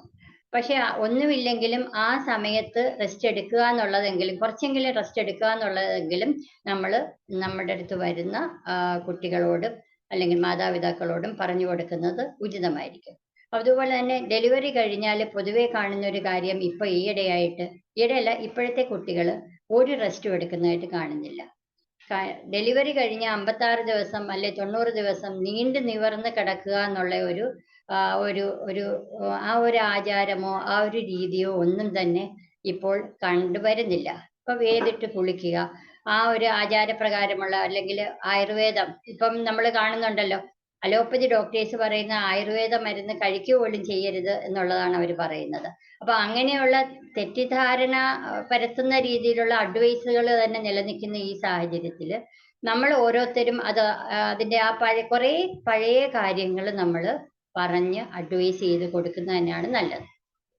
അപ്പോൾ ഞാൻ പറഞ്ഞു വന്നത്, അപ്പൊ ഈ കൂടുതൽ സ്ട്രെയിൻ ചെയ്യുകയോ ഓവർ സ്ട്രെയിന്, ദെൻ ഡെലിവറി സമയത്തുണ്ടാകുന്ന ബുദ്ധിമുട്ടുകൾ, കോംപ്ലിക്കേഷൻസ്, അതുപോലെ തന്നെ എന്തെങ്കിലും നമുക്ക് ഇപ്പോൾ കൂടുതൽ സ്ട്രെയിനിങ് ഇതിവിടെ ടോയ്ലറ്റിൽ പോകാനുള്ള എന്തെങ്കിലും ബുദ്ധിമുട്ടുകൾ എന്തെങ്കിലും കൂടുതലായിട്ടുണ്ടെങ്കിൽ, കോൺസ്റ്റിപ്പേഷനുള്ള പേഷ്യൻസിനും അപ്പോൾ അവർക്ക് കൂടുതൽ സ്ട്രെയിൻ ചെയ്യേണ്ടി വരുന്നുണ്ട്. അങ്ങനെയുള്ള കേസസിൽ ദെൻ ഞാൻ പറഞ്ഞു ഹെവി ലിഫ്റ്റിങ്, ഭാരം എടുക്കുന്ന സ്ത്രീകളോ അങ്ങനെയുള്ള കേസിലും ഒക്കെ ഈ ഒരു ഡിസ്പ്ലേസ്മെന്റ് എന്ന് പറയാൻ പറ്റത്തില്ല, ആ ഒരു വീക്ക്നെസ്, നമ്മുടെ യൂട്രെയിൻ ലിഗമെന്റ്സിന്റെ വീക്ക്നെസ് കൊണ്ട് പ്രൊലാപ്സ് ഉണ്ടാകാം. അപ്പോൾ എന്തൊക്കെ സിംറ്റംസ് ഉണ്ടാകാം? ഈ ഒരു ഒബേസിറ്റി ഒരു പ്രധാനപ്പെട്ട ഒരു കാര്യമാണ്. ഒബേസിറ്റി കൊണ്ടും ഇത് ഉണ്ടാകാം. എന്തൊക്കെ സിംറ്റംസ് ഉണ്ടാകാം ഈ ഒരു കേസിൽ ഇങ്ങനെയുള്ള പേഷ്യൻസിന് വന്നു കഴിഞ്ഞാൽ? ആദ്യം അവർ പറയുന്നത്, ഡോക്ടറെ എനിക്ക് ചുമയ്ക്കുമ്പോഴോ അല്ലെന്നുണ്ടെങ്കിൽ ശക്തിയായിട്ട് തുമ്മുമ്പോഴോ എന്തോ ഒരു ബോൾ പോലൊരു സാധനം തള്ളി വരുന്നത് പോലെ തോന്നുന്നുണ്ട് എന്ന് പറയും. നമ്മൾ തന്നെ ചിലപ്പം വരുന്ന പേഷ്യൻസിന്റെ ചില ആറ്റിറ്റ്യൂഡ്സോ അല്ലെങ്കിൽ അവരുടെ ഒരു ബോഡി ലാംഗ്വേജോ കാണുമ്പോൾ നമ്മൾക്ക് തന്നെ ചിലപ്പം മനസ്സിലാവും. നമ്മൾ തന്നെ ചിലപ്പം ചോദിക്കാറുണ്ട്. സ്പേർട്ടിംഗ് ഉള്ള കേസുകളിൽ നമ്മൾ ചോദിക്കാറുണ്ട്, അങ്ങനെ എന്തെങ്കിലും തുമ്മുകയോ ചുമയ്ക്കുകയോ ചെയ്യുമ്പോൾ യൂറിനോടൊപ്പം തന്നെ എന്തെങ്കിലും തള്ളി വരുന്നത് പോലെ തോന്നുന്നുണ്ടോ എന്ന് നമ്മൾ ചോദിക്കാറുണ്ട്. അപ്പൊ അല്ലെങ്കിൽ തന്നെ അവര് പറയുമ്പോൾ നമുക്ക് മനസ്സിലാകും. തന്നെയല്ല ഈ സ്ക്വാറ്റിംഗ് പൊസിഷനിൽ ഇരിക്കുമ്പം ഇപ്പൊ ആരും അങ്ങനെ ഇരിക്കുന്നില്ല. അതും ഒരു തെറ്റായ രീതിയാണ്. കാരണം യൂറോപ്യൻ ക്ലോസറ്റ് ഉപയോഗിച്ച് ഇപ്പോൾ ആളുകൾ അങ്ങനെ ഒരു പൊസിഷനിൽ ഇരിക്കാൻ സാധിക്കാത്ത സാഹചര്യമാണ്. പക്ഷെ വീണ്ടും ഇപ്പൊ ഞാൻ മുമ്പേ സൂചിപ്പിച്ചതുപോലെ പല ഡോക്ടേഴ്സും നമ്മുടെ വീടുകളിലൊക്കെയുള്ള ഇന്ത്യൻ ക്ലോസറ്റ് എല്ലാം മാറ്റി അത് യൂറോപ്യൻ ക്ലോസറ്റ് ആക്കണം. ഇപ്പം ഹോസ്പിറ്റലുകളിൽ പോലും യൂറോപ്യൻ ക്ലോസറ്റുകളാണ് യൂസ് ചെയ്യുന്നത്. പക്ഷെ അതിനകത്ത് എന്തെല്ലാം ബുദ്ധിമുട്ടുണ്ടെന്ന് ഒരു പരിധിവരെ നമ്മൾ എല്ലാവരും തന്നെ റിയലൈസ് ചെയ്ത് ഇപ്പോൾ വീണ്ടും എനിക്ക് തോന്നുന്നു ചില ഹോസ്പിറ്റലുകളിലൊക്കെ ഇന്ത്യൻ ക്ലോസറ്റുകളും കൂടി ഉപയോഗിക്കുന്നുണ്ട്. മുട്ടുവേദന വരും, മുട്ടുവേദനയുടെ കാര്യമൊക്കെ പറഞ്ഞാണ് ഇത് ചെയ്യുന്നത്. പക്ഷെ അങ്ങനെയുള്ള സാഹചര്യങ്ങളിലൊക്കെ ഒരു അൺഹൈജീനിക്കുമാണല്ലോ യൂറോപ്യൻ ക്ലോസറ്റ് ഉപയോഗിക്കുന്നത്. അപ്പോൾ ഒരു സ്ക്വാറ്റിംഗ് പൊസിഷനിൽ ഇരിക്കുമ്പോൾ ഉള്ള ആ ഒരു പ്രൊട്രൂഷൻ, അപ്പൊ അതും ഒരു സിംറ്റമാണ്. അപ്പൊ ഇതൊന്നും അല്ലാതെ നമുക്ക് സ്ട്രെയിൻ ചെയ്യുമ്പോൾ, അതായത് ടോയ്ലറ്റിൽ പോകുമ്പോൾ നമ്മൾ സ്ട്രെയിൻ ചെയ്യുമ്പോൾ മോഷൻ പോകാനോ യൂറിൻ പോകാനോ ഒക്കെയുള്ള ബുദ്ധിമുട്ട്. ഇതിലൊക്കെ ഉപരിയായിട്ട് നടുവേദന നല്ലതുപോലെ കാണും. ചിലപ്പോൾ അബ്ഡോമിനൽ ഓർഗൻസ് എല്ലാം തന്നെ പുറത്തോട്ട് വരുന്ന ഒരു ഫീലിംഗ്. പിന്നെ കൂടി വരുമ്പോൾ, അതായത് ഒരു 3rd ഡിഗ്രി ഒക്കെ കഴിഞ്ഞിട്ട് വരുമ്പോഴത്തേക്കും അതിന്റെ കൂടെ തന്നെ നമ്മുടെ റെക്ടോസിയിലും യൂറിത്രോസിയിലും വരുമ്പോൾ യൂറിൻ പോകാനും ബുദ്ധിമുട്ട് വരും, മോഷൻ പോകാനും ബുദ്ധിമുട്ട് വരും. അപ്പൊ അങ്ങനെയുള്ള ഇത്രയുള്ള സിംറ്റംസ് എല്ലാം കൂടെ കാണുമ്പോൾ നമുക്ക് ഉറപ്പായിട്ടും നമുക്ക് ഉറപ്പിക്കാം ഇത് യൂട്രൈൻ പ്രൊലാപ്സ് തന്നെയാണെന്നുള്ളത്. പിന്നെ അതിന്റെ ഡിഗ്രി നമുക്ക് മനസ്സിലാക്കാം പേഷ്യൻസിനോട് ചോദിച്ച് തന്നെ. അപ്പൊ ഇങ്ങനെയുള്ള ഒരു കേസുകൾ വരുമ്പം ചില കേസുകളിൽ നമുക്ക് പേഷ്യൻസ് വരുമ്പോൾ തന്നെ അവരുടെ ആ ഒരു ഇരിക്കുന്ന ഒരു പോസ്റ്റർ നിങ്ങൾക്കറിയാം, സിറ്റിംഗ് വിത്ത് ക്രോസ്ഡ് ലെഗ്സ്, അങ്ങനെ ഇരിക്കുന്ന പേഷ്യൻസിനെ കാണുമ്പോൾ തന്നെ നമുക്ക് ഒരു പരിധി വരെ നമുക്ക് പെട്ടെന്ന് തന്നെ മെഡിസിനിലോട്ട് അപ്രോച്ച് ചെയ്യാൻ പറ്റും. അപ്പൊ പ്രധാനമായിട്ടും അങ്ങനെയുള്ള കേസ് എന്ന് പറയുമ്പോൾ ആ ഒരു പ്രധാനമായിട്ടുള്ള മെഡിസിൻ നമുക്ക് ഇതിനകത്ത് നമുക്ക് പറയാവുന്ന ലിലിയം ഡിഗ്, സെപ്പിയ, ദെൻ മ്യൂറക്സ്, ഈ 3 മെഡിസിൻ. അതിനു മുമ്പ് ഇതിന്റെ പിന്നെ വേറൊരു ഇതിന്റെ കുറച്ച് മെഡിസിൻസ് നമുക്ക് പറഞ്ഞു കഴിഞ്ഞാൽ പ്രധാനമായിട്ടും നമുക്ക് പറയാവുന്ന ആർജന്റം മെറ്റ്, ആർജന്റം നൈട്രിക്കം, ഓറമെറ്റ്, ദെൻ ലിലിയം ഡിഗ്, അത് കഴിഞ്ഞിട്ട് പലാഡിയം, പ്ലാറ്റിന, പൾസാറ്റില, റെസ്റ്റോക്സ്, സെപ്പിയ, ഇത്രയും മെഡിസിൻസ് ആണ് കൂടുതലായിട്ട് വരുന്നത്. പക്ഷെ എന്നാലും ബെൽഡോണ വരാം, ദെൻ ഇതുപോലെ തന്നെ വേറെ മെഡിസിൻസ് കുറെ അധികം, ആർണിക്ക വരാം, എപ്പിസ്, ബ്രയോണിയ, കാൽക്കേരിയ ഫോസ്, ഇങ്ങനെ കുറെ അധികം മെഡിസിൻസ് വരാം. ഹെലോണിയസ് വരാം. ഹെലോണിയസിന്റെ ഒരു പ്രധാന സിംറ്റം ഞാൻ കണ്ടിട്ടുള്ളത്, ചില പേഷ്യൻസ് വരുമ്പോൾ അവർക്ക് ഭയങ്കര വീക്ക്നെസ് ആയിരിക്കും. അതിന് ഹെലോണിയസ് ഒരൊറ്റ മെഡിസിൻ മാത്രമേ പറയുന്നുള്ളൂ, യൂട്രൈൻ പ്രൊലാപ്സ് വിത്ത് വീക്ക്നെസ്.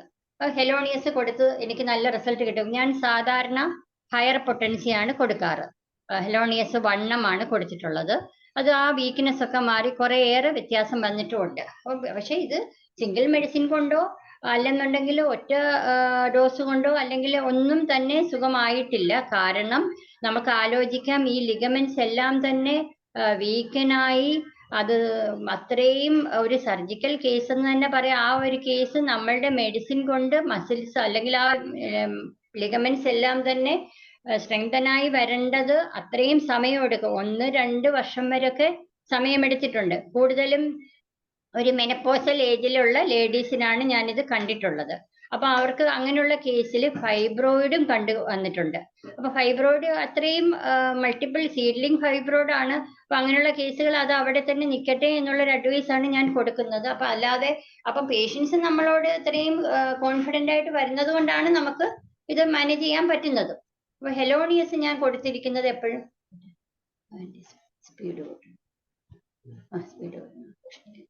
സോറി അപ്പം ഹെലോണിയസ് കൊടുത്തിരിക്കുന്ന നല്ല റിസൾട്ടും എനിക്ക് കിട്ടിയതാണ്. ഹെലോണിയസ് 1 ആണ് കൊടുത്തത് വിത്ത് വീക്ക്നെസ്. അത് ഭയങ്കര റിസൾട്ട് എനിക്ക് കിട്ടിയിട്ടുണ്ട്.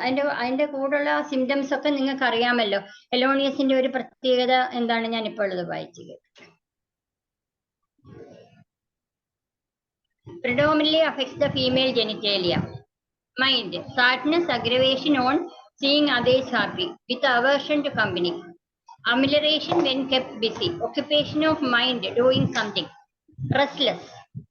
അതിനകത്ത് ഒരു നമുക്കറിയാവുന്ന കാര്യമാണ്, ഞാൻ ഒന്ന് നോട്ട് ചെയ്ത് പറയാം. Thinking of complaints, aggravation, oxalic acid പോലെ തന്നെ. Then amelioration, mental diversion, weakness, വളരെ പ്രോമിനന്റ് ആയിട്ട് പറയുന്നുണ്ട് വീക്ക്നെസ്. എനിക്ക് റിസൾട്ട് കിട്ടിയത് കൊണ്ട് തന്നെയാണ് ഞാനത് എടുത്തെടുത്ത് പറയുന്നത്. Then female weakness, atony of uterus, conscious of uterus, അതൊരു പ്രധാനപ്പെട്ട കാര്യം. അത് നമ്മളുടെ ഹെലോണിയസ് അല്ലാതെ മ്യൂറക്സിനും ഉണ്ട്. Conscious of uterus, feels as ഈ പ്രഗ്നന്റ്. ഹെലോണിയസ് കൊടുത്ത് feels uterus move, bump when they move, weight and soreness, prolapse, malposition of uterus, aggravation after miscarriage, pregnancy, menopause, PCOS. അപ്പൊ ഓക്കെ, അപ്പൊ ഞാൻ പറഞ്ഞല്ലോ ആ ഒരു മെനപ്പോസൽ ഏജിലുള്ളവരാണ് കൂടുതലും എനിക്ക് വന്നിട്ടുള്ളത്. അപ്പൊ ഹെലോണിയസിന്റെ ആ വീക്ക്നെസ് എന്നുള്ളത് വളരെ പ്രോമിനന്റ് ആണ്. ദെൻ വേറൊരു നമ്മളത് പഠിച്ചിട്ടുള്ളതാണ് കോൺഷ്യസ് ഓഫ് യൂട്രസ് എന്നുള്ളത്. പിന്നെ മൈൻഡ് ഞാൻ വായിക്കുകയും ചെയ്തു. അപ്പൊ ഹെലോണിയസ് നല്ലൊരു റിസൾട്ട് കിട്ടിയ മെഡിസിൻ ആണ്. പിന്നെ ചില പേഷ്യൻസ് വരുമ്പോൾ നമുക്ക് അറിയാൻ പറ്റും, അവരുടെ ആ ഒരു ഇരിപ്പ് കാണുമ്പോൾ തന്നെ പലരും ക്രോസ് ചെയ്ത് ഇരിക്കുന്നതാണ്. അപ്പൊ ലിലിയം ഡിഗ്, മ്യൂറക്സ്, സെപ്പിയ അങ്ങനെയുള്ള മെഡിസിൻസ് ആണ് വരുന്നത്. അപ്പം ഞാൻ ഒരു കേസിൽ ഞാൻ സെപ്പിയ ഞാൻ കൊടുത്തില്ല എന്നുള്ള 10 വരെയൊക്കെ കൊടുത്തെങ്കിലും ഒരു കംപ്ലീറ്റ് ക്യൂർ ആയില്ല. വീണ്ടും ഞാൻ കേസ് എടുത്തു. ഫാമിലി ഹിസ്റ്ററി വളരെ ഇമ്പോർട്ടന്റ് ആണല്ലോ. നമ്മൾ ഒരു കേസ് എടുക്കുമ്പോൾ ഇന്നലെ പ്രകാശ് ഡോക്ടർ പറയുന്നുണ്ടായിരുന്നല്ല, അത് വളരെ ഇമ്പോർട്ടന്റ് ആണ്. ഫാമിലി ഹിസ്റ്ററി, പാസ്റ്റ് ഹിസ്റ്ററി എല്ലാം നമ്മൾ എടുക്കണം. രണ്ടിടയ്ക്ക് ഞാനൊരു കാര്യം പറയുന്നു, ഇതുപോലെ എനിക്കൊരു സെറിബ്രൽ പാൾസി കേസ് ഉണ്ട്. അപ്പൊ ആ ഒരു കുട്ടി വന്നു കേസ് എടുത്തു. അപ്പൊ അവരോട് ഞാൻ ആവർത്തിച്ച് ചോദിച്ചു, ഈ കേസ് നിങ്ങൾക്ക് എന്തെങ്കിലും ഫാമിലിയിൽ ആർക്കെങ്കിലും ബുദ്ധിമുട്ടോ ഇങ്ങനെ ഒരു കുട്ടിയുണ്ടോ? ഇല്ല, ഒരു കുഴപ്പമില്ല, അങ്ങനെയില്ല. അപ്പൊ അവരാകെ പറഞ്ഞൊരു കാര്യം, ലേബർ ഇത്തിരി ഡിഫിക്കൽട്ട് ആയിരുന്നു, സമയമെടുത്തു, ഫോഴ്സപ്സ് ഡെലിവറി ആയിരുന്നു എന്നൊക്കെ പറഞ്ഞു. അപ്പൊ ഓക്കെ, സെറിബ്രൽ പാൾസിക്ക് നമുക്കറിയാം ഒരു brain damage during, just before or during അല്ലെങ്കിൽ ജസ്റ്റ് ആഫ്റ്റർ ഒരു ഡെത്ത് ഇത് വരുമ്പോൾ, ബ്രെയിൻ ഡാമേജ് വരുമ്പോഴാണ് ഈ ഒരു ബുദ്ധിമുട്ട് ഉണ്ടാകുന്നത്, അല്ലെ പാൾസി ഉണ്ടാകുന്നത് നമുക്കറിയാം. പക്ഷേ യാദൃശ്യ ഈ കുട്ടിയുടെ ഗ്രാൻഡ് മദറിനെ എൻ്റെ അടുത്ത് കൊണ്ടുവന്നിരുന്നു. അത് ഡയബറ്റിക് ആയിരുന്നു ആ അമ്മ. അപ്പൊ കേസ് എടുത്ത് വന്നപ്പോൾ എന്ത് പറ്റി എനിക്ക് മനസ്സിലായത്. പക്ഷെ ആ കുഞ്ഞിന്റെ പേരൻസ് എന്നോട് അത് പറഞ്ഞിരുന്നില്ല, ഞാൻ എടുത്തെടുത്ത് ചോദിച്ചെങ്കിലും. ആ അമ്മയ്ക്ക് അബോർഷൻ ഹിസ്റ്ററി, 2 അബോർഷൻ ആയിട്ട്. ആ അമ്മയ്ക്ക് ഈ കുട്ടിയുടെ അച്ഛൻ മാത്രം, ഒരു സിംഗിൾ ചൈൽഡ് മാത്രമേ ഉള്ളൂ, 2 അബോർഷൻ. അപ്പൊ എനിക്ക് പെട്ടെന്ന് ക്ലിക്ക് ചെയ്യുകയും ഞാൻ സിഫിലിനെ കൊടുക്കുകയും ചെയ്തു കുട്ടിക്ക്. ആ കുട്ടി നല്ല, ഞാൻ പിന്നെ ഒരിക്കലും ആ കേസ് വളരെ വിശദമായിട്ട് പറയാം. അപ്പൊ എന്ന് പറഞ്ഞതുപോലെ പാസ്റ്റ് ഹിസ്റ്ററി, ഫാമിലി ഹിസ്റ്ററി എടുത്തു കഴിഞ്ഞപ്പം ലിലിഎംഡിക്ക്, അപ്പൊ സെപ്പിയ ഞാൻ നോക്കിയപ്പോ സെപ്പിയ ഞാൻ കൊടുക്കാതിരുന്നില്ല. എങ്കിലും സെപ്പിയ അത്രയും നമ്മൾ ഉദ്ദേശിച്ച അത്രയും ഒരു റിസൾട്ട് കിട്ടിയില്ല. ഹയർ പൊട്ടൻസി 10 ആണ് കൊടുത്തത്. പക്ഷെ ഫാമിലി ഹിസ്റ്ററി കുറച്ച് എനിക്ക് അറിയാവുന്ന ഒരു ഫാമിലിയും കൂടെ ആയിരുന്നു. ഇപ്പൊ ഫാമിലി ഹിസ്റ്ററി എടുത്തപ്പം ഈ വരുന്ന ലേഡി വളരെ ഹറീഡ് ആൻഡ് എല്ലാ കാര്യങ്ങളും വളരെ ഫാസ്റ്റായിട്ട് ചെയ്യുകയും, നമുക്ക് ലിലിഎംഡിക്കിന്റെ അറിയാം, വളരെ ഫാസ്റ്റായിട്ട് ഒരു സമയത്ത് തന്നെ പല കാര്യങ്ങളും ചെയ്യുകയൊക്കെ ചെയ്യുന്ന ഒരു ലേഡി ആയിരുന്നു.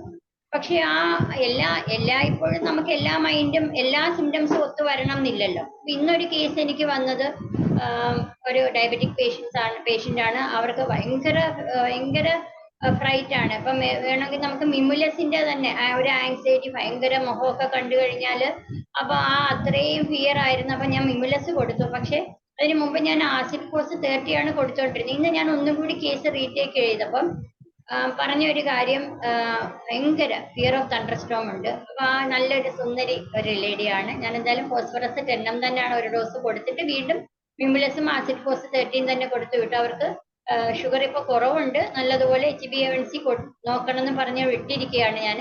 അലോപ്പതി മെഡിസിൻ എല്ലാം നിർത്തി നമ്മുടെ മെഡിസിനിലാണ് ഇപ്പൊ പോകുന്നത്. അപ്പൊ എന്ന് പറഞ്ഞാൽ എല്ലാം മൈൻഡ് എല്ലാം തന്നെ, അല്ലെങ്കിൽ എല്ലാ ഫിസിക്കൽ സിംറ്റംസോ ജനറൽ സിംറ്റംസോ അതിനായിട്ട് മെന്റൽസോ കവർ ചെയ്യണം എന്നില്ല. സ്റ്റിൽ എനിക്ക് ആ ഫാമിലി ഹിസ്റ്ററി അറിയാവുന്നത് കൊണ്ടും ആ പേഷ്യന്റിന്റെ മൂത്ത സിസ്റ്റർ എന്ന് പറയുന്നത് ഷീസ് നോ മോർ നൗ, ഇത് ഭയങ്കരമായിട്ട് ഒരു എന്താ പറയാ ശാപവാക്കുകൾ പറയുന്ന ഒരു ലേഡിയായിരുന്നു. അപ്പൊ ആ ഒരു ഹിസ്റ്ററിയും കൂടെ വെച്ചുകൊണ്ട് ഞാൻ ഈ പർട്ടിക്കുലർ പേഴ്സണ് ഞാൻ സെപ്പിയ ഒക്കെ കൊടുത്തെങ്കിലും 10 ഒക്കെ കൊടുത്തെങ്കിലും ഓൾമോസ്റ്റ് കംപ്ലീറ്റ് ക്യൂർ ആയത് ലിലിഎംഡിക്ക് കൊടുത്തിട്ടാണ്. അപ്പൊ നമ്മൾ എപ്പോഴും ഫാമിലി ഹിസ്റ്ററിയുടെ ആ ഒരു സിഗ്നിഫിക്കൻസ് ആണ് ഞാനിവിടെ സൂചിപ്പിക്കുന്നത്. അത് എപ്പോഴും നമ്മൾ മറന്ന, ഒരു കേസ് ടേക്കിങ്ങിൽ കുറച്ച് നല്ലതുപോലെ നമ്മൾ സമയമെടുത്ത് കേസ് എടുക്കുകയാണെന്നുണ്ടെങ്കിൽ ഉറപ്പായിട്ട് നമുക്ക് റിസൾട്ട് കിട്ടും. ഇപ്പൊ ലിലിഎംഡിക്ക് 1 തന്നെ കൊടുത്ത് എനിക്ക് വളരെ, ഇപ്പൊ ഒരു ഫസ്റ്റ് ഡിഗ്രി എന്ന് പറയാൻ പറ്റില്ല, വളരെ അപൂർവമായിട്ട് ഒരു എന്തെങ്കിലും ഒരു ബുദ്ധിമുട്ട് വരും. ഇപ്പോഴും പേഷ്യന്റ് വരുമ്പോൾ ഞാൻ ലിലിഎംഡിക്കോ അല്ലെങ്കിൽ ഡിപ്പെൻസ് എന്തെങ്കിലും ഇനിയിപ്പോ വീക്ക്നെസ് ഉള്ളതെന്നുണ്ടെങ്കിൽ ഹെലോണിയസ് അങ്ങനെ കൊടുത്ത് തന്നെ ആ കേസ് ഇപ്പോഴും കുറഞ്ഞെന്ന് വെച്ചാൽ ഇപ്പം പ്രലാപ്സ് ഇല്ലെന്ന് തന്നെ പറയാം. ആ ഒരു രീതിയിലാണ് പോകുന്നത്. അതുകൊണ്ട് മരടിൽ ഞാൻ ഇരുന്നപ്പോൾ ഒരു 87 ഇയേഴ്സ് ഓൾഡ് ലേഡിയാണ്. നമുക്ക് സങ്കടം വരും അവരുടെ ഒരു ഫാമിലി ഹിസ്റ്ററി കേട്ട് കഴിഞ്ഞാൽ. ആ അമ്മയ്ക്ക് പറയാനാണെങ്കിൽ കുറെ ഉണ്ടെങ്കിലും അത്രയും ഒരുപാട് സഫർ ചെയ്ത ഒരു അമ്മയായിരുന്നു. ആ അമ്മയ്ക്ക് ഞാൻ ഇതുപോലെ മെഡിസിൻ സെപ്പിയൊക്കെ കൊടുത്ത് ഒരുപാട്, അവർക്ക് ഇതായിരുന്നു, എന്താ പറഞ്ഞ് യൂറിനൊക്കെ അങ്ങോട്ട് ഇൻവോളണ്ടറി ആയിട്ട് പോകുന്നു, വലിയ ബുദ്ധിമുട്ടായിരുന്നു. പക്ഷെ അപ്പൊ അതിന്റെ കൂടെ വേറൊരു കാര്യം കൂടി ഞാൻ പറഞ്ഞു കൊടുക്കാറുണ്ട്. നമുക്ക് എല്ലാവർക്കും അറിയാം കീഗിൾസ് എക്സർസൈസ് പറഞ്ഞു കൊടുക്കും. ദെൻ പറയുന്ന വെയിറ്റ് ലിഫ്റ്റിങ് പാടില്ല, എല്ലാ കാര്യങ്ങളും മരുന്ന് ഇതായിട്ട് ചെയ്യുക. പിന്നെ ഒരു കാര്യം, ആ പഴയ നമ്മളുടെ ആചാരപ്രകാരം പഴയ സ്ത്രീകള് 1.5 ഉടുക്കുമായിരുന്നല്ലോ. നമുക്ക് ഇപ്പോഴ് വലിയ ടെക്സ്റ്റൈൽസിലൊന്നും കിട്ടുന്നതായിട്ട് ഞാൻ കണ്ടിട്ടില്ല. ചെറിയ ടെക്സ്റ്റൈൽസുകളിൽ 1.5 എന്ന് പറഞ്ഞ് തന്നെ നമുക്ക് വാങ്ങിക്കാൻ കിട്ടും.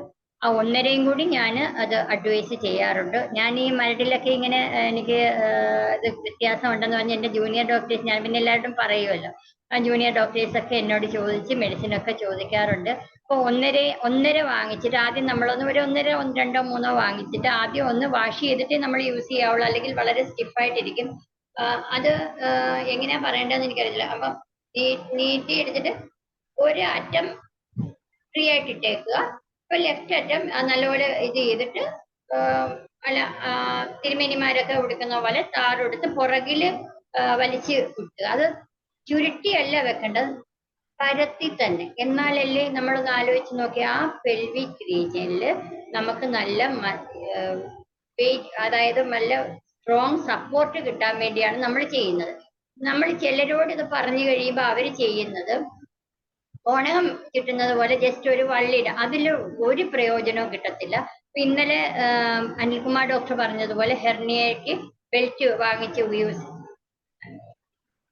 അല്ല ദേവൻ ഡോക്ടർ പറഞ്ഞു ബെൽറ്റ് വാങ്ങിച്ച് ഉപയോഗിക്കണം എന്ന് പറഞ്ഞതുപോലെ ഇങ്ങനെ കുറച്ചുള്ള അക്സസറി മെഷേഴ്സ് അല്ലെ റെമഡിയൽ മെഷേഴ്സ് നമ്മൾ പേഷ്യൻസിന് പറഞ്ഞു കൊടുക്കുകയാണെന്നുണ്ടെങ്കിൽ വളരെ നല്ലതാണ്. അപ്പം ആ രീതിയിലല്ല, ഏത് തന്നെയാണെങ്കിലും നമ്മൾ പ്രോപ്പറായിട്ടുള്ള അഡ്വൈസുകളും കൂടി കൊടുക്കുക. അപ്പൊ ഈ 1.5 കൊടുത്തു കഴിഞ്ഞാൽ നല്ല സപ്പോർട്ട് കിട്ടുകയും നല്ല ബലം കിട്ടുകയും പ്ലസ് നമ്മളുടെ മെഡിസിനും കൂടി ആകുമ്പോൾ അത് വളരെ വളരെ എഫക്റ്റീവായിട്ട് തന്നെ വരുന്നുണ്ട്. ഈ ഞാൻ പറഞ്ഞില്ലേ, ഈ 84 മരടില് ആ ഒരു അമ്മ, അവര് എൻ്റെ അടുത്ത് വന്ന് കരഞ്ഞില്ലെന്നേ ഉള്ളത്. അപ്പൊ നമുക്ക് എന്ന് വെച്ചാല് മോളെ എനിക്ക് ഒന്നും ചെയ്യാനില്ല, കാരണം അവരുടെ ഒരു മരുമകൾക്ക് എന്തോ ക്യാൻസർ ആയിട്ടുള്ളത്, അങ്ങനെ എല്ലാവരും കുട്ടികളെ നോക്കണം, പിന്നെ ഒരു മകൻ കല്യാണം കഴിച്ചു, അതിന്റെ വൈഫ് ഭർത്താവിനെ അതിന്റെ മകനെയും കുഞ്ഞുങ്ങളെയും കളഞ്ഞിട്ട് പോയി, അങ്ങനെ ആകെ എന്തോ എനിക്കറിയത്തില്ല, ഭയങ്കര കേസ് ആൻഡ് വറീസ് എന്നൊക്കെ ഉള്ള രീതിയിൽ ഭയങ്കരമായിട്ട് നമുക്ക് അവർ കേസ് എടുക്കാവുന്നതാണ്. പക്ഷെ അമ്മയ്ക്ക് ഞാൻ മെഡിസിന് എന്തായാലും സെപ്പിയ കുറെ മെഡിസിൻസ് ഞാൻ കൊടുത്തിട്ടുണ്ട്, ഇഗ്നേഷ്യ വരെ കൊടുത്തു. കാരണം എന്ന് വെച്ചാൽ ഇഗ്നേഷ്യ നേട്രമൂറൊക്കെ കൊടുത്തു. കാരണം ഞാൻ പറഞ്ഞല്ലോ, ആ അമ്മയ്ക്ക് ഒരു സിംഗിൾ മെഡിസിനോ അല്ലെന്നുണ്ടെങ്കിൽ ഒരു സിംഗിൾ ഡോസോ കൊടുത്ത് വിടാവുന്ന ഒരു കേസ് ആയിരുന്നില്ല എനിക്ക്. ഈവൻ കാൽക്കരിയ ഫ്ലോർ 6X കൊടുത്തു, പക്ഷെ അവർക്ക് നല്ല വ്യത്യാസം വന്നു. അപ്പൊ അത് ഇത് ഇങ്ങനെ സെപ്പിയ കുറെ മെഡിസിൻസ് ഞാൻ കൊടുക്കേണ്ടി വന്നിട്ടുണ്ട്. പിന്നെ ഞാൻ പറഞ്ഞല്ലോ, മരടിലൊക്കെ ഡിസ്പെൻസറികളിലാവുമ്പം നമുക്ക് അധികം സമയം കിട്ടാറില്ല കേസ് എടുക്കാൻ. എന്നാലും ഞാൻ ആദ്യം പറഞ്ഞതുപോലെ നമ്മളുടെ ആ ഒരു ഒബ്സർവേഷനിലാണ് അതെല്ലാം ഞാൻ കവർ ചെയ്ത് പോയിട്ടുള്ളത്. ആ അമ്മയ്ക്ക് എനിക്കിപ്പോഴും ആ അമ്മയെ ഓർമ്മ. ഇടയ്ക്കും ഞാൻ റിട്ടയർ ചെയ്യുന്നതിന് മുമ്പും ഒക്കെ വന്നിട്ടുണ്ട്. നല്ല ഒരു, അതൊക്കെ നമ്മുടെ ഒരു സിസ്റ്റത്തിന്റെ ഒരു കഴിവാണത്. അതിന്റെ ബ്ലെസ്സിങ്സ് നമ്മുടെ സിസ്റ്റത്തിന് കിട്ടുകയും ചെയ്യും. അപ്പൊ അങ്ങനെയുള്ള കേസുകൾ. പിന്നെ കുറച്ച് കാര്യങ്ങൾ പറഞ്ഞു കഴിഞ്ഞാൽ ചിലർ ഓവർ ലിഫ്റ്റിംഗ്, ഇങ്ങനെ കുറച്ച് മെഡിസിൻസും കൂടി ഞാൻ പറഞ്ഞുതരും. ഇങ്ങനെ 1-2 കാര്യങ്ങൾ. ഇപ്പം ഇങ്ങനെയുള്ള ഈ ലേഡികളോട് ഇവരോടൊക്കെ തന്നെ എല്ലാം ഈ ഒരു സബ് ഇൻവല്യൂഷൻ അല്ലെങ്കിൽ നേരത്തെയുള്ള പൊസിഷനിലോട്ട് പോയി കഴിഞ്ഞാൽ പോലും നിങ്ങൾ എന്തെങ്കിലും സാഹചര്യത്തിൽ കൂടുതൽ ജോലി ചെയ്യുകയൊക്കെ ചെയ്യുന്ന സന്ദർഭത്തിൽ വീണ്ടും ഈ 1.5 യൂസ് ചെയ്യണമെന്ന് ഞാൻ പറയാറുണ്ട്. എപ്പോഴും തന്നെ യൂസ് ചെയ്യണം എന്നാണ് ആദ്യമൊക്കെ അഡ്വൈസ് ചെയ്ത് കൊടുത്തിട്ടുള്ളത്. പിന്നെ രാത്രിയിൽ റെസ്റ്റ് എടുക്കുമ്പോൾ വേണ്ട. കാരണം ഇത് മുറുക്കിയാണ് ഉടുക്കേണ്ടത്. മുറുക്കി ഉടുത്ത് കുറെ നാൾ കഴിയുമ്പോഴത്തേക്കും നമ്മളുടെ സ്കിന്നൊക്കെ നല്ല ഒരു ബ്ലാക്ക് ആയിട്ട് ഒരു കളർ ഡിസ്കളറേഷൻ വന്നു കഴിഞ്ഞാൽ പിന്നെ അത് വേറൊരു പ്രോബ്ലത്തിലോട്ടും വരും. മേ ബി ഒരു സ്കിൻ ക്യാൻസർ, അങ്ങനെ ഒരു ഹിസ്റ്ററി അങ്ങനെ ഉണ്ടല്ലോ. അതായത് ടൈറ്റ് ആയിട്ട് ഡ്രസ്സ് ചെയ്യുന്ന ലേഡീസിന് അല്ലെങ്കിൽ ജെൻസിനാണെങ്കിൽ പോലും ഒരു സ്കിന്നിൽ ഒരു ഡിസ്കളറേഷൻ വന്നാൽ അത് ഭാവിയിൽ ഒരു വല്ല ക്യാൻസർ ഹിസ്റ്ററിയും കൂടെ ഒക്കെ ഉണ്ടെങ്കിൽ എത്രയും പെട്ടെന്ന് തന്നെ ചിലപ്പോൾ ഒരു സ്കിൻ ക്യാൻസറിലേക്ക് അത് പോകാനുള്ള ഒരു ചാൻസ് ഉണ്ട്. സോ അതുകൊണ്ട് ഞാൻ കുറെ അങ്ങോട്ട് കഴിയുമ്പോഴത്തേക്കും പിന്നെ അത് നിങ്ങൾ എന്തെങ്കിലും ഹെവി വർക്കോ അല്ലെങ്കിൽ വെയിറ്റ് എടുക്കുമെന്ന് നമുക്ക് അറിയാവുന്ന സന്ദർഭങ്ങളിൽ അത് മസ്റ്റായിട്ട് യൂസ് ചെയ്യണമെന്ന്, അതൊക്കെ വളരെ കർശനമായിട്ടാണ് ഞാൻ പറയാറ്. അല്ലാന്നുണ്ടെങ്കിൽ ഞാൻ മരുന്ന് കൊടുക്കത്തില്ല എന്ന് തന്നെ പറയും. അപ്പൊ നമ്മളുടെ മെഡിസിനിൽ അത്രയും ഉറപ്പുള്ളത് കൊണ്ടാണ് നമുക്ക് അത്രയും ശക്തിയായിട്ട് തന്നെയും കർശനമായിട്ടും പറയാൻ സാധിക്കും.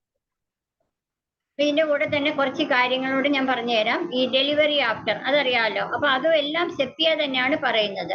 അപ്പം ഈ പ്രൊലാപ്സ് ഓഫ് യൂട്രസ് ആഫ്റ്റർ ഡെലിവറിക്ക് സെപ്പിയ കൂടാതെ തന്നെ നമുക്ക് ബെൽഡോണ പറയാം. ബെൽഡോണയുണ്ട്, ഹെലോണിയസ്, നെക്സോമിക്ക, ഓഡോഫൈലം, പൾസ്, റെസ്റ്റോക്സ്, സിക്ലിഗോർ. ഈ ഒരു കേസിൽ ഒരു ലേഡിക്ക് ഇതിന്റെ കൂടെ തന്നെ സിവിയർ ഡയറിയയും അവര് വല്ലാതെ വിഷമിച്ചു പോയി. ഡയറിയ ഉണ്ട്, പ്ലസ് യൂറിൻ പാസ് ചെയ്യുന്നില്ല, കോൺസ്റ്റിപ്പേഷൻ വന്നു, അത് മൊത്തം. അപ്പൊ അങ്ങനെയുള്ള കേസിൽ ഞാൻ ഇന്റർകറന്റ് ആയിട്ട് പോഡോഫില, അപ്പൊ ഈ ഒരു കോൺസ്റ്റന്റ് ആയിട്ടുള്ള മെഡിസിൻ കൊടുക്കുന്നതിനോടൊപ്പം തന്നെ അപ്പോഴപ്പോ കാണുന്ന അക്യൂട്ട് ആയിട്ടുള്ള സിംറ്റംസിനും ഞാൻ മെഡിസിൻ കൊടുത്തു തന്നെയാണ് ഇതെല്ലാം തന്നെ മാനേജ് ചെയ്ത് കൊണ്ടുപോയത്. ഫൈനലി വരുമ്പം ഞാൻ ഈ പറഞ്ഞ പോലെ ഇപ്പോൾ ലിലിയൻ ഡിഗോ അല്ലെന്നുണ്ടെങ്കിൽ നല്ലതുപോലെ കേസ് എടുത്തെടുത്ത് അവരുമായിട്ടുള്ള ഭയങ്കര ഒരു റാപ്പോ നമ്മൾ ഉണ്ടാക്കുമല്ലോ. അപ്പൊ അങ്ങനെ ഒരു കേസ് വരുമ്പോൾ നമുക്ക് സ്വാഭാവികമായിട്ടും ഈ പേഷ്യന്റ് ഏത് പേഷ്യന്റ് ആണെന്ന് നമുക്ക് അറിയാൻ സാധിക്കും. അപ്പോൾ അങ്ങനെയുള്ള കേസുകളിൽ നമ്മൾ സെപ്പിയ, റെസ്റ്റോക്സ്, ഹെലോണിയസ് അതൊക്കെയാണ് നമ്മൾ ഡെലിവറി ആഫ്റ്റർ യൂഷ്വലി ഈ ഡെലിവറിക്ക് ശേഷമുള്ള കോംപ്ലിക്കേറ്റഡ് ഇതാണെന്നുണ്ടെങ്കിൽ നമുക്ക് ഈ ഭാവിയിൽ ഒരു യൂട്രൈൻ പ്രൊലാപ്സ് വരാതിരിക്കും. അപ്പം ഇതിന്റെ കൂടെ പറയുന്നത് ഫ്രം കോൺസ്റ്റന്റ് ഡയറി ആണെങ്കിൽ പെട്രോളിയമാണ് പറയുന്നത്. റൈറ്റ് ആഫ്റ്റർ പേടിച്ചു കഴിഞ്ഞിട്ടുള്ളതാണെങ്കിൽ ഒപ്പിയം, നമുക്കറിയാം ഒപ്പിയം ജെൽസീമിയ. ഇത് ലിലിയം ഡിഗിലും പറയുന്നുണ്ട്, സെപ്പിയയിലും ഒക്കെ പറയുന്നുണ്ട്. അബ്ഡമൻ നമ്മൾ ഹോൾഡ് ചെയ്യുമ്പോൾ കുറയുന്നുണ്ടെങ്കിൽ പോലും ലിലിയം ഡിഗ്, സെപ്പിയ ഒക്കെ തന്നെ ക്രോസിംഗ് ദ ലെഗ്സ് തന്നെയാണ് അമിലറേഷൻ. പക്ഷെ അബ്ഡമൻ ഹോൾഡ് ദ അബ്ഡമൻ ആണ് ഹെലോണിയസ് ആണ് പറയുന്നത്. ലിഫ്റ്റിംഗിൽ ഓഫ് കോഴ്സ് നമുക്കറിയാം റെസ്റ്റോക്സ് ഞാൻ കൊടുത്തിട്ടുള്ളത് 10 ഒക്കെ തന്നെ, ഹയർ പൊട്ടൻസിയെ ഞാൻ കൊടുത്തിട്ടുള്ളൂ. പിന്നെ കാൽക്കേറിയ അതൊക്കെ ഡിപ്പെൻസ് ആണ് ആ പേഷ്യന്റ് വരുന്നതിനനുസരിച്ച്. ഓറമെറ്റ് ചിലർ വളരെ നിരാശപ്പെട്ടും സങ്കടപ്പെട്ടും ഒക്കെ വരികയാണെങ്കിൽ ഞാൻ ഓറമെറ്റും, അത് വണ്ണമാണ്. അപ്പം ഇവിടെ വീട്ടിലാണെങ്കിൽ 10 ഹയർ പൊട്ടൻസി ഉണ്ടെങ്കിലും ചില ഡിസ്പെൻസറികളിൽ നമുക്ക് 10 പോകണമെന്നില്ല. പക്ഷേ നല്ല റിസൾട്ട് കിട്ടിയെന്നുണ്ടെങ്കിൽ അവർക്ക് ഞാൻ പുറത്തേക്ക് 1-2 ഡോസ് ഞാൻ പ്രിസ്ക്രിപ്ഷൻ ഔട്ട്സൈഡ് കൊടുക്കാറുണ്ട്. ഇപ്പം ബാക്കേക്ക് ഇതിന്റെ കൂടെ ഉള്ളതാണെങ്കിലും നേട്രമോർ വിത്ത് ബാക്കേക്ക് നേട്രമോർ നല്ല എഫക്റ്റീവായിട്ട് വരുന്നുണ്ട്. അപ്പൊ ഇത്രയൊക്കെയാണ് എനിക്ക് പറയാനുള്ളത്. ഇനിയുള്ള ഒരു മെഡിസിനാണ് മിൽക്കം സെയിൽ. ദേവൻ ഡോക്ടർ പറഞ്ഞ പോലെ ഞങ്ങളുടെ ഒരു ഡോക്ടറാണ് പറഞ്ഞു തന്നത്. അത് വളരെ, അതായത് അതിന്റെ ഒരു പ്രധാനപ്പെട്ട ഒരു, അത് 30 കൊടുത്തിട്ടുള്ളത്. പ്രധാനപ്പെട്ട ഒരു സിംറ്റം എന്ന് വെച്ചാൽ soreness from ilium to ilium. നിങ്ങളത് നമ്മുടെ ബോർക്കിലുണ്ട്, അത് മിൽക്കം സെയിൽ എന്നാണ്. അതും നല്ല എഫക്റ്റീവ് ആയിട്ടുള്ള മെഡിസിൻ ആണ്. അപ്പൊ ഇത്രയൊക്കെയാണ് എനിക്ക് യൂട്രൈൻ പ്രൊലാപ്സിന്റെ കാര്യത്തിൽ പറയാനുള്ളത്. ഞാൻ പറഞ്ഞു വന്നതിന്റെ ഒരു ഉദ്ദേശം എന്ന് വെച്ചാൽ ഏത് കേസുകളും, ഇപ്പം കഴിഞ്ഞ ആഴ്ച എനിക്കൊരു പെൺകുട്ടി വന്നു. ഞാൻ പറഞ്ഞല്ലോ റിട്ടയർ ചെയ്തതിന് ശേഷം ഞാൻ രാവിലെ ഞങ്ങളുടെ തറവാട്ടിലോട്ട് പോകാൻ തുടങ്ങി. അല്ലെങ്കിൽ എൻ്റെ ടൈം ടേബിൾ ഒന്നും ശരിയാകത്തില്ല. അപ്പം വൈകുന്നേരം ദേവൻ ഡോക്ടർ പോകുന്നുണ്ട്, രാവിലെ ഞാൻ 8 to 10 അങ്ങോട്ട് പോകാൻ തുടങ്ങി. അപ്പോൾ 10 മണിക്ക് തിരികെ വന്നപ്പം ഞങ്ങളുടെ ചെറിയൊരു ആക്സിഡന്റ് കണ്ടു. ആള് കൂടി നിൽക്കുന്നപ്പം ഞാൻ നോക്കിയപ്പോൾ ഒരു പെൺകുട്ടിയാണ് 2 വീലറിൽ പെട്ടെന്ന് റോഡ് സൈഡിലൊന്ന് ഇരുന്ന്. അപ്പൊ വലിയ കുഴപ്പമില്ല, വണ്ടി തട്ടിയതല്ല. ഈ റോഡെല്ലാം നിങ്ങൾക്ക് അറിയാമല്ലോ, ഇപ്പൊ ഒന്നും നല്ലതുപോലെ ടാറിട്ടില്ല എന്നുണ്ടെങ്കിൽ പിന്നെ എല്ലാ എഡ്ജൊക്കെ പൊങ്ങിയിരുന്നു. അങ്ങനെ എന്തോ വണ്ടി വന്നപ്പോ ഈ കുട്ടി എന്തോ സ്കിഡ് ആയതാണ്. അപ്പൊ വീണ്. അപ്പൊ പെൺകുട്ടിയാണെന്ന് കണ്ട്, അല്ലെങ്കിൽ തന്നെ ഞാൻ ഇറങ്ങാറുണ്ട്, ഞങ്ങൾ എല്ലാവരും തന്നെ നമ്മൾ ഇറങ്ങുമല്ലോ, അതാണല്ലോ നമ്മുടെ ഒരു ഉത്തരവാദിത്തം. ഇറങ്ങി ഞാൻ പെട്ടെന്ന് തന്നെ വണ്ടി നിർത്തിപ്പോയപ്പം വേറെ ലേഡീസ് ആരും അപ്പോൾ വന്നിട്ടില്ല. ഞാൻ ആ ചെല്ലുന്നത് ഇത് കണ്ടോണ്ടാണ് ഞാൻ ചെല്ലുന്നത്. അപ്പോ പെട്ടെന്ന് തന്നെ എനിക്ക് മനസ്സിലായി, കുഞ്ഞ് എൻ്റെ കാറിൽ വെള്ളം ഉണ്ടായിരുന്നു. മോള് പെട്ടെന്ന് തന്നെ ഫെയിന്റ് ചെയ്തങ്ങ്, എന്നുവെച്ചാൽ ഷോക്കായിപ്പോയി. പെട്ടെന്ന് തന്നെ നമ്മൾ CPR, നമുക്ക് BSLR ഇതൊക്കെ ഉള്ളത് കൊണ്ട് നമുക്ക് അതിനെക്കുറിച്ച് അറിയാവുന്ന ഫസ്റ്റ് എയ്ഡ് എന്ന് പറഞ്ഞാൽ പറയാൻ പറ്റത്തില്ല, മെഡിക്കൽ എയ്ഡ് എന്നുള്ള രീതിയിൽ തന്നെ ഞാൻ കൊടുത്തു എന്ന് തന്നെ എനിക്ക് നല്ല സന്തോഷമായിട്ട് പറയാൻ പറ്റും. വെള്ളമൊക്കെ കൊടുത്തു. അതിന് മുമ്പ് തന്നെ നല്ലപോലെ കോൺഷ്യസ് ആക്കാൻ വേണ്ടി പേടിച്ചിങ്ങനെ പെയിന്റ് ആയിരുന്നു. പക്ഷെ കൂടെ നിന്നവർക്ക് ആർക്കും മനസ്സിലായില്ല. നല്ലപോലെ തന്നെ തട്ടി ഹലോലെ മോളെ എന്നൊക്കെ പറഞ്ഞ് പെട്ടെന്ന് തന്നെ അതിനെ ഉണർത്തിക്കൊണ്ടുവന്നു. അപ്പൊ അത് പറയാനുള്ള കാര്യം, ഈ കഴിഞ്ഞ ആഴ്ച അപ്പൊ അത് കഴിഞ്ഞു, വെള്ളം കൊടുത്തു. അപ്പോഴേ തന്നെ പോലീസിനെ ഫോൺ ചെയ്ത് അവർ വന്ന് വണ്ടിയിൽ കയറ്റി കൊണ്ടുപോയി. കൊച്ചിന് വലിയ കുഴപ്പമില്ലായിരുന്നു, എങ്കിലും ഹോസ്പിറ്റലൈസ് ചെയ്യണമല്ലോ. ഞാനിത് പറഞ്ഞു വന്നത് കഴിഞ്ഞ ആഴ്ച എനിക്ക് മനസ്സിലായില്ല, വീട്ടിൽ എന്നെ കാണാനാണ് വന്നത്. എന്നപ്പോൾ എന്നോട് പറഞ്ഞു, ഡോക്ടർക്ക് എന്നെ മനസ്സിലായി. ഞാൻ പറഞ്ഞില്ല, ഞാൻ അന്ന് ആക്സിഡന്റ് ആയിട്ട് റോഡ് സൈഡിൽ കിടന്നപ്പം ഡോക്ടറാണ് എന്നെ വന്നെല്ലാം അങ്ങനെ രക്ഷിച്ചെന്നല്ല, ഡോക്ടർ വന്നിരുന്നല്ലോ എന്ന് പറഞ്ഞു. അപ്പൊ ആ കുട്ടിക്ക് ഒരു ഞാൻ പറഞ്ഞു നമ്മൾ എത്രത്തോളം ആത്മാർത്ഥമായിട്ട് ചെയ്യുന്നോ അതിന്റെ ഫലം നമുക്ക് മാത്രമല്ല നമ്മുടെ സിസ്റ്റവും അതുപോലെ തന്നെ പേരെടുക്കുകയാണ്. അപ്പൊ ആ കുട്ടിയുടെ കേസും കൂടി ഞാനൊന്ന് പറയാം. ആ കുട്ടി നല്ലൊരു കുഞ്ഞാണ്, മീൻസ് ക്ലാസ് ഫസ്റ്റ് ആണ്, പക്ഷേ സ്കൂളിൽ പോകാൻ കഴിയത്തില്ല, അമ്മയെ കണ്ടോണ്ടിരിക്കണം എന്നൊക്കെ പറഞ്ഞ് നല്ലൊരു മിടുക്കനാണ്. അപ്പൊ അതിന് അലർജിയാണ്, സ്കിൻ കംപ്ലൈന്റ് ആയിട്ടാണ് കൊണ്ടുവന്നത്. ഞാൻ കലാഡിയം റെസ്പിറേറ്ററി കംപ്ലൈന്റ് കലാഡിയം കൊടുത്ത് വിട്ടിട്ടുണ്ട്. എങ്ങനെയാണ് റിസൾട്ട് അറിയാൻ റിസൾട്ട് കിട്ടത്തേ ഉള്ളൂ. എനിക്ക് തോന്നുന്നു അത് ഇതുവരെ പിന്നെ വിളിച്ചിട്ടില്ല. എന്തെങ്കിലും കംപ്ലൈന്റ് ഉണ്ടെങ്കിൽ എന്നെ വിളിക്കണം എന്ന് പറഞ്ഞിട്ടുണ്ട്. അലർജിയുടെ മെഡിസിൻസ് കൊടുത്തുകൊണ്ടിരിക്കുകയാണ്. ഞാൻ പറഞ്ഞു ഉടനെ തന്നെ അത് സ്റ്റോപ്പ് ചെയ്തേരെ. അലർജിക് മെഡിസിനൊക്കെ നമുക്ക് ഉടനെ തന്നെ സ്റ്റോപ്പ് ചെയ്യാം. ഇപ്പം തൈറോയ്ഡ് ഇതിന് അത് TSHന്റെ അതായത് ഹൈപ്പോതൈറോയിഡിസത്തിനോ ഹൈപ്പറിനോ നമ്മൾ മെഡിസിൻ കൊടുത്തുകൊണ്ടിരിക്കുകയാണെങ്കിൽ, ഇന്നലെ അത് പ്രകാശൻ ഡോക്ടർ സൂചിപ്പിച്ചിരുന്നു, അത് പെട്ടെന്ന് തന്നെ നമ്മൾ ആ മെഡിസിൻ നിർത്താൻ പാടില്ല, ഗ്രാജുവലി നിർത്തിക്കാറുണ്ട്. പക്ഷെ ഇങ്ങനെയുള്ള കേസിലൊക്കെ ഇപ്പം മിക്കവാറും അലർജി കേസിലൊക്കെ ഞങ്ങൾ ഉടനെ തന്നെ മെഡിസിൻ നിർത്തിയിട്ടാണ് നമ്മുടെ മെഡിസിൻസ് കൊടുക്കാറ്. പക്ഷെ ഡയബറ്റീസിനോ അതല്ല എന്നുണ്ടെങ്കിൽ ഹൈപ്പർ ടെൻഷനോ ഒക്കെ സ്ലോലി. അപ്പൊ ആ ഒരു കേസ് ഞാൻ പറഞ്ഞത്, ഇങ്ങനെ നമ്മളെ വിശ്വസിച്ച് വരുന്ന ഏത് പേഷ്യൻസിനും നല്ല ഉറപ്പായിട്ട് കേസ് എടുത്ത് ഒരു സർജിക്കൽ കേസ് ആണെങ്കിൽ പോലും നമുക്ക് ക്യൂർ ചെയ്യാമെന്നുള്ളത് ആണ് ഞാനത് ഇവിടെ പറയാൻ ശ്രമിച്ചത്. ഇനി സമയമുണ്ടോ? എങ്ങനെയാ, ഒരു കേസ് കൂടെ പറയട്ടെ? 43 പറയൂ ഡോക്ടറെ. ശരി. അപ്പം ഞാൻ ആ സെറിബ്രൽ അല്ലെങ്കിൽ ഞാൻ ആ ഒരു സെറിബ്രൽ പൾസിലെ കേസ് തന്നെ പറയാം. ആ കുട്ടിയെ കൊണ്ടുവന്നത് 7/10/2019 കൊണ്ടുവന്നത്. ഞാൻ പറഞ്ഞല്ലോ, കേസ് എടുത്തു വന്നപ്പം അവരുടെ പേരൻസ് രണ്ടുപേരും കൊണ്ടുവന്നത്. അത് വരാനുള്ള ഒരു സാഹചര്യം, അതിന് മുമ്പ് ഒരു കേസ് ദേവൻ ഡോക്ടറുടെ ചികിത്സയിലായിരുന്നു. അപ്പൊ അവര് പറഞ്ഞാണ് കൊണ്ടുവന്നത്. ആ കുട്ടിക്ക് പക്ഷെ നമ്മൾ ഉദ്ദേശിച്ച അത്രയും ഒരു റിസൾട്ട് കിട്ടാൻ പറ്റിയില്ല. കാരണം ഒരു 10-11 വയസ്സായപ്പോഴാണ് നമ്മളുടെ കയ്യിൽ കിട്ടിയത്. അതിന് മുമ്പ് തന്നെ ഞാൻ ആദ്യം ജോയിൻ ചെയ്തത് പൂവത്തിശ്ശേരിയിലാണ്, തൃശ്ശൂര്. അപ്പൊ അന്ന് ഒരു പൂവത്തിശ്ശേരി രാജൻ ഡോക്ടർ പറഞ്ഞ് നിങ്ങൾ ഓർക്കുന്നുണ്ടാവും, ഒരു റോഡ് സൈഡ് അല്ല, കുറച്ച് ഉള്ളിലോട്ട് വന്ന ഒരു ഡിസ്പെൻസറിയാണ്. അവിടെ ഗ്രാമപ്രദേശം പോലെയാണ്. അപ്പൊ അവിടുത്തെ ഒരു കുട്ടിയെ ഇതുപോലെ ആദ്യം ഞാനൊന്ന് അടുത്ത് തന്നെ ഡിസ്പെൻസറിയുടെ അടുത്ത് തന്നെ ആയിട്ട് ഞാനൊന്ന് പോയി ഒന്ന് വിസിറ്റ് ചെയ്യുമായിരുന്നു.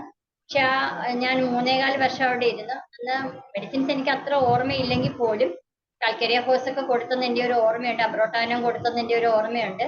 പിന്നെ എന്താ കൊടുത്തതെന്ന് അത്ര ഓർമ്മയില്ലെങ്കിലും ഒരു 3.25 വർഷം ഞാൻ അവിടെ ഇരുന്ന് ആ കുഞ്ഞ് വളരെ പതുക്കെ നടന്ന് എന്റെ ഡിസ്പെൻസറിയിൽ വന്നിരുന്നു. അതൊക്കെ നമുക്ക് ഓർക്കുമ്പോൾ നമുക്ക് കണ്ണ് നിറഞ്ഞാണ് വരിക. അത്രയൊക്കെ നമ്മുടെ സിസ്റ്റത്തിനെ കൊണ്ട് നമുക്ക് സാധിച്ചല്ലോ, മരുന്ന് കൊണ്ട് സാധിച്ചല്ലോ എന്നുള്ള ഒരു ഓർമ്മയുണ്ട് എനിക്ക്. അപ്പൊ എന്ന് പറഞ്ഞാൽ ഇപ്പൊ റീസെന്റ് ആയിട്ട്, അതായത് 2019 എനിക്ക് എന്റെ ഈ കേസ് ആദ്യമായിട്ട് വന്നത്. 7/10/2019. ഞാൻ പറഞ്ഞല്ലോ, ദേവൻ ഡോക്ടറുടെ പേഷ്യന്റ് ഉണ്ടായിരുന്നു, അങ്ങനെ പറഞ്ഞാണ് എന്റെ അടുത്താണ് പക്ഷെ വന്നത്. ആദ്യം വരുമ്പം 4 വയസ്സാണ് കുഞ്ഞിനൊന്നും 3 വയസ്സ്, അതെ 3 വയസ്സായിരുന്നു ഉണ്ടായിരുന്നത്. ഭയങ്കര അവര് ആലപ്പുഴ മെഡിക്കൽ കോളേജിൽ ദിവസവും എന്നുള്ള രീതിയിൽ തന്നെ അഡ്മിറ്റ് ചെയ്ത് കിടക്കുകയാണ്. കുറച്ച് കിടക്കും, കുറച്ച് സുഖമാകും, വീണ്ടും വീട്ടിൽ പോകും, പിന്നെ വീണ്ടും അടുത്ത ദിവസം തന്നെ അതിന്റെ അടുത്ത ദിവസം തന്നെ വീണ്ടും വരും. ആ ഒരു സാഹചര്യമായിരുന്നു. നല്ല ഗ്രൂപ്പായിട്ടാണ് കൊണ്ടുവന്നത്. ഞാൻ ആദ്യം എന്തായാലും ഇപ്പിക്കാക്ക് 200 നല്ല വായിന്നൊക്കെ സലൈവേഷനൊക്കെ വന്ന് ഇപ്പിക്കാക്കും അബ്രോട്ടാനവും CPയും കൂടെയാണ് കൊടുത്തത്. CP അന്ന് ഞാൻ 30 ആണ് കൊടുത്തത്. അത് കഴിഞ്ഞ് ഞാൻ പറഞ്ഞല്ലോ മുമ്പേ, ആ കേസ് എടുത്തപ്പോൾ എന്നോട് പേരൻസ് അന്നൊരു കേസ് എടുക്കാനൊന്നും പറ്റുന്നില്ല നമുക്ക്. കാരണം ആ കുഞ്ഞിന് നമ്മൾ കൊണ്ടുവരുന്നതിന് മുമ്പേ ഇപ്പൊ ബ്രോമിയം ഞാൻ ആദ്യം കൊടുത്തില്ല. ബ്രോമിയത്തിന്റെ പോലെ ആ ദൂരെ ഇങ്ങനെ നമ്മുടെ ഡിസ്പെൻസറിയുടെ ഡോറിൽ കയറുമ്പോ തന്നെയും കുഞ്ഞിന്റെ ഗ്രൂപ്പ് നമുക്ക് കേൾക്കാം. സ്റ്റെത്തൊന്നും വെക്കേണ്ട ആവശ്യമേ വരുന്നില്ല. അപ്പൊ ഞാനൊന്നും കേസൊന്നും എടുത്തില്ല. പിന്നീട് ഞാൻ കേസ് എടുത്തപ്പോ ഞാൻ മുമ്പേ സൂചിപ്പിച്ചിരുന്നല്ലോ, ഡിഫിക്കൽട്ടി ലേബർ അല്ലാതെ വേറെ ഒന്നും അവർക്ക് പറയാനേ ഇല്ല, ഫാമിലി ഹിസ്റ്ററി ഇല്ല, ഇങ്ങനെ ഒന്നുമില്ല. അപ്പൊ അവർക്ക് ഒരു മോളും കൂടി ഉണ്ട്, മൂത്തത്. ആ കുട്ടിക്ക് നല്ല ഒരു മിടുക്കി കുട്ടി, അതിന് കുഴപ്പമൊന്നുമില്ല. അപ്പൊ അങ്ങനെയായി. പിന്നെ അങ്ങനെ ആ ഒരു കേസ് കിട്ടിയതിന് ഈ ഒരു അക്യൂട്ട്നെസ്, അതായത് ആ കുഞ്ഞിന്റെ ആ ഒരു കോപ്പ് മാറിയതിന് ശേഷം ഞാൻ ഇപ്പിക്കാക്കും ആന്റിഡാർട്ട് ഒക്കെയാണ് കൊടുത്തത്. അപ്പോഴത്തെ ആ ഒരു സിംറ്റംസ് അനുസരിച്ച്. അതിനുശേഷം ഞാൻ കൊടുത്തത് ആർണിക്ക 10M ആണ്. കാരണം ഉണ്ടല്ലോ brain damage, may be family history plus ആ ഒരു ബ്രെയിൻ ഡാമേജ് എന്തായാലും വന്നിട്ടുണ്ടാവണം എന്നല്ല വന്നിട്ടുണ്ട് during delivery, the process of delivery. അപ്പോൾ ആർണിക്ക 10 കൊടുത്തു. അത് കഴിഞ്ഞപ്പോഴാണ് ഞാൻ പറഞ്ഞില്ലേ യാദൃശ്യ അമ്മൂമ്മ വന്നു, ഡയബറ്റീസിന് മരുന്നിന് വേണ്ടിയാണ് വന്നത്. കേസ് എടുത്തപ്പോഴാണ് 2 അബോർഷൻ ഹിസ്റ്ററി എന്നോട് പറയുകയും ഞാൻ സിഫിലിനം 10 ആണ് കൊടുത്തത്. അപ്പൊ ഇപ്പോഴും ആ പേഷ്യന്റിനെ അപ്പൊ അതിനുശേഷം ഞാൻ ഇപ്പിക്കകത്ത് അബ്രോട്ടാണ് ഞാൻ കൊടുത്തത്. കനോട്ട് ഹോൾഡ് ഹെഡ് എന്നുള്ള ഇത് തന്നെയാണ് കൊടുത്തത്. കുഞ്ഞിനെ എടുത്തുകൊണ്ടാണ് പറഞ്ഞത്. കാലൊക്കെ നിങ്ങൾക്ക് അറിയാമല്ലോ, എല്ലാം ഡിലേഡ് മൈൽ സ്റ്റോൺസ് അതെല്ലാം തന്നെ. പല്ലാണെങ്കിൽ എല്ലാ പല്ലുകളും ആ കുഞ്ഞിന് വന്നിട്ടുണ്ട്. അപ്പൊ അതൊരു നമുക്ക് നോക്കുമ്പോൾ വാ തുറന്ന് നോക്കുമ്പോൾ സിഫിലിനത്തിന്റെ പല്ലിന്റെ അറേഞ്ച്മെന്റിന് ഒരു പ്രത്യേകതയുണ്ട്. ആ ഒരു ടിപ്പിക്കൽ ആ ഒരു രീതി തന്നെ. സിഫിലിനെ ഞാൻ മന്ത്ലി വൺസ് എന്നുള്ള രീതിയിൽ തന്നെ 10 കൊടുക്കുമായിരുന്നു. കുറെ ഇങ്ങോട്ട് കഴിഞ്ഞപ്പോഴത്തേക്ക് എനിക്ക് മാനേജ് ചെയ്യാൻ പറ്റി. ആ കുഞ്ഞിന്റെ ഗ്രൂപ്പും ആ ഒരു കഫക്കെട്ടും ഒക്കെ അവർക്ക് പിന്നെ അലോപ്പതിയിൽ കൊണ്ടുപോകേണ്ടിയേ വന്നിട്ടില്ല. അതുപോലെ തന്നെ അതിനോടൊപ്പം തന്നെ നമുക്കറിയാവുന്ന പോലെ തന്നെ എപ്പിലെപ്സിയും വരും ഈ കുഞ്ഞിന്. കുറേ മെഡിസിൻസ് അലോപ്പതി കൊടുത്തുകൊണ്ട് തന്നെ ഇരിക്കുകയാണ് നമ്മളുടെ മെഡിസിനും നമ്മൾ സ്റ്റാർട്ട് ചെയ്തത്. ഗ്രാജുവലി ഇപ്പിക്കകത്ത് പിന്നെ അതിൻ്റെ ഇടയ്ക്ക് ബരേറ്റ കാർബ് എല്ലാ മെഡിസിൻ, നേട്രാസൾഫ് 10 കൊടുത്തു ഞാൻ അതിൻ്റെ ഇടയ്ക്ക്, സിഫിലിനം 10, നേട്രാസൾഫ് 10, ആർണിക്ക 10. ഇതിന്റെ ഒപ്പമാണ് ഇതിന്റെ കൂടെ ഇപ്പിക്കകത്താണ് കൂടുതലും ഞാൻ കൊടുത്തിട്ടുള്ളത്. പിന്നെ കുറച്ച് കൺട്രോൾ ചെയ്ത് വന്നപ്പോഴത്തേക്ക് ഞാൻ പിന്നെ അത് സൈലീഷ്യ 30, CP6X ആ രീതിയിൽ പോയി. പിന്നെ വന്ന് ഇപ്പോഴാണെങ്കിൽ ഇപ്പൊ എങ്ങനെയാണെന്ന് വെച്ചാൽ ഒരുപാട് മെഡിസിനും അലോപ്പതി മെഡിസിൻ സ്റ്റോപ്പ് ചെയ്തു എന്ന് തന്നെ പറയാം. അപൂർവം ചില മെഡിസിൻസ് മാത്രം വളരെ ഡോസ് കുറച്ച് ഒരു 2-3 ദിവസം കൂടുമ്പോൾ കൊടുക്കുന്നുണ്ട്.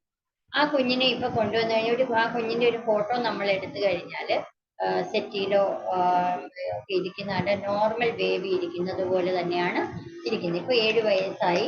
ഇപ്പോൾ ഞാൻ കറന്റ് കൊടുത്തുകൊണ്ടിരിക്കുന്ന മെഡിസിൻ ഓരോ പ്രാവശ്യം വരുമ്പോഴും വളരെ അപ്പോഴത്തെ സിംറ്റംസും ഞാൻ ചോദിക്കും. ഒക്കേഷണലി ഞാൻ പറഞ്ഞല്ലോ എങ്ങനെയായാലും ഞാൻ ഇപ്പോഴും ഒന്നുകിൽ ആർണിക്ക 10 അല്ലെ സിഫിലിനം 10 അല്ലാന്നുണ്ടെങ്കിൽ നേട്രാസൾഫ് പിന്നെ ഐഫെറിക്കും ഞാൻ കൊടുത്തിട്ടുണ്ട്. അപ്പൊ ആ ഓരോ പ്രാവശ്യം വരുമ്പോഴും ഞാൻ സിംറ്റംസ് ചോദിച്ച് മറ്റേത് മാസത്തിൽ ഈ 3 വർഷത്തിനുള്ളിൽ ഒരു 2-3 പ്രാവശ്യം അല്ല 1-2 പ്രാവശ്യം മാത്രമേ വീണ്ടും ആ കുട്ടിയെ ഹോസ്പിറ്റലൈസ് ചെയ്യേണ്ടി വന്നുള്ളൂ. ഞാൻ ഓരോ പ്രാവശ്യം ചോദിച്ചപ്പോൾ ഇപ്പൊ പിന്നെ അങ്ങനെയായി. ഫിറ്റ്സ് വരുമായിരുന്നു ഇടയ്ക്കിടയ്ക്ക്, ഇപ്പോൾ ഫിറ്റ്സ് വരുന്നില്ല. മന്ത്ലി വൺസ് ഒക്കെ ആയി. അപ്പോൾ വീണ്ടും അപ്പൊ അന്നേരം എനിക്കൊരു വിഷമം. അപ്പോഴും അലോപ്പതി മെഡിസിൻ ഒന്നും വീണ്ടും നമ്മൾ ഡോസ് ഒന്നും കൂട്ടിയില്ല. ഞാൻ പറഞ്ഞില്ല 2-3 ദിവസം കൂടുമ്പോൾ ഒരു മിനിമം ഡോസ് മാത്രം പോകുന്നുണ്ട്, അത്രേ ഉള്ളൂ. സിംറ്റംസ് ഞാൻ ചോദിച്ചു വന്നപ്പോൾ ഇപ്പൊ ചോദിക്കുമ്പം പറഞ്ഞ ഒരു പ്രധാനപ്പെട്ട സിംറ്റം ഇത് വരുന്നതിന് മുമ്പേ എപ്പിലെപ്സി വരുന്നതിന് മുമ്പേ ഒരു ഷ്രീക്കിങ് പോലെ ഉണ്ട്. ഞാൻ അപ്പോൾ ഞാൻ റെഫർ ചെയ്തില്ല. ഞാൻ കൊടുത്തു കുപ്രമെറ്റ് 30, സിക്യൂട്ട 30 കൊടുത്തത്. പിന്നെ ഞാൻ റെഫർ ചെയ്യുകയും കൂടെ ചെയ്തപ്പോൾ ഇത് രണ്ടും ഉണ്ട്. കുപ്രമെറ്റ് ആണ് പ്രധാനമായിട്ടുള്ളത്. അപ്പൊ ഈ ലാസ്റ്റ് വന്നിരിക്കുന്നത് അതിനുശേഷം ഇപ്പം വളരെ മൈൽഡായിട്ട് തന്നെയാണ്. പിന്നെ ഒന്നും വരുന്നില്ല എന്ന് തന്നെ പറയുന്നത്, എപ്പിലെപ്സി വരുന്നില്ല എന്ന് തന്നെ പറയാം. ഇപ്പം നിലവിൽ കുപ്രമെറ്റ് 30, സിക്യൂട്ട 30, 2 BDH നമ്മൾ കൊടുക്കുകയാണ്. നല്ല റിസൾട്ട് ഉണ്ട്. അപ്പൊ ഇടയ്ക്ക് ഞാൻ പറഞ്ഞതുപോലെ സിഫിലിനം അതങ്ങനെ കൊടുത്തുകൊണ്ടിരിക്കുക. അത് നല്ലൊരു കേസായിട്ടാണ് എനിക്ക് തോന്നിയത്. നമുക്ക് നല്ലൊരു കേസാണ്. കാരണം എന്ന് വെച്ചാൽ എന്റെയും ആ കുഞ്ഞിന്റെ പേരൻസിന്റെയും ലക്ഷ്യം എന്താണെന്ന് വെച്ചാൽ ആ കുഞ്ഞ് ഒന്നുമില്ലെങ്കിൽ സ്വന്തം കാര്യങ്ങൾ ഒന്ന് നടന്ന് സ്വന്തം കാര്യങ്ങൾ നോക്കണം, അത്രയേ ഉള്ളൂ. അത് തന്നെ വന്നാൽ എന്നെ നോക്കി ഇപ്പൊ ഒന്ന് ചിരിക്കും, അങ്ങനെ ഒരു ആറ്റിറ്റ്യൂഡ് ആയിട്ടുണ്ട് ആ കുഞ്ഞിന്. ലാസ്റ്റ് വന്ന ഡേറ്റ് കൂടി ഞാൻ പറയാം.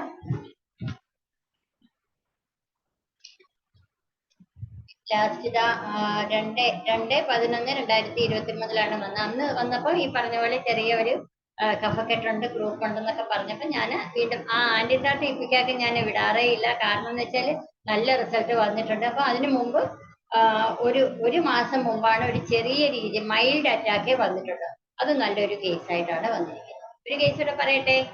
ഈ സമയം ഡോക്ടറെ 51 ഇനി എന്തെങ്കിലുമൊക്കെ ഇന്ററാക്ഷൻ ആയിക്കോട്ടെ, ശരി. ഡോക്ടറുടെ എത്ര ക്ലാസ് വേണമെങ്കിലും നമുക്ക് വെക്കാം. ഇനി കേസുകളൊക്കെ ഉള്ളതെല്ലാം വളരെ സേഫ് ആയിട്ട് വെക്കുക. നമുക്ക് ഇനിയും തീർച്ചയായിട്ടും ഡോക്ടറുടെ ക്ലാസ് കേൾക്കാൻ എല്ലാവർക്കും താല്പര്യം കാണും എന്നാണ് ഞാൻ വിചാരിക്കുന്നത്. തീർച്ചയായിട്ടും ഡോക്ടർ ഇനിയും പറയണം. ഇനിയിപ്പം എന്തെങ്കിലും ഡോക്ടറുടെ സംശയങ്ങളോ പൊട്ടൻസിയോ അല്ലെങ്കിൽ മെഡിസിന്റെ കാര്യം എന്തെങ്കിലും ചോദിക്കാൻ തീർച്ചയായിട്ടും കാണും, അല്ലെങ്കിൽ അഭിപ്രായങ്ങൾ പറയാൻ കാണും. രാജേശ്വരി ഡോക്ടറെ ക്ലാസ് പ്രത്യേകിച്ച് പറയേണ്ടതില്ല. വളരെ നല്ല ക്ലാസ്. നമുക്ക് സമയം പോയതും അറിഞ്ഞില്ല. 52 പെട്ടെന്ന് തന്നെ സമയം ഏകദേശം കഴിഞ്ഞു. അതുപോലെ ഡോക്ടറുടെ ക്ലാസ്, ഡോക്ടറുടെ കാര്യം പ്രത്യേകിച്ച് പറയേണ്ടതില്ലല്ലോ. മുല്ലപ്പൂപ്പടി ഏറ്റുകിടക്കും കല്ലിനുണ്ടൊരു സൗരഭ്യം എന്ന് പറഞ്ഞതൊക്കെ അപ്പുറത്തോട്ട് തിരിഞ്ഞ ദേവൻ ഡോക്ടർ, ഇപ്പുറത്തോട്ട് തിരിഞ്ഞ ചന്ദ്രമതി ഡോക്ടർ, ഇവരുടെ വീണ്ടും ഉള്ള കഴിവുകളെ സ്ഫുടം ചെയ്ത് ഡോക്ടറെ പിടിക്കുകയാണ്. അതിന്റെ കൂടെ ഇങ്ങനെ വീണ്ടും ഇതെല്ലാം സംശയങ്ങളും അല്ലെങ്കിൽ കണ്ടുപഠിക്കാനും ഒക്കെ അപ്പുറവും ഇപ്പുറവും ഒക്കെ ചാൻസ്. പിന്നെ ഒട്ടും മോശം വരേണ്ട കാര്യമില്ല. വളരെ നല്ല ക്ലാസ് ആയിരുന്നു. എല്ലാം ഹോമിയോപ്പതി കൊണ്ട് പോലെ ഒരുപാട് കേസുകൾ സുഖപ്പെടുത്തുന്നു എന്നറിഞ്ഞതിൽ വളരെ സന്തോഷം. ഇനി മറ്റു ഡോക്ടേഴ്സിന് എന്താണ് പറയാനുള്ളതെന്ന് നോക്കാം. തീർച്ചയായും രാജേശ്വരി ഡോക്ടറുടെ ക്ലാസ് എല്ലാവർക്കും ഇഷ്ടപ്പെട്ടു കാണുമെന്ന് വിചാരിക്കുന്നു. എന്തെങ്കിലും അഭിപ്രായങ്ങളോ സംശയങ്ങളോ ഉണ്ടെങ്കിൽ തീർച്ചയായിട്ടും ഓരോരുത്തരും ഹാൻഡ് റൈസ് ചെയ്ത് മുമ്പോട്ട് വരണമെന്നാണ് എനിക്ക് പറയുവാനുള്ളത്.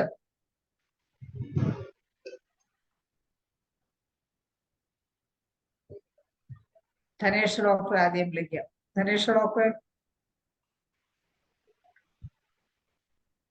3rd ഡിഗ്രി പ്രൊലാപ്സ് കുറഞ്ഞു കിട്ടാൻ എത്ര സമയം എടുക്കുമെന്ന് ചാറ്റിൽ ഒരു സംശയമുണ്ട്. ഞാൻ പറഞ്ഞല്ലോ, 1 വർഷം തൊട്ട് 2 വർഷം വരെ എടുത്തു. 2 വർഷം വരെ എടുത്തു. അത് ഉറപ്പുള്ള കാര്യമായിരുന്നു. 2 വർഷം വരെ എടുത്തു. അത് ആദ്യമേ തന്നെ ഞാൻ അവരോട് പറഞ്ഞിട്ട് തന്നെയാണ് നമ്മൾ തുടങ്ങുന്നത്. തന്നെയുമല്ല, അത്രയും വിശ്വാസം ഉള്ളത് കൊണ്ടാണല്ലോ നമ്മളുടെ അടുത്ത് കണ്ടിന്യൂ ചെയ്യുകയും ചെയ്തത്. ഒരു അപ്പൻഡിക്സിന്റെ കേസും ഉണ്ട്. അതൊക്കെ പിന്നെ അപ്പൻഡിക്സിന്റെ കേസുകളൊക്കെ പിന്നെ പറയാം. അപ്പൊ എന്ന് പറഞ്ഞാൽ 2 വർഷം വരെ എടുത്തു. സ്റ്റിൽ ഇപ്പോഴും എന്തെങ്കിലും കംപ്ലൈന്റ്സ് വരിക, അതായത് ഇതിനോട് റിലേറ്റഡ് അല്ല, എന്തെങ്കിലും കംപ്ലൈന്റ് വരുമ്പോൾ ഞാൻ ഒക്കേഷണലി ആ ലേഡിക്ക് മെഡിസിൻ ഇപ്പോഴും ഹെലോണിയസോ അല്ലെന്നുണ്ടെങ്കിൽ ഇലിയം ജിഗോ ഹയർ പൊട്ടൻസി കൊടുക്കുന്നുണ്ട്. സർജറിയിൽ നിന്ന് ഒഴിവായി അവരുടെ ആ പ്രൊലാപ്സ് ഫസ്റ്റ് ഡിഗ്രി അല്ലെന്നുണ്ടെങ്കിൽ ഓൾമോസ്റ്റ് നോർമൽ പൊസിഷനിലായി എന്നുള്ളതാണ് നമ്മൾ അവിടെ എടുത്തു പറയേണ്ട ഒരു കാര്യം. തീർച്ചയായിട്ടും ഡോക്ടർ, അത് തന്നെ ഒരു വലിയ കാര്യമില്ല. കാരണം അവരുടെ യൂട്രസ് ശരീരത്തിൽ തന്നെ ഉണ്ട്. സർജറിക്കുള്ള പൈസ എത്രയോ ലാഭമായി. ആരോഗ്യ പ്രശ്നങ്ങളൊന്നും ആഫ്റ്റർ എഫക്ട്സ്, സർജറിക്ക് ശേഷമുള്ള ആഫ്റ്റർ എഫക്റ്റുകളൊന്നും ബാധിക്കുന്നില്ല. സാമ്പത്തിക ലാഭം, ഹോസ്പിറ്റലിൽ പോകേണ്ടി വന്നില്ല, അല്ലെ ഹോസ്പിറ്റലൈസേഷൻ ഒഴിവായി. ഇതൊക്കെ വലിയൊരു നേട്ടം തന്നെയാണ് ഡോക്ടർ. മാത്രമല്ല ശൈല ഡോക്ടറെ, നമ്മൾക്ക് അറിയാമല്ലോ, ടിൽ ഡെത്ത് ഓരോ ലേഡിക്കും ആവശ്യമുള്ളതാണ് യൂട്രസ് എന്നുള്ള ഓർഗൻ. അതിന്റെ ഹോർമോൺസ് പ്രൊഡ്യൂസ് ചെയ്യുന്നത് നമ്മളുടെ മരണം വരെയും ആവശ്യമുള്ളതാണ്. അല്ലാതെ ഒരു ഫംഗ്ഷൻ കഴിയുമ്പോൾ, ഒരു ഡെലിവറി കഴിയുമ്പോൾ റിമൂവ് ചെയ്യാനുള്ളതല്ല യൂട്രസ്. അത് നമ്മൾ ഓരോരുത്തരും മനസ്സിലാക്കി നമ്മുടെ അടുത്ത് വരുന്ന പേഷ്യൻസിനോട് നമ്മളത് പറഞ്ഞു കൊടുക്കുക തന്നെ ചെയ്യണം എന്നുള്ളതാണ് എൻ്റെ അഭിപ്രായം. ഓക്കെ, തീർച്ചയായിട്ടും. നമ്മുടെ വൈസ് പ്രസിഡന്റ് ഹാൻഡ് റൈസ് ചെയ്തിട്ടുണ്ട്. ഡോക്ടറെ സംസാരിച്ചോളൂ, അൺമ്യൂട്ട് ചെയ്ത് സംസാരിച്ചു. ഒന്നുമില്ല, രാജേശ്വരി ഡോക്ടർക്ക് ഒരു അപ്രീസിയേഷൻ പറയാൻ വേണ്ടി മാത്രം കൈവക്കിയതാണ്. ദേവൻ ഡോക്ടറുടെ വൈഫാണെന്ന് ഞാൻ ദേവൻ ഡോക്ടർ ഈ കോട്ടയം മെഡിക്കൽ കോളേജിൽ വന്നപ്പോൾ ദേവൻ ഡോക്ടറുടെ പുസ്തകത്തിൽ ഒരു കുറിപ്പ് കൊടുത്തുവിട്ട് വന്നേക്കണ കണ്ടു. ആ കുറിപ്പിലൂടെയാണ് ഈ ആളെ മനസ്സിലാകുന്നത്. ആദ്യത്തെ ദേവൻ ഡോക്ടർ നല്ല കാര്യമായിട്ട് സ്വീകരിച്ച് വിടണമെന്ന ഒരു ഭാര്യ കൊടുത്തു വിടുമ്പോൾ ആ റിലേഷൻഷിപ്പ് എനിക്ക് മനസ്സിലാകും. ഇപ്പൊ ഇത് കേട്ട് കഴിഞ്ഞപ്പോ 2 രത്നങ്ങള് ഒരു കുടുംബത്തിൽ ഒരുമിച്ച് ചേർന്നത് എനിക്ക് മനസ്സിലാകും. അത് IFPHുമായി സഹകരിച്ചു പോകുന്നതിൽ ഒത്തിരി സന്തോഷം. മനുഷ്യന്റെ നന്മയ്ക്കായിട്ട് ഹോമിയോപ്പതിയെ നമുക്ക് ഇതുമാതിരിയുള്ള വ്യക്തിത്വങ്ങളിലൂടെ പുതിയ തലമുറയെ വാർത്തെടുക്കേണ്ടതുണ്ട്. നമ്മുടെ ഈ കൂട്ടായ്മയിൽ വന്ന് സഹകരിച്ച് നമ്മൾ കുടുംബമായി ഇങ്ങനെ കൂടാൻ സാധിച്ചതിൽ സന്തോഷം രേഖപ്പെടുത്തുന്നു. ഒത്തിരി അറിവുകൾ മറ്റുള്ളവർക്ക് പകർന്നു കൊടുക്കുന്നതിൽ സന്തോഷവും അഭിമാനവും രേഖപ്പെടുത്താൻ വേണ്ടി മാത്രം കൈവക്കിയതാണ്. എല്ലാ ഭാവങ്ങളും രാജേശ്വരി ഡോക്ടർക്കും ദേവൻ ഡോക്ടർക്കും അതുപോലെ തന്നെ ചന്ദ്രമതി ഡോക്ടർക്കും കൂടെ കൊടുക്കുകയാണ്. Okay, thank you, bye. നന്ദി ഡോക്ടറെ. സന്തോഷം ഡോക്ടർ വന്നതിൽ നമുക്ക് അഭിപ്രായം പങ്കുവച്ചത്.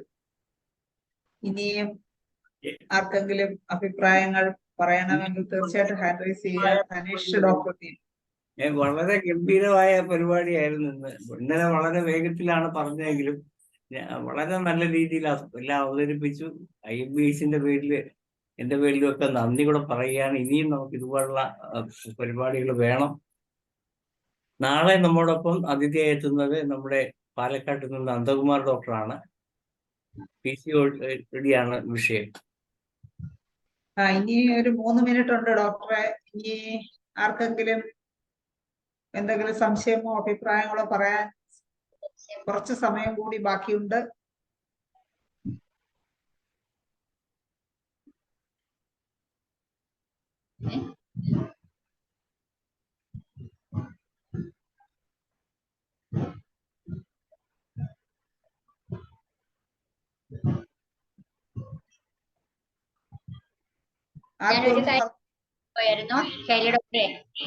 പറഞ്ഞോളൂ ഡോക്ടറെ. ഇതിനിടയ്ക്ക് പറയാൻ ഞങ്ങൾ അന്ന് ഒരിക്കല് എന്റെ ക്ലാസ്സിലാണോ ദേവൻ ഡോക്ടർ ക്ലാസ്സിലാണോ എന്ന് പറയാൻ ഓർമ്മയില്ല. ഈ യൂട്രൈൻ പ്രൊലാപ്സ് ഒക്കെ ഇങ്ങനെ ചികിത്സിച്ച് നല്ല എക്സ്പീരിയൻസ് ഉള്ളത് കൊണ്ട് ഒരു പ്രഗ്നൻസി കേസിൽ ദേവൻ ഡോക്ടറുടെ പേഷ്യൻ്റ് ആണത് ആയിരുന്നു. പ്രഗ്നൻസി കേസിൽ യൂട്രൈൻ പ്രൊലാപ്സ് വന്നപ്പോൾ റെമെറ്റ് കൊടുത്തിട്ടാണ് നമുക്ക് റിസൾട്ട് കിട്ടിയത്. 30 നല്ല എന്നുവെച്ചാൽ അത് നോർമലായി ഡെലിവറി. പക്ഷെ എന്തോ ആ കുട്ടിക്ക് ഒരു അധൈര്യമുള്ളതിന് സിസേറിയൻ ആയിരുന്നെങ്കിൽ പോലും റെമെറ്റ് 30 കൊടുത്തു. ഒറ്റ മെഡിസിനേ ഉള്ളായിരുന്നു pregnancy during uterine prolapse during pregnancy. റെമെറ്റ് ഒറ്റ മെഡിസിൻ. ഞങ്ങൾ നേരത്തെ ഞാനോ ദേവൻ ഡോക്ടറെ ക്ലാസ്സിൽ പറഞ്ഞിട്ടുണ്ട്. നല്ല റിസൾട്ട് കിട്ടിയ കേസാണ്. ധൈര്യമായിട്ട് നമുക്ക് കേസുകൾ എടുക്കാം. ഒട്ടും അധൈര്യപ്പെടേണ്ട കാര്യമില്ല. നല്ല റിസൾട്ട് കിട്ടിയത്. ആ കുഞ്ഞിനിപ്പോ ഇപ്പൊ പ്രഗ്നൻസി പീരീഡിലും പിന്നെ അങ്ങനെയുള്ള കേസുകൾ നമ്മുടെ അടുത്ത് വരുന്നുണ്ട് അല്ലേ? കേസുകൾ എന്ന് വെച്ചാൽ ഈ പ്രഗ്നൻസി കേസ് അത് ദേവൻ ഡോക്ടർ പറഞ്ഞിട്ടുള്ളതാണ്. ഈ കുട്ടിയുടെ ഈ ലേഡിയുടെ ആദ്യത്തെ കുഞ്ഞ് ഞങ്ങളുടെ ചേർത്തല ഹോസ്പിറ്റലില് എത്രയായിരുന്നു ഇപ്പൊ 10-20 കൂടുതൽ സിസേറിയൻ നടന്ന ഒറ്റ ദിവസം. നിങ്ങൾ ഒഴുക്കുന്നോന്ന് അറിയത്തില്ല, ധനേഷ് ഡോക്ടർക്ക് ചിലപ്പോൾ അറിയായിരിക്കും. അന്ന് ഒറ്റ ദിവസം തന്നെ 20 കൂടുതൽ എന്തോ സിസേറിയൻ നടന്നപ്പോൾ ഈ കുഞ്ഞിന്റെ അമ്മ ആദ്യത്തെ ഡെലിവറി മാത്രം നോർമൽ ഡെലിവറി നടന്നു.